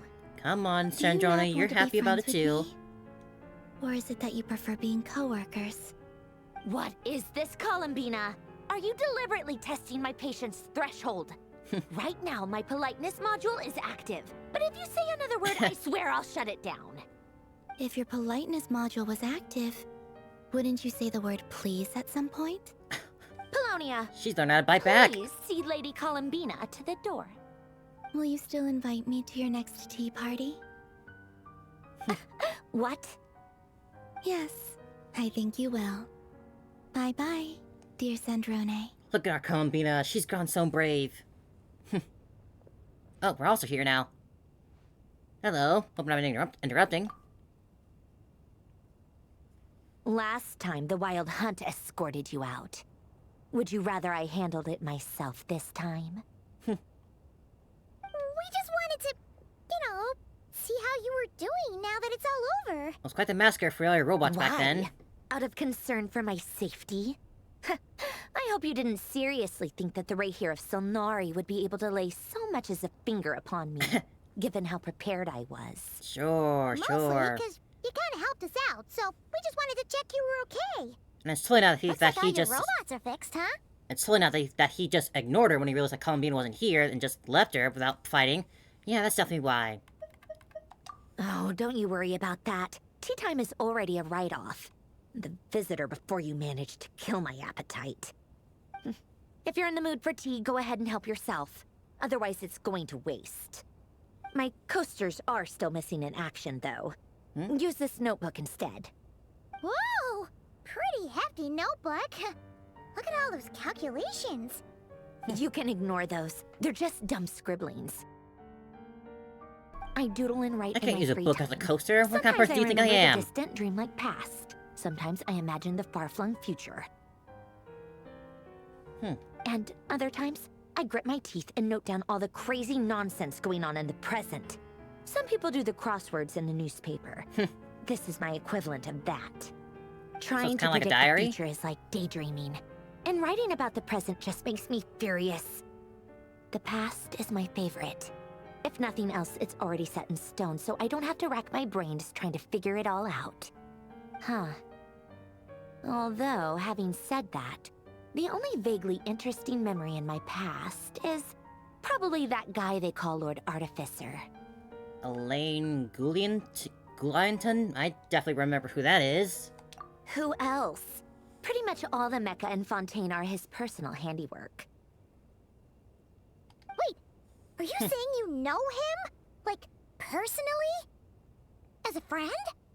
I mean, I guess we were friendly enough. So you actually met him, huh? But he lived hundreds of years ago. Yep. In fact, I'm probably the only normal person left who knew him at all. So is that a dial We clock used to or chat in your bag, occasionally not back a when he was still decoration? Are you around. actually a mecha? Before he passed away, he asked me to destroy all his manuscripts. I honored his request, but I did read through everything first before destroying them. I mean, I couldn't let the genius of Lord Artificer Alain Guillotin disappear like that. Alain It would have been Guillotin. such a waste. So, that's where the formulas in your notebook are from?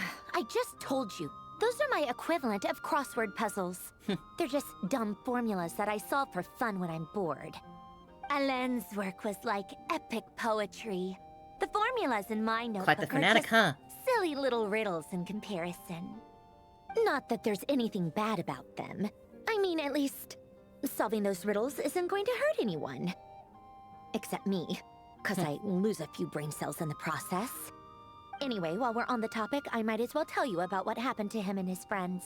Okay. Alain Guillotin had two close buddies, Renee and Jacob. They spent their childhood years together in the Narzissenkreuz Institute. Wasn't expecting a story time They were all here. quite competitive, so there was some rivalry between them. But it was a friendly rivalry. Is that But Sanjoni beneath there? the friendship and the rivalry ran it looks like something her. deeper, a sense of nostalgia for the past. Unfortunately, childhood would end, the prophecy would come true, the apocalypse would arrive, and the future would never be. A mad dream that would normally only capture the minds of lunatics begin to take root in their hearts. A dream of saving the world. And if Renee and Alain had been people of lesser wits, that dream would probably Stupider, have you ended mean. up as something for them to joke about in their older years. But alas, they were some of the sharpest minds around. They nurtured that dream with the full power of their intellect. I guess if And Sanjoni it has been grew around for into that long, something that ate key away at dial their souls. key really is a not The just first of them to fall decoration. under its spell was Renee. Against Alain's wishes, he persisted in experimenting on a mutual friend of theirs to try and save their life. Alain did not approve and parted ways with Renee. It's complicated. Alain wanted to believe that Renee only did what he did for the sake of their friendship. But when he told me about what happened, I could tell he still had some suspicions about Renee's motives. Perhaps the seed that would grow into a nightmare had already sprouted in Renee's mind. Even then. The next time they met, Renee's soul had been completely engulfed by the dream of salvation. His futile attempt to change the tide of fate only resulted in a wave that swallowed up the world, even before the apocalypse came. And although that wave died down eventually, I hear that it just recently came back with a vengeance. As I Oh, understand, Renee wanted to live out his dream of salvation once I remember more. fighting that. Oh, But a I'm long told time that ago. the attempted resurgence finally died out for good. Bringing up that tower, At long yeah. last, Renee awoke from his deluded dream. Though of course by then it was far too late. What do you think of Renee? Do you admire his transcendent genius? His view that any price was worth paying to achieve the lofty goal of saving the world? Or do you despise him? Dismiss him as an evil madman there a middle ground here? who wrought havoc on the lives of everyone around him as he pursued his delusional dream? Same difference, really. Just a matter of perspective. I remember doing that world quest, but I don't remember like the story to it at all. I'm gonna take the middle ground here. I don't know. What a cop-out. But I suspect you'd have a more incisive, and insightful answer if we dug into it further. What about you? What's your take? I don't like fanatics who give up their whole lives for their ideology. Nor do I like fools who let their delusions take control. Maybe I could understand if Renee had just been an ordinary person. But he had a sage-like intellect. And still managed to get himself lost in the labyrinth of his own desires. Anyway, that's enough about Renee. Now, moving on to Alain Guillotin, the Lord Artificer. Alain Guillotin. He managed to put a stop to the first storm whipped up by Renee. But after that, Alain lost his friends and family. To his credit, I suppose, the loss of his family and friends was It's purely quite the epilogue a we got tragic here, huh? accident. It's not like Alain sacrificed them for his cause or anything. After that, the only thing supporting his work was the same dream that had dragged his closest friend down to the abyss. But although the desire to save Fontaine drove him to found the Fontaine Research Institute, Alain continued to reject any form of transcendental knowledge or power. He was suspicious and fearful of it, having seen the way it had affected his closest friend. I think that formulas and machines derived solely from human intellect were the only thing that gave him a sense of spiritual comfort. Yet Alain's intellect was simply too great. It barely left him space to breathe in his lifetime. Wrote down a lot of comments here. I wish I that the end remember of these his characters life was more. approaching, he finally accepted the truth. The Nazissenkreuz Institute The needed Narzikars. someone I remember that, the and sword. a human being to see its story through to the end. He quit working on his formulas, trading them in for the fairy tales that had played such a formative role in his childhood, but which he barely touched in his adult life. He told me that the director of the Nazissenkreuz Institute used to read those fairy tales to the children as bedtime stories. Apparently, they worked wonders at sending kids This is all off very to interesting, sleep. but is it going somewhere? I think that Or all is he she just wanted at that sharing time in and his whatnot? life was to be able to sleep deeply without being plagued by depression. She's talking about like, oh, the By that Fontaine point, World Quest, nothing but else really mattered. At the very end, It's just in he so long laid since I down played to them. I don't rest have a in good the memory of ruins them the at all. former Nazissenkreuz Institute orphanage, while the Fontaine Research Institute he had founded continued tirelessly with its work. Many years after that, tensions over competing dreams would once again cause a rift, this time between members of the Fontaine Research Institute. But the actions of those fools had nothing at all to do with Alain. And that is Possibly. the story of two people Could be. from the Maybe they'll bring some of this Nazissenkreuz information back Institute later in who future both chapters. I wanted can only to save assume the if they're world. giving us this crash One course. went all in on his fantasy of salvation without ever looking back, and ended up calmly sinking to the bottom of the deepest sea. The other sought desperately to burn bright in his life, even though he wasn't sure where he was going. I do sometimes wonder, why is it that people like them have such grand hopes of saving the world? Even the grandest tree starts as a tiny seed. So perhaps, for each of them, their mission to save the world began with a very simple desire: to save themselves. They Who were could young say? children They're all with gone friends now. and family who mattered to them, desires to explore the meaning of life, ambitions to have a successful career. They didn't want to see all of that taken away in one fell swoop. Or maybe they just wanted to find something to anchor themselves within the chaos, to stop them getting quietly swept away by the storms of life. But instead, the search for their own salvation hello. took them down the rocky road laid out by fate. Do you think the desire to save oneself is enough of a justification to try and save the world?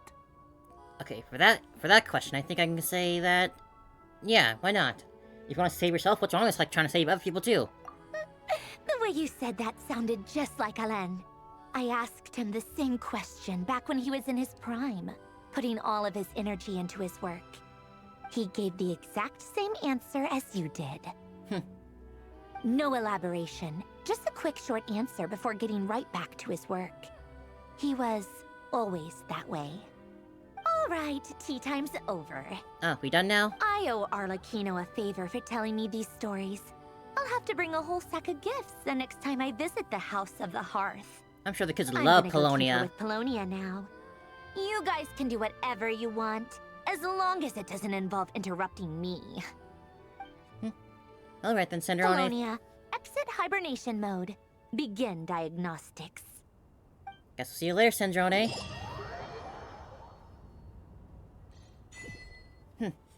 And there we go. I guess that's finally the end. Ah. There it is. That was a hell of a story. Super fun from start to finish. Very epic and cool. And we got love. And it makes me still excited to see what comes next. Huh.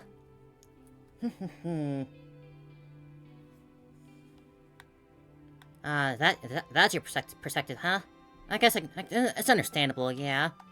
Wanting... Sometimes, but there's nothing wrong with that. But yeah, that was a super fun story the whole way through. And now I'm just wondering, like, now that Rerir's gone, what are we gonna face next, huh? I wonder. If Rerir's gone, maybe,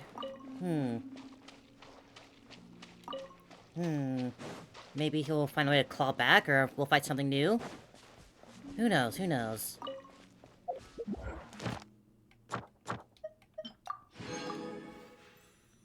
Grab those, finally. Yeah, no new trounce one. Not for that one. Too soon for a new trounce.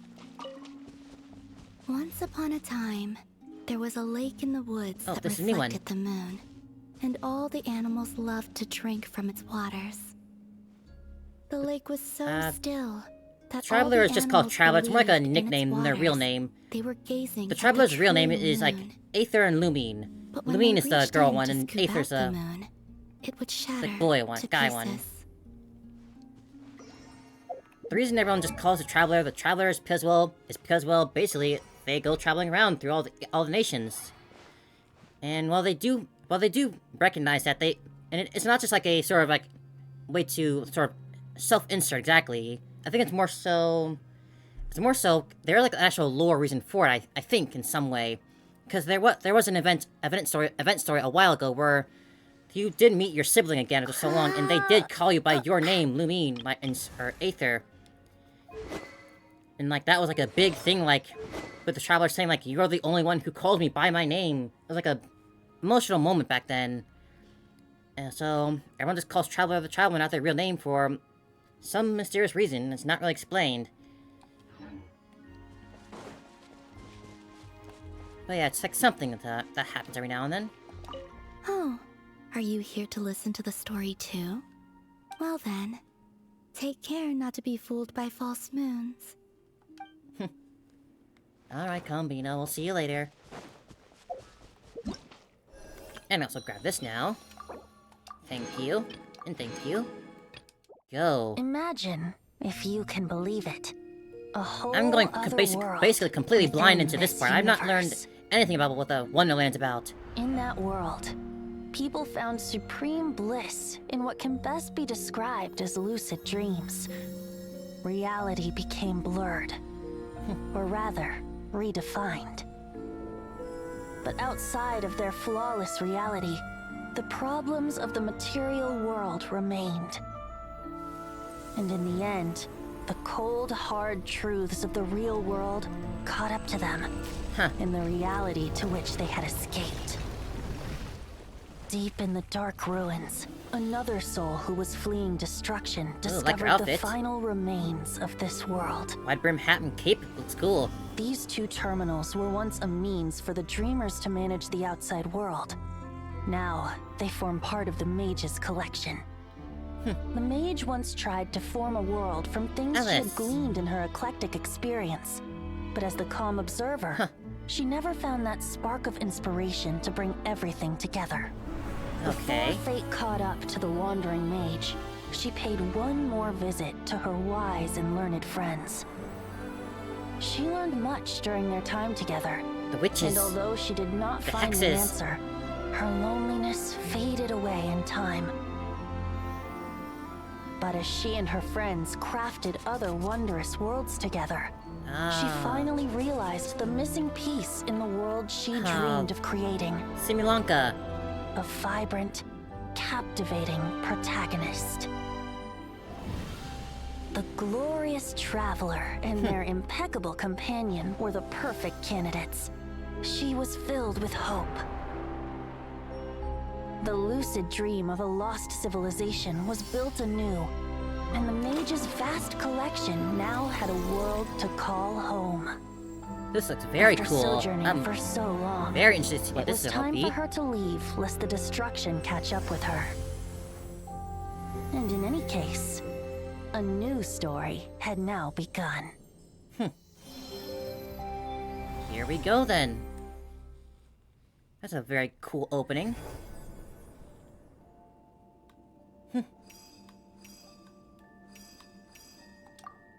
Girl, please.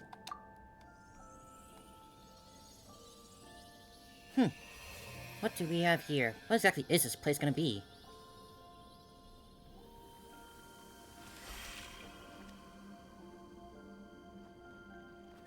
Greetings, my avatar, I think. Presets. I can customize them? Oh my god! Oh, this is... oh my god. Oh! Oh, I love this! Oh, I'm already in love with this. Okay, okay. Oh, okay, okay, let's get to work then. Ooh, hoo, hoo, hoo. I think that tone fits me a bit more. Eye color... Not too many options, but that's alright.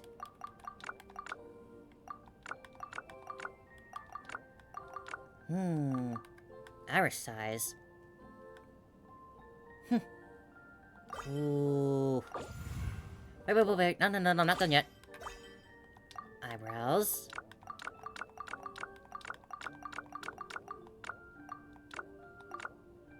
Ooh, this is cool.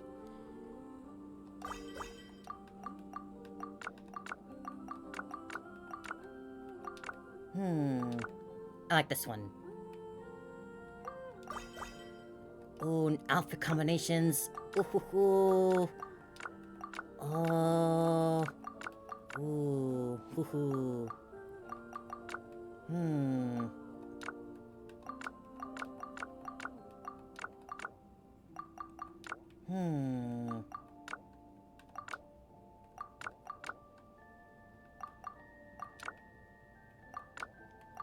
This is cool. I did not know we were getting a custom character.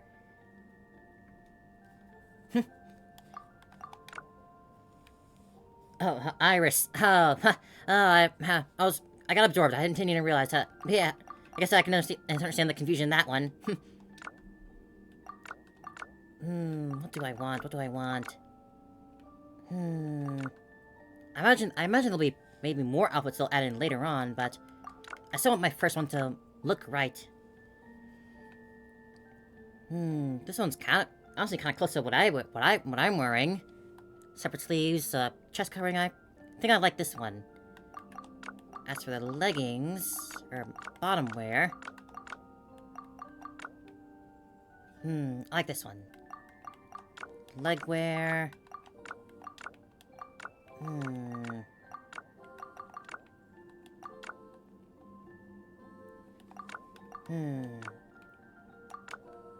Blue or black? Blue, black.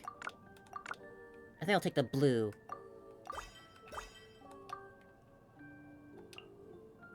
Sincerest greetings, traveler in Paimon.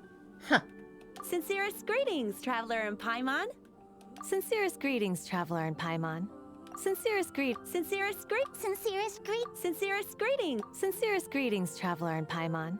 I'll take this one, number 3. Yes, that's it. Oh, this is so cool. We got a custom character. Oh my gosh. Let's see, a name then. A name. What to put for our name then? I could just put my name again.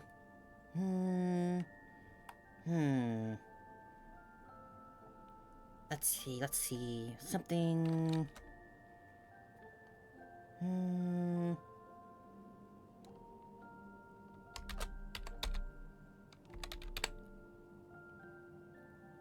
Lunari. Not bad. Kinda has basically has my name in it, as well as Luna. Basically mixed them together. I think I like that one. Lunari. Let's go with that.